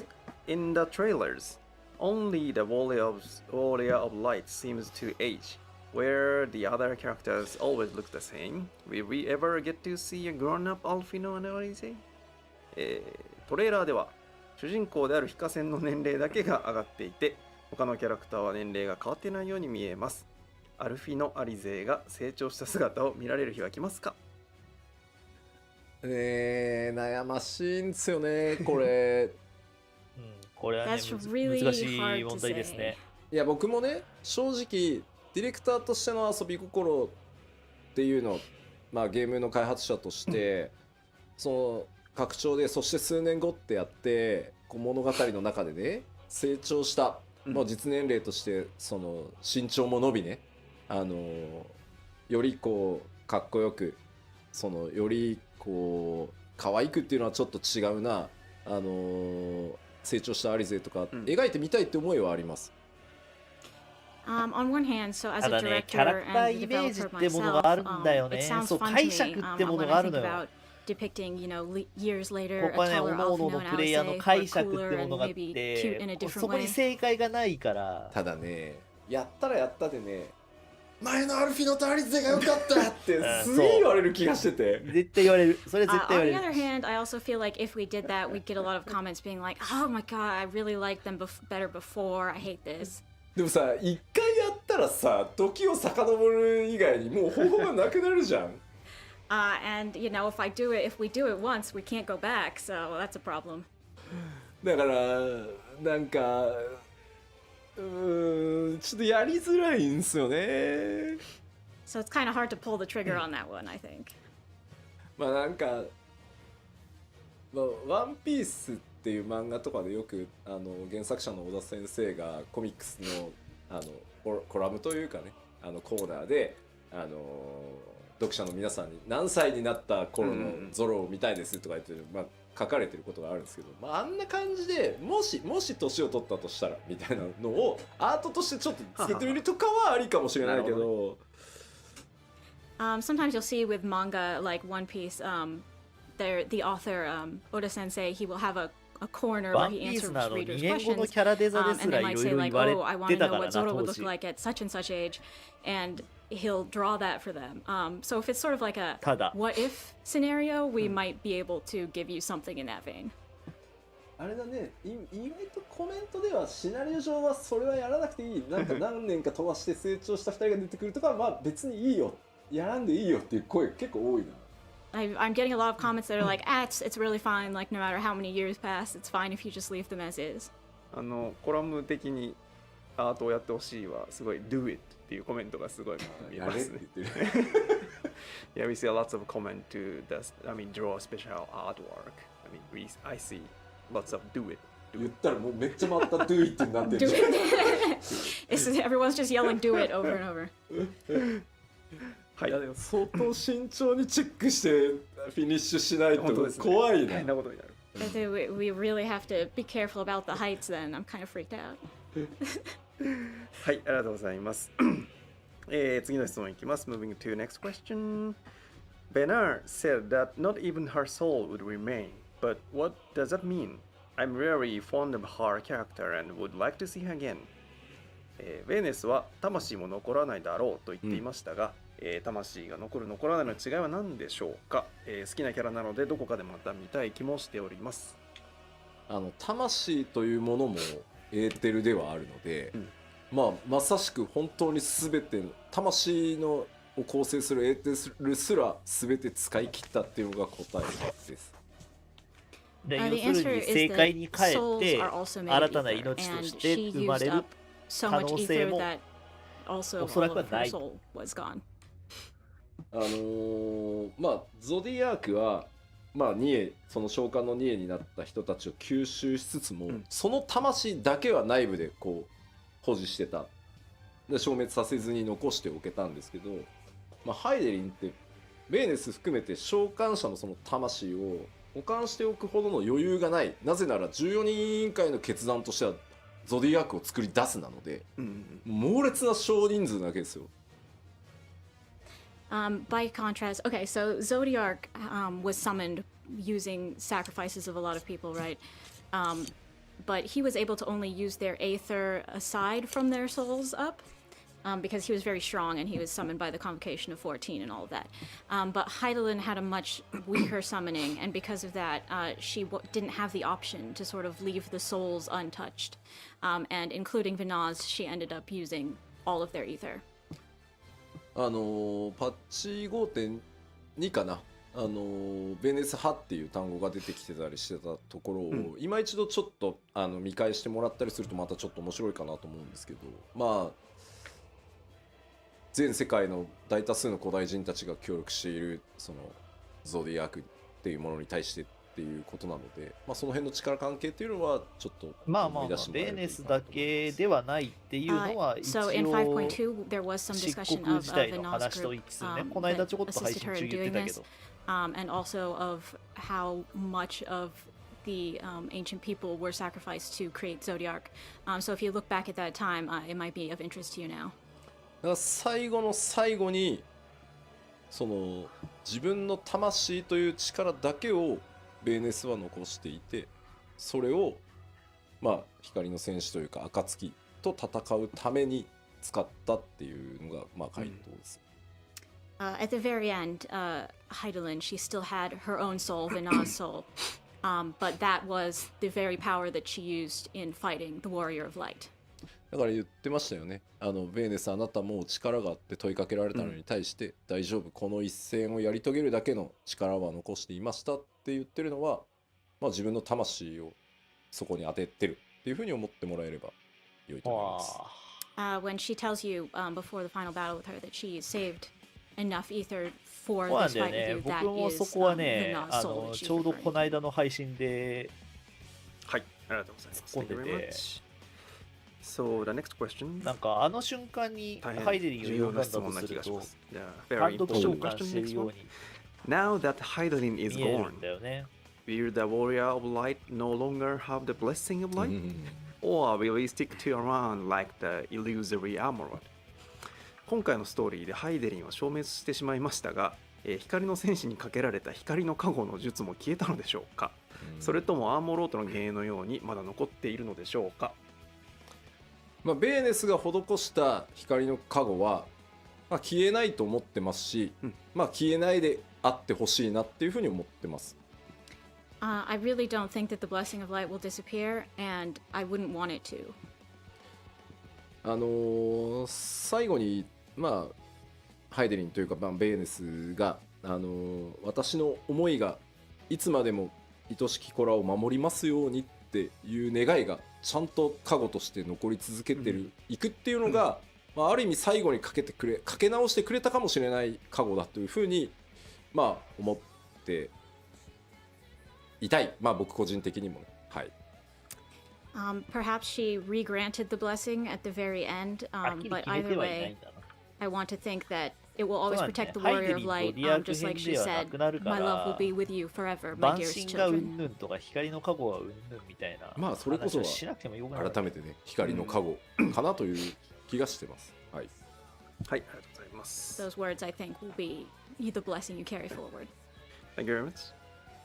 では次の質問に行きましょう。So going to the next question. In the cutscene after the level 87 dungeon, we see a red sigil appear before Emmett Selk's face. Does that mean such sigils aren't an Ascian thing, but rather identify one as belonging to the convocation number 14? Please explain the lore. レベル 87ID の後のカットシーンでエメットセルクが顔に浮き出る赤い印をね、こう発動させていました。ということは、あの印はアシエンの特性ではなく14人委員会の身分証のようなものなのでしょうか。改めて設定を教えてほしいです。まあ身分証というのはちょっと違うかなと思うんですけど、まあ14人委員会のそれぞれの座に選ばれるような人っていうのは、まあ、膨大な魔力とかそれぞれとてつもない能力をまず持っているので、それらの力を解放した時にその浮かび上がるっていう風に思って、もうリミッターというかねを解除したみたいな、なんとなくイメージだと思ってくれればいいです。So it's not really just there for identification purposes, but yeah, if you think about it, every person who takes a seat in the convocation of 14 has really intense magic power. So basically, it's like it appears whenever they use grand magic, almost as sort of a limiter to constrain their magic. で、あれはマークは14人委員会のそれぞれの座を示すマークなので、14人委員会以外の人が俺も力を解放するぜってやっても出たりはしないです。However, each sigil does indicate the member's seat on the convocation. So even if someone who's not on the convocation was like, oh yeah, magic time, wow, it's not going to show up on anyone else's face. そう、勝手にね、俺は第15の座を名乗るぜって言ったところで出ないです。You can't just name yourself the 15th seat and blast it and hope it'll appear. まあなのでまあわかんない、由来いろいろ想像もできるかなと思っていて、まあそれだけ強大なパワーを持っていて世界から認められる14個の座についてるってことは、まあそんなに無尽蔵にバンバン力を振るうなよっていう意味もあってまあ出すと14人委員会の人間であるっていうのがバンって出る可能性はありますよね。だから座を引き継げば多分、ベーネスには出ないですね、多分。はいはい座を渡してるので。はい。I think it's also So probably you- connected to sort of the convocation's responsibility. These are people who have been acknowledged by society as having this grand power and taking up these seats. So, you know, you don't want people just randomly wandering around blasting magic without knowing who it is and for what purpose. So it sort of indicates that they've been chosen for this role and keeps them in line. And for that reason, I also think that when you leave the seat, for instance, when Vana gave up her seat, she would have also given up the sigil, so it would no longer appear on her. 吉田の座はって聞かれて吉田の座はね継ぎたい者が誰もいなくてちょっと寂しいんですよ。So people are talking about the seat of Yoshida, but it just kind of makes me sad because I think there's nobody who could take up the seat if I gave it up. しかも紋章も出ないからね。Also, I don't have a cool symbol on my face.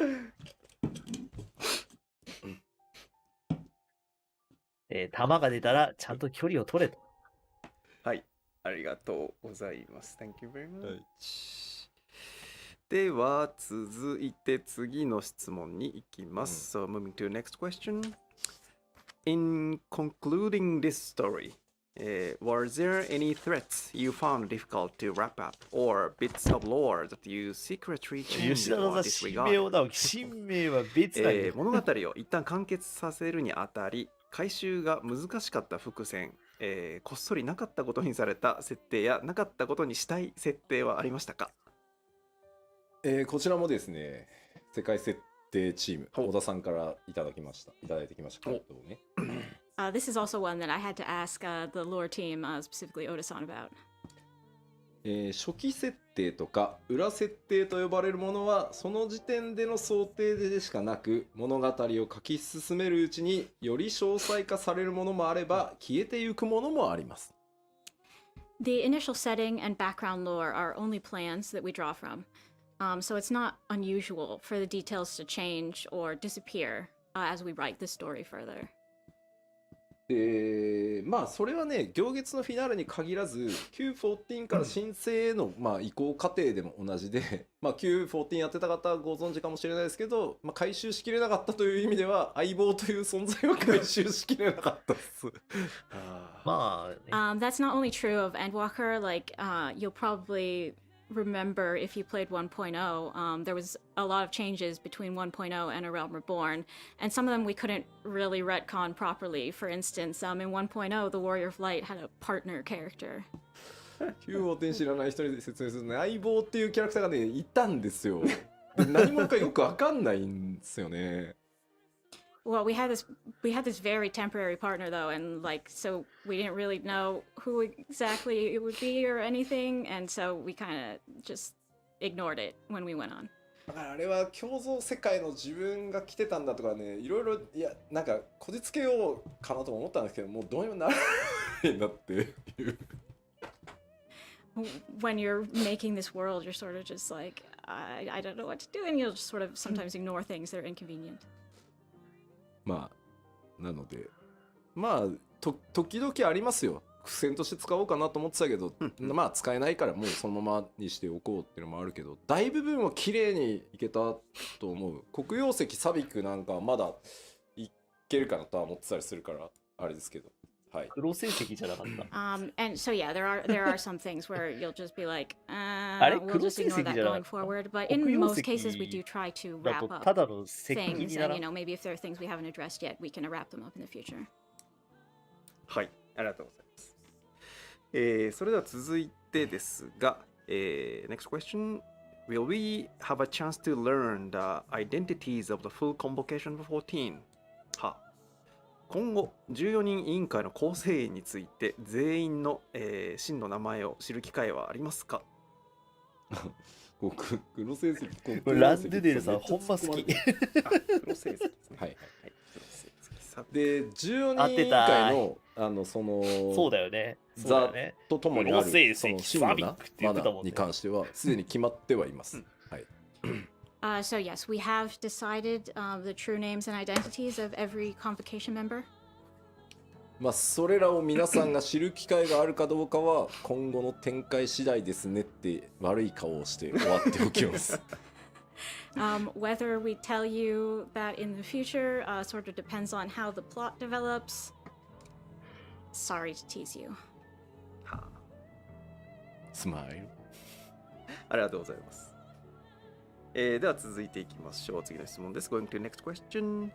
Benar had good intentions and her plan worked out in the end. But as a result, the world was sundered and most of the ancients suffered for it. Was sundering the star really the only way to save it? ベーネスは善意の上で行動して結果的に良い方向にはなりましたが、その経過では世界を分断し多くの古代人を不幸にはしました、今回の結果を導くためには世界を分断するのは必須だったのでしょうか、まあシナリオ系とかはなっちゃんとも話をしてこうテキストをまとめているんですけど、その回答をね、なっちゃんまあ少なくともベーネスってヤシトラがまあ推測したようにエーテルが強すぎる古代人ではデュナミスにそもそも干渉することができない。結果その終末を根本的に止められないっていうふうに考えてます。So I also consulted with Natsuko Ishikawa and the scenario team to come up with an answer that hopefully will make sense when we explain it. But at the very least, as Yashola theorized, Vina believed that the ancients, being so dense in aether, could not control Dynamis, and so she thought that they could not have stopped the final days at its source. じゃあ別にそのゾディアークで、まあ、根本的に解決できなかったとしても天の断り、まあ、つまり天脈を強化して、まあ、絶望ビームを弾き返してるんだからそのままなんとかやってきゃいいじゃん、としたとしてもいずれ今の古代人たちの考え方では、まあ、大敗的な末路をたどってしまうだろうっていうのもそのまあヘルメスの言動とかを見てても自分自身気づかされるところがあったんだろうなというふうに思ってます。So you know there were the other ancients who thought that okay we summon Zodiark and that'll be our 遅かれ早か solution, れあ but れ she だよ saw them ね。 summon Zodiark and sort of あの use ま that ま to 行ったら deflect 古代人 Mutian's たちは despair 多 beam 分 and thought な you んだ know っけ even if we do this, if we keep going along as we are, the ラーラ ancients, the rest of the に祈ってた ancients will probably be unable 人 to たちみ change たいには when なっ she's てたん looking じゃ at ないか Hermes and な everything. とは She 思う thinks よ。 okay we can't change as a people and we will always be our own 結 undoing. 果ね、メティオンが来てなかった、メ確ティオン実とは言まがあ言いはしないですけど終末を呼んでなかったとしても最終ダンジョンのラストレムナントの、フェーズ3ラーラーが暴れ回ってるところは、なんとなく古代人たちがあのまま続いてったらこうなってただろうなっていう全部言われたんだが、吉田に全部言われたんだ If you ろ look at the dungeon, the dead ends, at the very end there's a boss called う。まあ Lala, でも、みん and な多分 that そう思ってたと is 思う。 sort of our vision for what probably would have happened to the ancients if they had just continued as they were. だからそのために世界を分割して人が持つエーテルをとにかく薄くしていずれデュナミスっていうものを使いこなし、人が終末そのものと戦えるようにしたっていうのがベネスの考えです。So for that reason, she chose to sunder the star to dilute mankind's ether, so that someday they might be able to use Dynamis and to fight back against despair and the final days at the source. まあ、本人も言ってましたけど、これは善悪で語られて良いわけではなく、その行いが果たして正しかったのかどうかっていう苦悩はベーネスが全部自分で背負っているっていう感じですね。As she herself says, this is not really a simple matter of good and evil, and she agonized over whether her decision was correct, and took all of that upon herself for all of this time. でもね、僕特に思ったんですけど、まあ、皆さんこうベーネスすごくいろいろな思いをねプレイヤーの皆さん感じ取ってくれて、すごくこうベーネス疑ってごめんよと、ハイデリン悪いやつじゃなかったってなってるんですけど、僕も17歳だと思った。I think everybody has a lot of different feelings about Vina, and you know, we wanted to communicate that you know Hydaelyn's not a bad guy, but こんなね世界を分割して人を14に分けてそのデュナミストを使ってね、その終焉を歌うものにぶつけようなんていうことを決断し考えれる時点でやっぱり彼女も古代人なんだなって思うんですよ。But it's this very decision that she made to say, okay, I'm gonna split everybody into 14 parts so they can use Dynamis, so they can kill the end singer. 17歳だな。 That decision really makes me think, とっても yeah, 17 she 歳 was だなって。 definitely, Vina herself was definitely an ancient, huh? もし違う年齢を今言ったとしたら言い間違いなんて気にしないで。 5.0 の、ラストでね、エメト・セルクがこれが最後の最低だ、判じるっていうことをやるでしょ。何度も判じてきたんだと。その度になり損ないどものなんかダメなとこ見てきたんだ俺って。もういいよ、じゃあ最後もう一回だけ見てやるよって言うじゃない。At the end of 5.0, so we find out that Emmett Silk this whole time has been making these decisions about all of humanity, about how they were imperfect creatures these days. But at the very end, he gives you one more chance and reevaluates his judgment. で、今回ヘルメスもやるでしょ。改めて正しく判じよう、人の行く先を。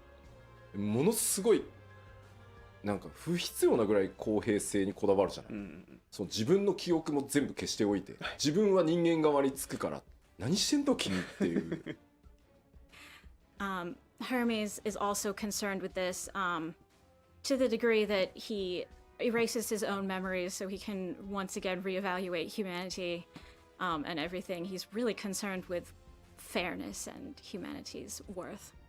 でもベーネスこそ判じるっていう言葉は一度も使ってはいないんだけど、ベーネスの歩みっていうカットシーンの中で剣を構えてね、今から私は世界を分かつって、あれってまさにもう判じるだと思っていて、全世界丸ごと判じるんかいこの人っていうのがやっぱりね、僕が思う古代人の怖さというか完全性というか、普通決断人間にはできないぞって思っていて、その先の苦労も含めて計算した上でというか計画した上でだから、やっぱり彼女も古代人だなっていうふうに思ったりしましたね。Vina herself never talks about herself in this lofty way that she's making a judgment on all of mankind. But when we see her in that cutscene holding the sword and saying, you know, henceforth he shall walk and sundering the world, that really is a very ancient moment. Like that shows you how different the wholeness of the ancients were, because normally we wouldn't be able to make such a decision for all of mankind. So when I see that, I really think, yeah, Vina was one of them. だからエメトセルクね、人気は高いけど、そもそも私が判じてやろうって、アルフィノに言わせればなぜお前にそんなもん判じられなきゃいけないんだっていう話だし、ベーネスに至ってもそうよね。だから、その辺を意識してまた物語全体見るとちょっと違ったというか、もう一段その古代人っていうのがどういう人たちなのか、それがいろんなテキストにまぶされているので、今回そうやって改めて言われるとやべえ、またちょっと面白くなるかなとは思います。いや絶対面白いよそんなの。You know, Emmett Self is very popular, but I sort of agree with Alfina when Emmett's talking about judging people. What right does he have to do that? And that may actually be the case with Vina as well. Like, what right did she have to do that? We've shown various things about the ancients and how different they were from us as people and how they were sort of the same. So I think if you go back and look at all of the different parts, including the side quests with the ancients in them, you might find it interesting. そういうお前だって9番を判じてベッド落としたやろって言われた。People are criticizing me as a hypocrite being the great decider here. 吉田古代親切どうしようもなかったんだよ。I mean, I had to though to make this. 古代人だったんだ。いや。He may be ancient? He insists he's not. はい、ありがとうございます。では設定関連もう一問いきたいと思います。The Solstice Moon was made to imprison Zodiac after the sundering, but what about the first moon? Was Iseris the only thing divided among parallel dimensions, or did the sundering affect the surrounding part of outer space too? 現象世界から見えてる月は世界が分かたれた後にゾディアークを封印するために生まれたと思うのですが、第一世界から見えている月は一体何なのでしょうか、アーティリスだけが多次元に割れていて惑星外宇宙には影響なかったのでしょうか。おもろ。まず共造世界にある月にも意味はあります。First of all, I want to tell you that the reflections moons have their own significance. ありますなんですが、今はお話できません。They do, but I can't tell you what it is. まあハイデリンキック光の一撃で、ゾディアークごと世界が分割されて、その後共造世界においても原初世界でそうしたのと同じように分断されたゾディアークの一部を封じるために月が作られてます。月が生じてるって言った方がいいのかな。So after the sundering, after the star was sundered and Zodiac was imprisoned in the moon that we know, moons were created, or you could probably say appeared in all the other reflections with pieces of Zodiac in them as well. なのでこの辺りは破綻のないようにきちんと作ってはあるので、それが何なのかはまだ話せないんですけど、意味はちゃんとあります。はい。We're going to show this properly later, so I can't give you spoilers now, but yes, there is some meaning to these. はい、ありがとうございます。月は分かった。それではですね、ここからはですね、シナリオとか設定以外の、動画関連の質問に行きたいと思います。So from this point, the questions are not related to scenario or the lore stuff. So the question is, during the development process, what part of Endwalker were you a perfectionist about? 行列のフィナーレの制作の中で吉田さんが最もこだわった部分をお聞かせください。すごい海外インタビューみたい。いやもうね、ありとあらゆるところなんですけど、特にっていう意味だと、今回より特にですけど、各カットシーンにおける、キャラクターの目線、それから会話と会話の間の間、あと喋ってる最初の仕草はかなりその1カットシーンずつ細かくその演出やってるそれぞれの担当者と話をしてこだわらせてもらいました。So if we're saying the things, okay, that I am the very most particular about, this time I would say in every single cutscene I was concerned with the direction the characters were looking, and also the time between dialogues and conversations, and also the motions, especially at the beginning of each character's speech. なんか目線と間って僕特に大事だと思っていて、やっぱり演出する上でその目線って顎を向けることが目線なのではなくて、やっぱり目から先に動く、で首を振らなくても目って感情が出るので、そこをねやっぱりこうとがきにその視線を送るってあったとしても、首が動いて顎ごと動くのか目だけが眼球だけが動くのかって全然違うんで、そこはかなりやりました。Personally, I think the direction of the gaze and how your gaze works is really important. Your eyes convey a lot of emotion. It's not just, okay, your whole chin moves and that's your gaze, right? So in the stage directions and such, I was really concerned with, okay, are your eyes going to move first? Is their whole head going to turn? What's the most natural way to convey this expression? あとは基本的に F14 の場合、プレイヤーの皆さんにテキストの進行度合いとかはちゃんと自分のペースで決めてほしいと思ってるから、ボタン送りがあるんですけど、それを許さない、ここはもう演出マックスでいくから自動送りのみっていうシーンに関してはやっぱり喋った後に言葉を飲み込んで次の言葉を発するとか、受けた相手がそれを飲み込んで自分なりに咀嚼してから答えを返すっていう、無言なんだけどその間ってとても大事、みんなにいろんなことを考えてもらうために大事なので、そこもかなり本当にあれねマジでやばいよ。Also, usually we like to have 14 as a game that you can play at whatever pace you want to, but this time we had a lot of scenes where they would go on autoplay through the text. And when a character talked in these scenes, I really wanted the other characters to take a little bit of time to process those words before responding, because that's important processing time for all of you as well. So I was kind of probably annoying about how particular I was about this.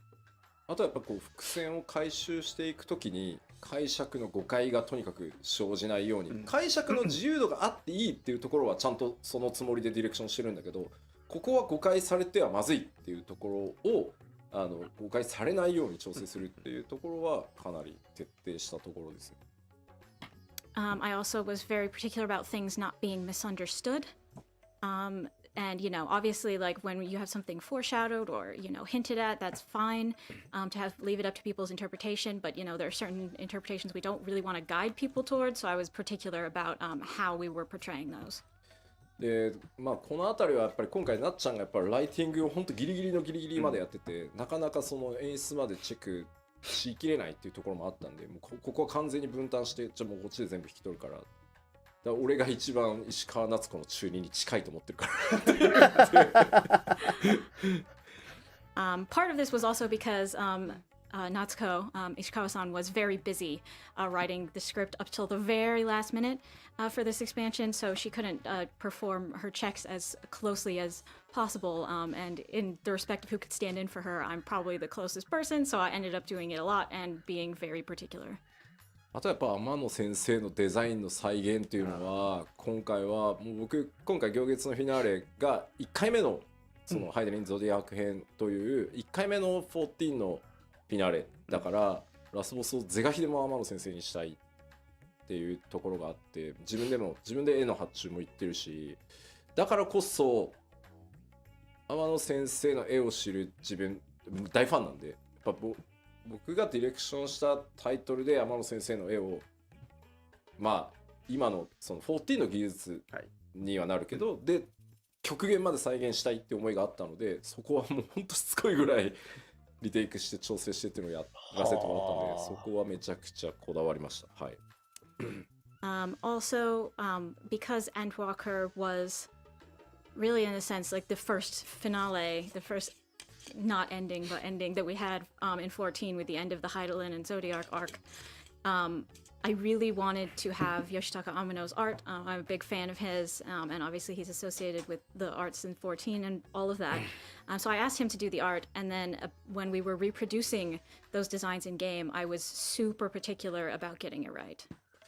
天野先生の発注は必ず僕が行くんですけど、全部申請以降全部自分で言ってるんですけど、まあ、今回久しぶりに天野先生にはラスボスを書いていただきたくてきましたって言ってその設定で、まあ、いろんなそのラスボス書いてきていただいたと思いますが今回先生に書いていただきたいのは絶望ですって。すごい発注。Of course, ever since around Reborn, I'm the one who's giving Amano his orders for what we want him to draw. And this time I was like, okay, I want you to draw the last boss. I want you to draw despair. そう絶望か。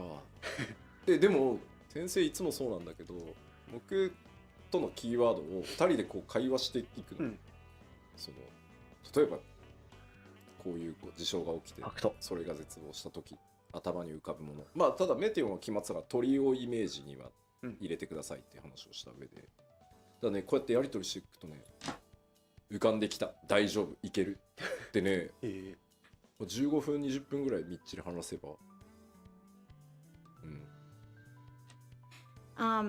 Every time you know, this time he was like, despair. But every time he's very good はい、 about ということ talking to で、 me. ジョブクエ We 完成 sort す of る have こ a とが back で and きや forth した。 about どうぞ what to envision here. We'll talk about, in this case, despair. And, you know, if we've, you know, in this certain situation, okay, you feel despair, what comes to mind then? And in this case, we also added in the extra sort of difficulty of making the bird imagery as well. But, you know, after like 15 minutes, he was just like, yeah, I got it. I have something in mind. Don't worry about it. まあ今度ね実はなんか見せたかったんだけどね主演を歌うものの天野先生の原画をどっかのタイミングでねお見せできる機会は作りたいなとは思 I really want to show you the original design we got from him for the end singer at some point, so I'll look for a chance to do that. すごいです。まあ他にはもういっぱいあるんですけど、はいクエストインスタンスバトルの調整やってたりとか、あとまあサブクエストの開放タイミングが今回ね申し訳なかった、そのなんか後ろ髪を引かれるようなそのサブクエストの出され方が多いなってちょっとコメントも見たんですけど、The other things, そ for うだ instance, ね。 the 風 instance 脈から battles 連 you do 続 in するん quests, だ I なっ was ていう quite クエストは focused ちょっと on, 今 as 回 well ね as 多す the ぎ。 sub-quest 今 timing 回多すぎ。 for あれ how は。 they unlock and all of that stuff. I mean, we've got some comments about that. 今回ってやっぱり地域攻略型シナリオなので、しかも時系列時間軸が前に進む物語だから、なんかやっぱ週末に襲われている状態か襲われる前か襲われた後かって全然話の展開が変わるので、当然住民が週末来てる最中にさ、いやちょっとチョコボ連れてきてほしいとか無理でしょ。Yeah, so this time, obviously, because そ we れは had the final days going on, it's very important to sort of have the quests unlock at the appropriate time. Like, is this happening before the apocalypse comes or during the apocalypse? You don't really want during the apocalypse someone to just be like, can you feed my chocobo or whatever? It wouldn't fit very well. なのでやったので、かといってよし一旦落ち着いたから全部出せってやるとエクスクラメーションマーク出すぎると嫌になるの。もう見なかったことにしようみたいな。Also, if you just have them all そう unlock at ね。 the same time and suddenly your screen is filled with exclamation marks, like that's terrible. I hate that. なのでもう何回も投資プレイをして、んこのクエストのこのシーケンスまで来たら3クエスト出して、で3クエストだったら消化する気になるだろうとか。So that's why this time I played through so many times. 僕は And ね、 I'd サ be ブ like, クエほ okay, とん when ど you や get ら to ない this sequence of this quest, then these 経 three 緯 other 化線 quests なの unlock, and で、 three is probably a decent number that people can ご get 覧 through のあり and that さ sort ま of で thing. すし、でこのクエストまで来たら5個出して、まあ、このクエストまで来たら残りを出してみたいな感じで潰していってる人にとってはもう別に潰していきゃいいじゃんって感じだと思うんだけど、あのね数の威圧感とかをね、あと話の内容とをそのフラグをご覧のありさまですね調整してもらうのって本当にもう投資プレイするしかないのでご覧のありさまなんですよすごい大変だね。So yeah, I have it so like, okay, you go to this quest and then this quest unlocks, and you know, when you're progressing through it, I mean, it's nice. It's nice to have it correct, よし、 but じゃあ at the same 学者で time, コ in ンテン order ツ行 to ってみよう create a か good。experience for those who wanted to go through all of the quests, I had to do them a whole bunch of times, which 最 was 低で really も hard. 50のコンテンツ出ないと話にならないから正直もうちょっと減らしてもよかったかなって思わなくもないな。 Also, sometimes I thought, couldn't we have less of these? まあそれ以外にもハイデリン透滅戦もめちゃくちゃこだわったし、あちょっと待ってフェイスの方ねちょっと待って。あと今回久しぶりにテキストたくさん書かせてもらったんで、ID のフェイスのダイアログセリフとかはああ、かなり執行園ではエーテルフロー必要なんだね。楽しかったです。はい。 Also, I was quite concerned with your showdown with Heidelin, as well で、あ as と the は trust system 全 dialogue. 然マクロが足り In てない this でしょ case, I actually got to write some dialogue for the first time in a while. So writing all of that, all those trust lines was really fun. はい、ありがとうございます。アリゼのずるいもよしぴなんかそうです。ハイデリン透滅戦はほぼフルスクラッチで、はい、やりましたんで。I was keeping a close eye on Heidelin from the very start. So. それでは次の質問です。Going to next question. Healers are currently putting out too much healing compared to damage taken, and have few damage dealing options and limited 生命改 flexibility 正 in battle. 法は別スキル People なの are even clearing pandemonium with tank-only parties. Are there plans to make healers more vital to parties? なるほど。ヒーラーについて、非ダメージに対して回復量が多すぎるほか、攻撃の手段も乏しく、バトルでの工夫の余地が少ないと感じています。実際、パンデモニウムではタンクだけのパーティーでもクリア報告があるほどです。ヒーラーの必要度を高める予定はありますか？今回のね、ヒまずこーラれ毎拡ーに対張ごとにそうして、なんですけど、はいやっぱりこう毎拡張スタートして最初のレイドって正直難易度的にはかなり優しめに作ってます。それは受ける非全体ダメージ量もそうだし、今回の必要とされる火レ力イパーティー DPS っていうのもを突破した普段のレイドに比べれば上で下げてつけてます。これはね毎拡張一緒。ヒーラーに対してもっとヒ Right, so I want to ー emphasize ル that とかヒーラーとしての we've done the 必要 same as 性を we 要 did in 求す every るのは previous 僕だと expansion 思う。 here, and that's at the 僕 start of the 今回パン expansion デモ we sort of の hold back on the レイド difficulty に for the 関して raid は in ノーマル terms で of すら damage taken 一 and 般的な damage ヒーラーは dealt 結構 and きついだろうな that と sort 思 of ったもん。 stuff. We make it a little bit easier so as many 僕は people as 一 possible 般 can 的 clear. 以下のヒーラーなんでどうしてもプレイヤーの皆さんってきついなと思地続きではあるからパッチ 5.4 で実装された時のそのエデンの最終レイドと、まあ、比較しがちなんですけど、今回改めてレベルキャップが上がって新しいジョブも増えてってところなので、一回難易度のイメージはリセットして、特に第1弾なので多くの人にクリアしてもらいたいっていうので敷地を下げてます。今回やばいのは今2層よ。後実装されていく2層第2弾第3弾っていうのはまただんだん難易度がプレイヤーの皆さんのジョブの使いこなしに合わせて上昇していく。今回やばいのはまあ2層そういうサイクルを繰り返してると思ってください。You're probably comparing the raid as it is now to what you had in 5.4, but you have to remember that at 6.0 we added new jobs and we're still balancing things. We want to give people a chance to clear if they possibly can. And then from this point, we will raise the challenge level in part 2 and part 3 of Pandemonium. まあそれでも基本的にある程度ちょっとヒールワークきつくしてほしいな、ヒールしてる気分を味わいたいんだよっていう人は絶に行って絶望していただけるとありがたいです。そうなのよ。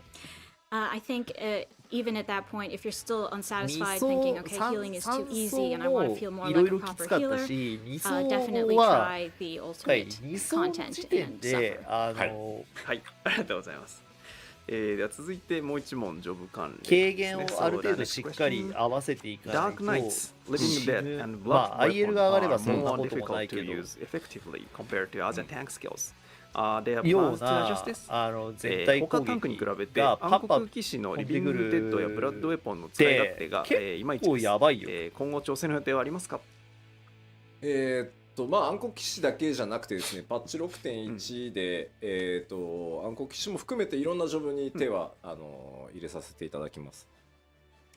So not just Dark Knight, but a whole bunch of jobs will be adjusted in patch 6.1. でまあ皆さんからのねフィードバックはかなりちゃんと見てますんで、それらを含めてできる限り要望にお応えできるようにね6.1 していきたいと思ってます。We are looking closely at all of your feedback and will fulfill as many of your requests as we possibly can in 6.1.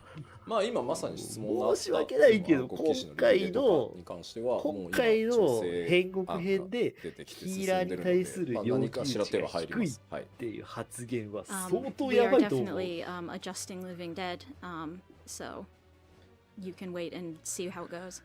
でまあ特に結構今ちょっと辛いんだけどって言われることも、はいまあ貴公子とか、うんあと白魔導士っていうのももちろんフィードバックを拝見しながら調整対象になってますんで、もうちょっとお待ちください。We've also definitely seen your You know, feedback Lady about Machinist and White 超え Mage た that 上 you're で having trouble right at the moment, ね and we are working on that, so please wait just a little longer. ヒーラーに対するヒールの要求量もうちょっと上げろはちょっと短くっていうのも酷だよ。てか僕は今回のレイドでヒーラーのまあそういう要求値上げてくれってそれから数値要望がバランスに関わるところ毎回出てるけど今回ね今回6.1また大きなその辺の要望組んできたのかなってプログラム感じたもん調整していけるので、はいで今日ここに僕はそういう上げてない名前のジョブ BTS ながらにもいろいろやりますんで、大事なところ。吉田が言わなかったっていうとこ言ってこう黒い煙が最近で出るってよく表現されるんですけど、いろんなジョブ手入れますんで、はいお待ちください。We're also looking at Dragoons who are concerned about the jump animation lock being too long. We're going to try to shorten that up. So we're going to adjust things that affect the feel of your gameplay in addition to just the numbers.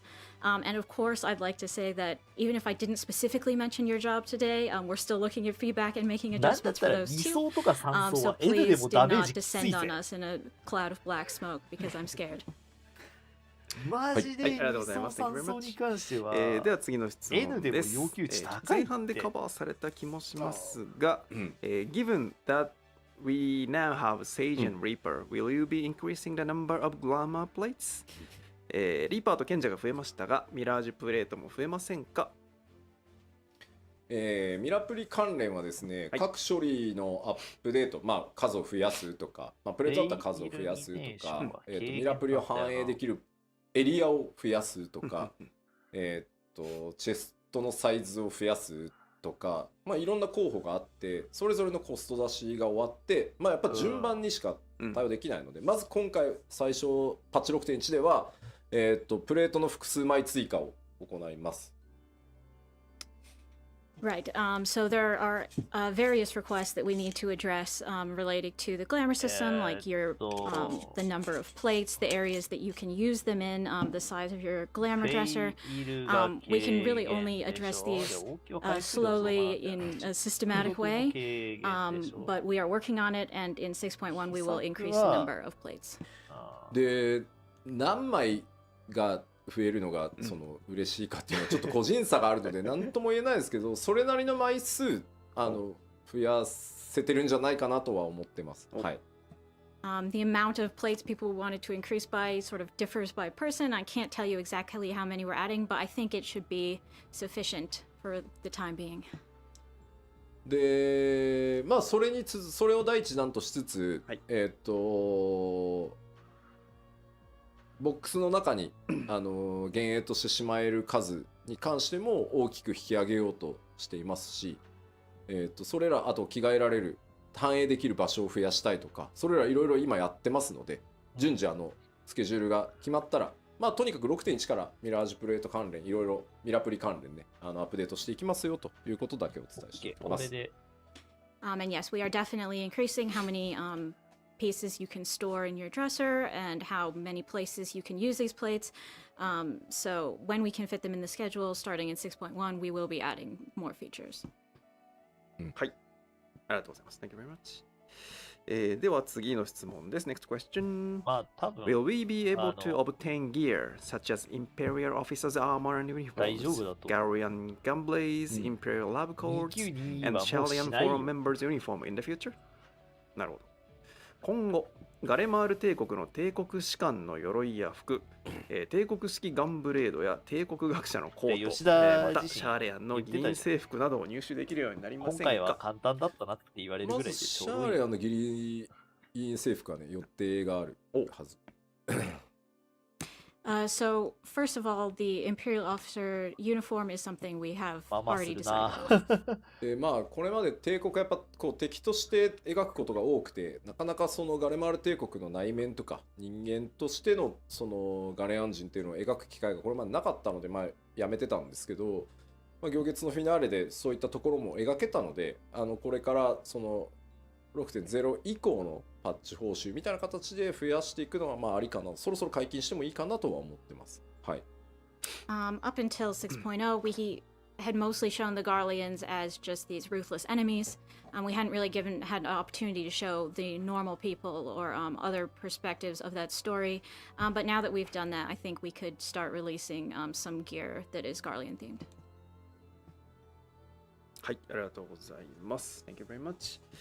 だんだん残り時間も少なくなってきましたが、もう数問いきたいと思います。Time is running out, but I'd like to continue a few more questions. The next one is, do you plan to implement the songs that played on the radio in Garlemald as an orchestrion wall? ガレマルドのラジオから流れていた楽曲をオーケストリオンフとして実装する予定はありますか？あれ人気高いですもんね。いいですよね。私も好き。It's awfully popular. I like it. パッチ 6.1 でですね、ノイズが入ってるやつ、皆さんがメインストーリーで聞いたやつ、あれのオーケストリオン風の実装が決まってます。はい。And yes, we have decided to implement the version you hear on the radio with the distortion in it as an orchestrion in 6.1.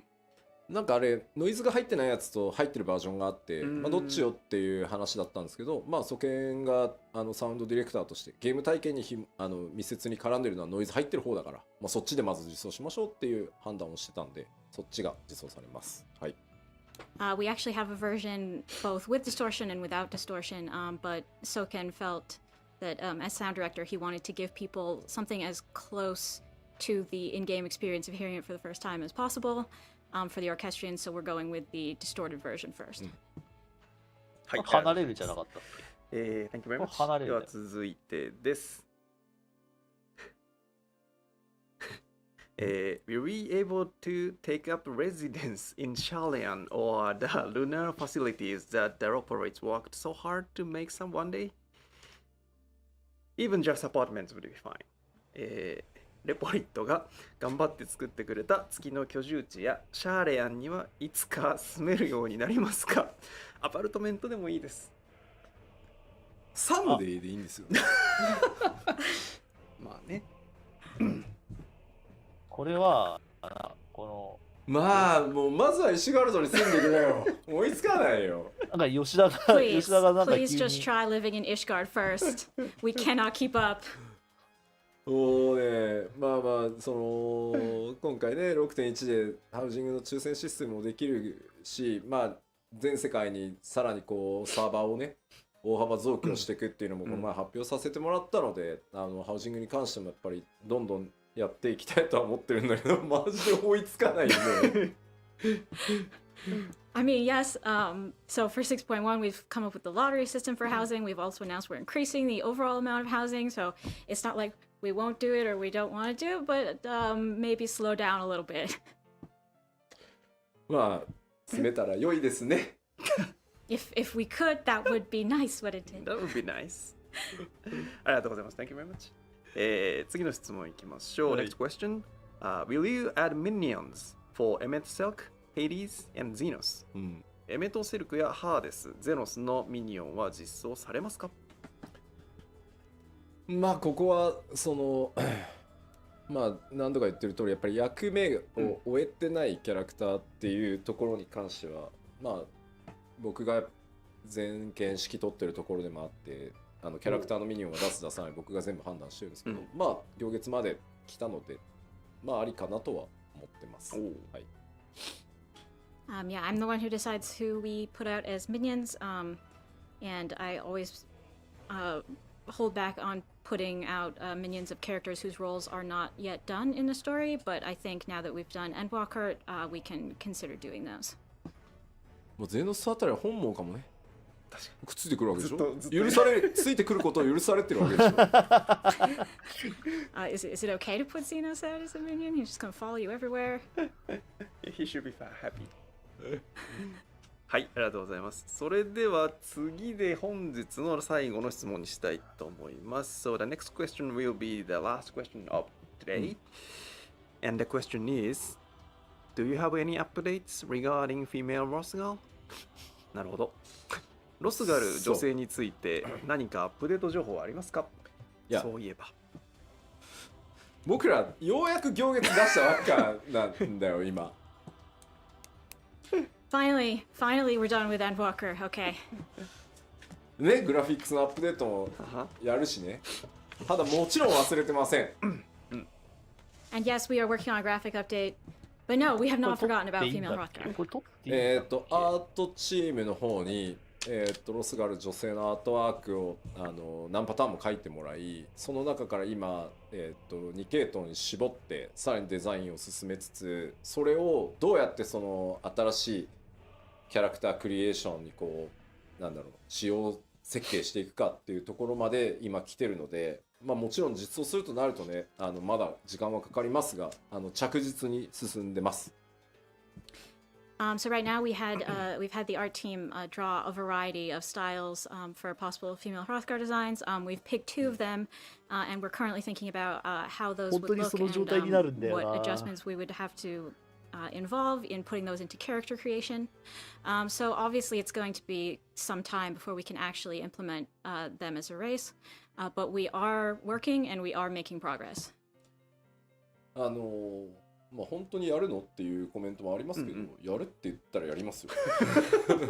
People are saying, are you really going to do it though? And if I say I'm going to do something, I will do it. だってやるって言ったんだもん。I said I'd do it. あとね、なんか使う人少ないんじゃないっていうコメントもあると思うんですけど、僕はねもうここまで来たらね多いとか少ないじゃないと思うんですよ。全種族がそれぞれ平均的に人気になるなんてことはなくて。There are also people saying, but probably not that many people will play as female Hrothgar. But I'm thinking, we've come this far, and it's not really a matter of will they be super popular. It's not like everyone needs to 今 use 結 all 構ラーバラ races できるん equally. じゃない？その世界に多様な種族、見た目を持った人たち、それから内面の個性を持ったさまざまなプレイヤーがいるっていうことが世界の広がりをすごく感じられるまさしく一人でもみんなでも遊べる RPG が目指すところでもあると思ってるので、だから使ってる人が多いとか少ないとかもうあまり関係がないからここまで来ると思ってるので、きっちり実装していくつもりではあります。So, people decide what characters to play for a lot of different reasons. We'll focus on the inside or the outside, and some people may play a lot of this type of character or not a lot of type of the other character. That really gives the world flavor and variety. And especially because we're aiming to be a game that you can play solo or with friends. To be honest, we're not that overly focused on everybody will play this thing equally as long as everyone's having a good time. もうそれを言った途端さ、新しい種族のアイデアを次々言うんじゃないよ君らって思うのよ。And of course, because I said that, now everyone is coming out with their ideas for new races we should add. Please no. 思い出してくれ。5.0 を発表する時の、ファンフェスを思い出していただきたい。ロスガルの男性とビエラの女性をファイナルファンタジー14の種族実装の最後にしたいって思い出していただきたい。Please remember when I presented Vera and Hrothgar at the 5.0 announcement, and I said, "This is the last one. This is the last one we're doing. Remember that, guys?" いいコメントがありました。みんな非化線の記憶力なんて曖昧だって知ってるよねってそう。I found a good comment. You know the memory of the warrior of life. ならば覚えていろ。ロスガルの女性を持って種族実装を最後にしたいと私は思っている。Okay. Well, if your memory was vague up to this point, remember it now. The female Hrothgar is the last one I want to do. はい。ありがとうございました。Thank you very much. So, これで、今日の Q&A はここまでとしたいと思います。So, this is the conclusion of today's Q&A session. 違う、ちょっと待って、なんか、外されてる、なんかスキル外されてる、何外したんだかわかんない。締めに行く前にもう一つトピックがあるということですよね。So, before closing today's letter live, we have one more topic to share. 何でしたっけ？何でしたっけ？そうだっけ、なんかここから PC がなくなったから何すんだっけって思っちゃった。画面が出ます。はい、画面出してください。じゃあ He's like, what is this? ちょっとね、パッチ 6.1 以降の土地販売に関してアナウンスとともにね、ちょっと皆さんの意見も聞いておきたいところがあります。はい。Okay, so I have an announcement about the housing plot sales from patch 6.1, and I'd also like to ask you guys a question.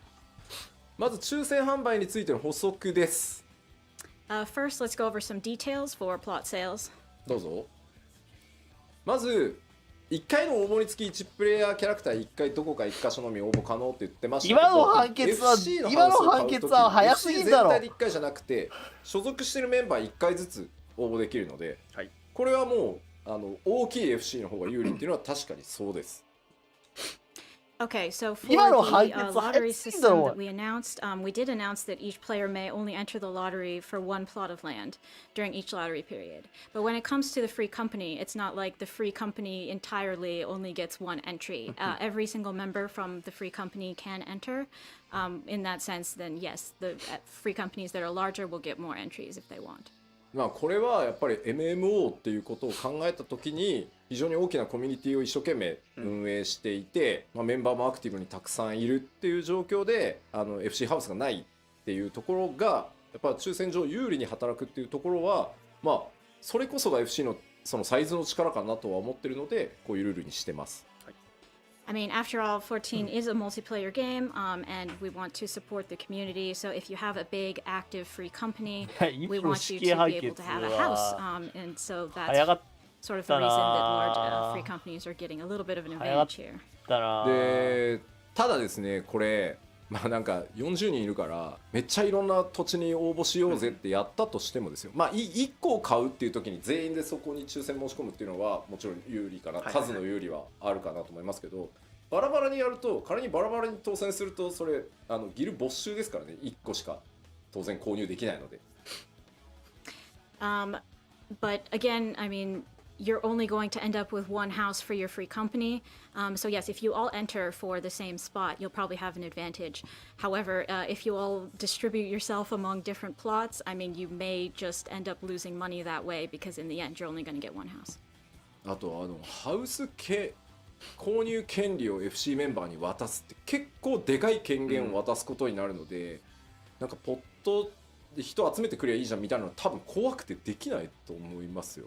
あとその権限を渡せる仕様も今回 6.1 と同時にもう変わってるので、そんなに簡単じゃないと思います。Also, it's well, そうなんだよね。 first of all, we'll be making some changes to まず the 購 rights 入 to 権 purchase 限 land を in 渡すっていう 6.1, の but も also, あ I る mean, し、あとは in order to みんな忘 apply れてる for け this ど、 lottery system, みんな your 忘れてるけど、 free 抽 company 選 members 申 need し込み時 to に be 毎件 given い the るん right だよ。 to purchase 全 land on 額 behalf of your 必 free 要なんだ company, よ。which is L なら sort of an 5000万、important right to give M な people, ら so we don't 2000 really 万、 think S でも that 500万。 most free companies are going to be going around shouting out for 毎 randos 件 to で come help 必要なんだ do よ。 this だから、 because it's putting themselves 仮 at に risk. まあとはいえ抽選ではあるので40人所みんなで属してるこう一気に応募したけ FC でど当たらなか40人でったもまあ申し込めるから有利じゃんって言うけど、 Um, 40人かけ though, る please 5000 remember 万 that な it's いと still possible 40 that if 人 you の申し込 all みはできないんだよ。 enter, you still might not win. That's just how it is. で続いてどうぞ。で応募時に全額土地代を支払っていただきますよと。There's also the point that when you 考 enter え the たら lottery, you must まあ pay the 妥 full 当 price じゃ of な the い？ plot. 妥当だと思うでよ。落選した時には返却されるんですけど、当たってしまったらキャンセルしたらお金ねペナルティがかかりますんで。Obviously, if you do not win the lottery, that money will be refunded in full. But if you win the lottery and you decide to back out on the plot, you will lose some money on that. どうぞ次。で、今回パッチ 6.1 で4種類の販売方法を、用意してます。Okay, so as of 6.1, we have 4 ways to purchase plots. 抽選販売の、FC 向け FC ハウスとしか購入できない場所、まあ、抽選販売の個人宅としてしか買えない場こ所んにちは。で先着早い者勝ちの FC でしか買えない場所、激励しときますね。先着早い者勝ちで個人としてしか購入できない区みたいな感じで4種類処理としては用意されてます。So we have 配信して the んのかな？ lottery version that is for 配 free 信してんの companies かな？ only to buy their free company plots. We also have a first come, first serve system that you're probably used to for free company plots only. And then we have the individual lottery and the first come, first serve for 配 individual. 信してる？でこの次どんなページだっけ？はいでその販売方法のねちょっと分配に関してなんですけど、ハウジングエリアの区ごと配信はしてないわ。街第1区、拡張街第1区、この単位たまたまごとに見つかっちゃった僕らが調整できるんですね。ここは、抽選の FC、はい拡張区第1区も抽選の FC でこれを、個人にすることもできるし、しかもパッチメンテナンスを入れればいつでも変えられるように今回作ってます。Okay, so each of these purchase systems will be applied by ward. So, for instance, we can give a different system to each ward in regular neighborhoods or in subdivision neighborhoods. And so it'll be like, Imperial Ward 6 is for free company lotteries, things like that. And we are able to change these every patch. でこれはどの区がどの販売方法になってるかっていうのはゲーム内で確認できるようになってます。You will be able to confirm which wards are subject to which systems in game. でしかもこれ最初例えば FC 用の区画として売り出して意外となんか小さいハウス買われないでってなったら僕らがメンテナンス入れて残りは個人に開放しますみたいなこともできるようになってるので混合していく区画もいずれ運用していけばあるかなと思ってます。For example, if we have something set to free company system and then all that's left are small houses that people don't really want, we can always change that later. 次どうぞ。で、パッチ 6.1 では、全ての区画に対して FC 向けもしくは個人向けっていう抽選販売にだけする今のところ予定です。So our current plan is in patch 6.1, we want to assign よし all 僕の wards 画面で大きい to 動 the きはもう lottery ないので system, either for 大きくしよう individuals or free companies. でねまあ処理は用意してあるんですけど、早い者勝ちっていうのを今入れないつもりでいます。 6.1 Right now, we are planning to not use the first come, first serve system at all in patch 6.1. で一応1区画だけ抽選じゃないやその早い者勝ちを入れようかっていうのもある、なんか案としてはあったんですけど、どうです皆さん。 We were thinking we could make maybe one 買わないので section でも only いいです first come, first serve, but what do you guys think about that? でも MP 見に行く？ MP 見に行こっか。ああいう動きないって言ったら先にあれやけど、MP 見に行こうか。もう見れるんだよね。確か。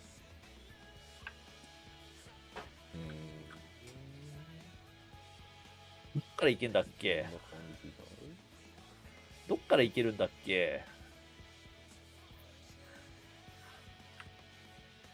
なんかもう、全部これか抽選で開かれしいいの声がエンピリアム多いのは多いな。1区ぐらいは試しでもいいんじゃないっていう声もあるな。There's, I'm pretty sure the majority is saying they'd prefer to have them all lottery, though there's a decent number of people saying, okay, just one ward, first come, first serve. ただね、その脳内シミュレーションしたんですけど、やっぱり1区だけでも先着があると、そのログイン戦争がすごいだろうなと思っていて。Yeah, we tried testing this, and even if we only まあ have ログ one イン戦争はど ward っちみ set ちすごいんだけど to な。拍車がかかるんだよ first な。 come, first serve, it does kind of affect the login situation. ハウジングのログイン戦争がないんだったらまあいいか。シナリオやりたかったのにとかあるし、なんか結局スタートダッシュで先着購入できなかった人は単に抽選に回るだけで、なんかその徒労感というか疲れた感を少数の人のためだけにやるのはどうなんだろうって考えたんですよ今回。なのでもっといろんなそのハウジングの区画を増やしていけた後に、やっぱりその空いてきたらとか土地がもっともっと増えて潤沢になってきた時に空いたらすぐ買えるっていう風に先着を使った方がいいんじゃないかなっていうのが今の僕の考えです。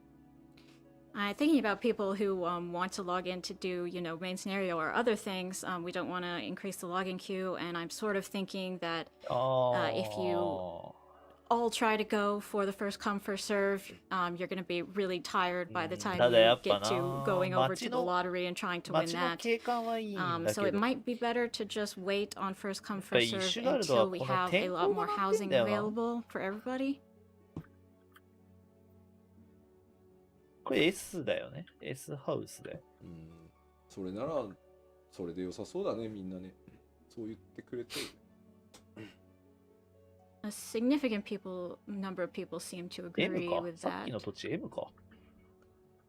よし、じゃあ今回は先着なしでいこうかなと思います。まあよりね、もし先着でっていう意図が強いとかいうのがこんなアイディアあるんだけどっていう場合はフォーラムなどにねまたちょっとお寄せいただけると助かります。So yeah, I'm thinking we'll just go with the lottery system for now, but if you feel strongly opposed or you have another idea of how we could do things, please feel free to comment on the forums. 街並みはやっぱ綺麗だね。はい、以上で、土地販売についてのお知らせでした。So 街 that's 並みは it 綺 for 麗だね。 housing plus sales。ここでっかいね。はい、ありがとうございました。でっかいし。さて、ということで、まあ第結構目の前だし68回 PLL の内容は大体これで全て完了いたしました。So this is all about today's Final Fantasy 14 letter from the producer live number 68.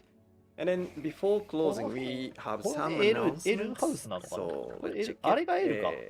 このまま締めに向かう前に、いくつかお知らせ事項が例によってございますので、そちらのいやでも確認をさ土地のサイせていただきズこっちのたいとでかげだな思います。。でかげだ。はい、画面お願いします。最初のお知らせです。The first さっ topic きの is とこがフ L リートライアルです。フリートライアルが2月22日から順次再開いたしお、ます。フリートラ再開めでたいですね。We will resume FF14 フリ free ートラ trial 再開めでたい。 on February 22nd and onwards. I mean, 再開は公式ストア何箇所かで配布してるところがあるんですけど、こうしてみると S ちっちゃいね。S ちっちゃいし、まあこれが L だね。そうだという判断をしましたので、はい2022年2月22日かこれがら L か順次再開していく予定でございます。まあそのうちねフリートライアルの範囲をまたここが L で上げたいななんて思ってたりはします。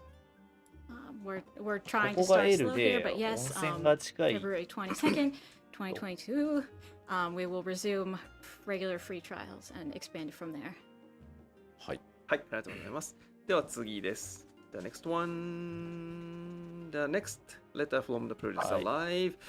As 冒頭でコメントしました通り、第69回 Final Fantasy XIV プロデューサーレターライブを3月4日、日本時間午後8時からお送りいたします。So, as we mentioned earlier, the next letter from the producer live will be streamed on March 4th, Friday, and then starting 8 p.m. Japan time.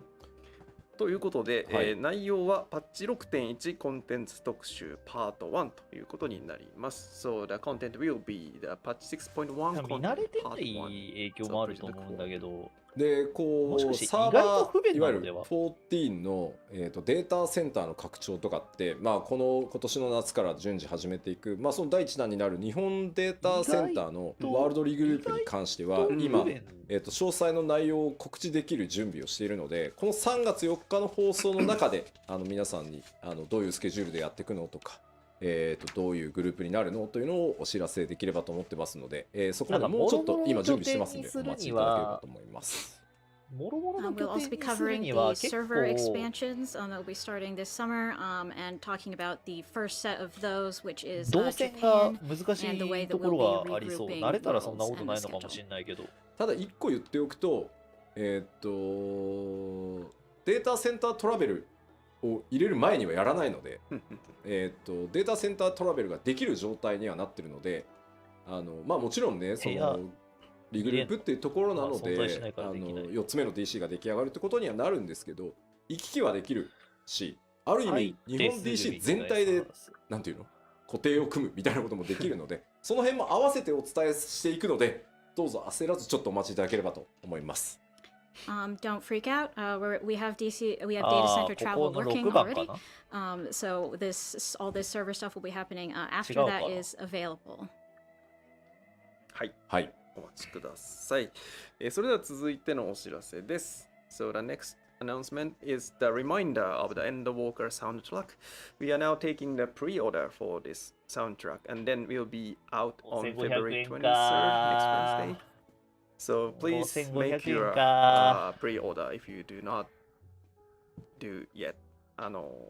サウンドトラック、エンドウォーカー、魚月のフィナーレのサウンドトラックが来週ですね、いよいよ2月23日水曜日に発売を迎えて、現在予約受付中でございます。まだ予約されてない方いらっしゃれば、ぜひこの機会によろしくお願いいたします。僕の中で脳死でパッと買える CD の金額の上限が3000円なんだよね。脳死で買える金額の上限がね。The next one is another pre-order announcement. And then we are now taking a pre-order for the Final Fantasy XIV print collection. Third installment, and then these will be available April 30th. 4月30日発売の FF14 複製原画第3弾のお知らせです。今回は全7種類の画像が出ます。先に画像見ましょうか。次のページお願いします。These are the artworks that will be available on April 30th. はい、この7種類になりまして、で現物がどんなのかというと、今日私の後ろにずっとありましたのがこちら実サンプルでございます。こんなようなサイズ感、良いセットね、こちらね。This is actually one of the examples of the よいしょアートワークね、こんなサイズです。はい、ですぐ右。はい。ということで、もんですので、ぜひご検討ください。ここか。では続いてまいりましょう。The next announcement. そうだね。負け褒めの So 前 this だ is し、 we are now running the そもそも collaboration 入って with すぐ the の場所 Square だし、 Enix まあ、ここ Cafe in 一 Tokyo 等地でしょうね。東京のスクエニカフェで FF14 コラボが現在実施されております。でこちら期間の通り3月25日まで行っておりまして、いろんな限定メニューとか、コラボアイテムなんかがございますので、ぜひともご利用ください。So this collaboration will last until March 25th. So there are some special menu and then some dedicated merchandise. So please check it out. はい、ということでよろしくお願いいたします。はい。そして最後にもう一つお知らせがございます。We are hiring ということで、FF14 を一緒に作ろうという方、現在ゲームデザイナーとグラフィックスエンジニアの募集を行っておりますので、どれどれと思った方はですね、ぜひともリンク先をご覧いただければと思います。まあグラフィックスエンジニアはね、腕のいい人がなかなか捕まるわけじゃないんで、まあダメ元っていうのはあるんですけど、今ガリガリコード書いてるんですけど、もっと増やせればもっとなんていうのやれることも増えるんで、確かにもう我こそはというね、要求値高えぞ。グラフィックスのコード書けるよっていう方はですね、要求値高えぞ。ぜひある程度ノルにして交代局もご用意しますので強化していきたいので、ぜひぜひ。あとまあゲームデザイナーもですね、まあ随分この前お話してからご応募もたくさんいただいて、採用された方もいらっしゃるんですけど、まだまだ規模拡大していきたいので、ぜひご検討ください。We are having a surprisingly hard time finding graphics engineers, so you know, and if we had more, we could really increase the number of things we could do. So you know, we thought we'd ask the Warriors of Light if you have graphics engineering skills, please join us, and game designers as well. Please feel free to apply. まあ今ちょっととはいえ全くの素人じゃダメでしょって書いてるんですけど、ゲームデザイナーに関しては前回放送のアーカイブが多分残ってるんで見てもらえればいいんですけど、そっから今リードやってるやつとかもいるぐらいなので、14はもう課題の応募はなんだろう、試験のように ID 考えてきてくださいとかなんで、そんなの別に Excel とか Word 使えばできると思うんで関係ないです、あんまり。はい。People are saying, well, don't we need experience to be game designers, even if you say it's okay not to? And no, really, I mean, as long as you can use Word and Excel, that's you'll be okay. 課題の応募 ID 1個 So 考 even え if てき you've てく not ださい done と the かなんだ。 specific job before, consider joining us. そうか、条件が悪いんじゃないとか、こう契約社員でしょどうせみたいな書かれてますけど、私ずっと契約社員ですよ。契約社員の方が給料上がりやすいんですよ。僕正社員オファー蹴ってた人間ですからね。いらないっつって。A lot of people are saying, oh, well, it's probably because you're only offering contract positions or something. And I'm saying, I was a contractor. I've been a contractor for this whole time because it's easier to know how much I'm going to be paid. 正社員っていうなんていうの、その働き方の部下が増えちゃって、契約社員が正社員の評価をするのはおかしいだろうって会社に言われてついにいやおかしいのはなんかその給与制度だろうって言ってじゃあ正社員でもいいけどいくらくれんのって言って僕正社員になってるんで。At some point, you know, I was told I started supervising all these people who were permanent employees, and the company was like, "Yeah, it's kind of weird that we have a contract employee supervising all these permanent employees. So can you stop?" And I was like, "I think the labor system is the problem here, but okay, how much money will you give me?" And that's how I became a permanent employee. 正直スクエアエニックスという会社の福利厚生は素晴らしくいいです。契約社員っていうその雇用形態が違ったとしても、本当にすごく良い福利厚生状態なので選択する人も増えてますよ、どっちっていうのを。ただこれもちろん人によって価値観の違いなので、どっちがいい悪いは言いません。ただどんどん上がっていくことができる会社だよっていうのは、まあ、正直変な話僕を見てもらえればこんな跳ねっ返りが分かりやすいよ。やれる会社なんで吉田が言うじゃん、もう説得力が違いすぎる。We have a good working system, and you can get promoted here. Obviously, people's values are different, so if you're thinking, oh, I want to be a permanent 多 employee 分 versus 範 a 囲回 contract 復の employee, スキル that's が also 入ってた fine. と思うんだよ But ね。 yeah, we do have a good working 範囲 environment 回復 here, のスキルが so 入ってた just と so you 思うんだ know. よね。そうか、意外となんかみんなあれなんだね、サービス残業が加えてサービス残業禁止ですかね、うちの会社、残業してもらいたいときは残業、このために残業、まあ自分で申請してもらうときもあれば、お願いする、追い込みでね、お願いする場合、全部お金ちゃんとお支払いするっていうのが前提なので。Of course, people are asking about how much unpaid overtime they have to do, but actually we don't do that here. If we work overtime, we write the reason, and then we get paid overtime money. はい、というわけで、楽しくね、ゲーム開発参加してみたいぞと、我こそはと思う方はぜひぜひ。展開も違うし。So we'll cut that off here for now, but yes, if you're interested, please send your resume along with those 大 links. だし。はい、ありがとうございました。Thank you very much. 何入れてた So this is it. And then before closing, we'd like to 何入 take れてた some final comments. いやフェイブレ入っとるんよこれで以上フェイブレ入っとるで全て終了したので、最後締めの前フェイブレ入っとるにコメントを一言ずついただきたいと思います。まずケイトさん、一言ご挨拶お願いします。So ケイトさん、please. 久しぶりに、このような通訳をできて楽しかったですね。いろいろ設定について、通訳できてよかったです。これからもよろしくお願いします。Hi everybody, it's been a while since I've been able to do this kind of interpretation, and I was really happy that I got to do so much talking about lore while doing so. And I look forward to seeing you again. 戻せありば。がとうございました。Thank you very much. 戻せば。はい、それでは吉田さん、締めのお願いします。吉田さん、please。はい、まあ今日ね、本当Q&A も含めてですけど、まあいろんなお話しました。まあかなり未来のお話もしたと思うんですけど、冒頭に戻りますが、まだまだ14発展していきますし、チャレンジを続けたいと思ってます。ささやき出てた。So we've talked about a lot of things today, including the Q&A, including the future of 14. But yeah, if I can just wind it back to the beginning, I want to say again, I really want to keep 14 going and take on new challenges from now on. So we will keep at it. まあもしかしたらね、家庭の中では、まあ、今回その日本 DC のね 4DC 目追加、ワールドリーグループみたいに、まあ、できるだけ避けたいとは思ってますけど、より安定的にこう運営サイズを上げ、みんなに混雑なくこう遊んでいただくために、まあ、本当にできる限りないようにはしたいと思いますが、我慢をねちょっとお願いしてしまうようなこともあるかもしれないです。Beginning with the Japanese data center expansion, of course, as we add servers, we're going to have to regroup worlds, and a lot of you will probably not enjoy that, unfortunately. But overall, we do want to increase the amount of space we have so that players can have a good time, not get stuck in queues, all of that.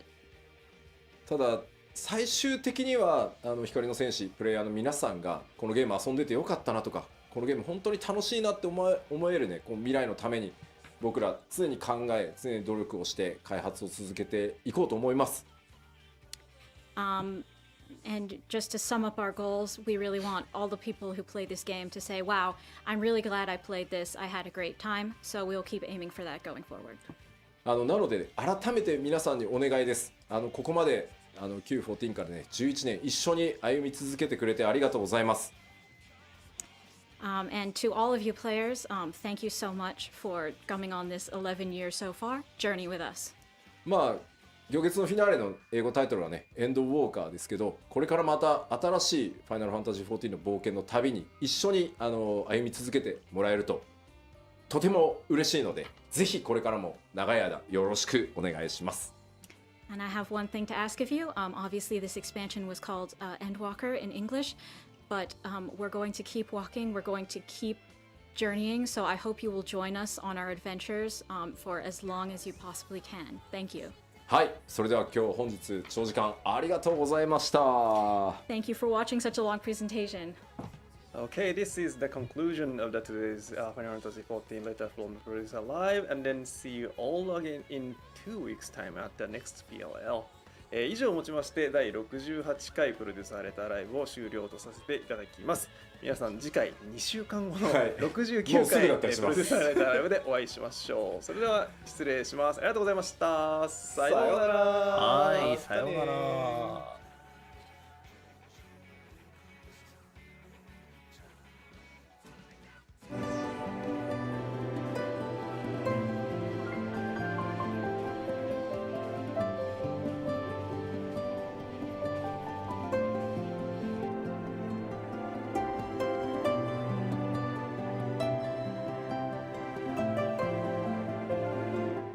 はい、ということでね、無事ね、学者のジョブクエを70まで進めることができました。これでね、あとはレベル上げれば、スキルを覚えるんだけど、今回、学者のジョブクエやったのは、DD やるかもしれんっていう話を受けたので、で、学者持ってこいって言われたんで、学者のスキルをちょっと解放していきました。はい。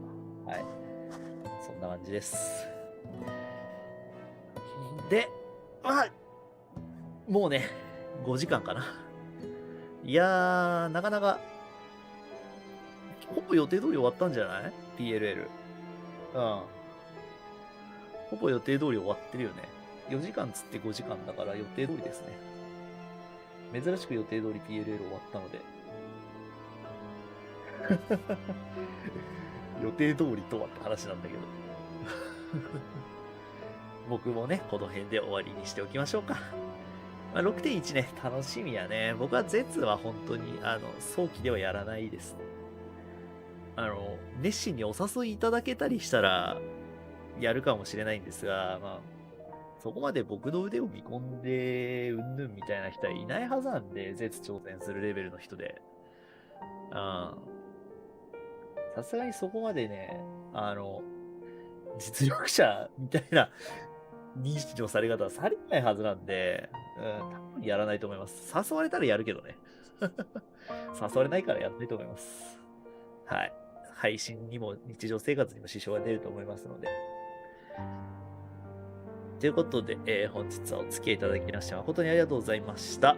学者少し使えるようになったんじゃないかな。さすがにね。ちょっと死んだけどね。あれはギミックだから仕方ないね。で、今日は夜8時から例のメンヘラ女子育成ゲーム、ニーディーガール、なんとかやっていきますので、よかったらそちらもご覧ください。ということで、お疲れ。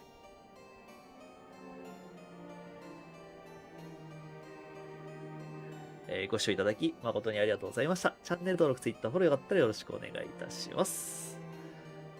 いや、本当に長時間、マジでお付き合いいただきましてありがとうございました。割とグダグダ喋ってるだけだったんだけど、楽しかったな。はい、キツネさんをつってて、ありがとう。おいだわ。またの。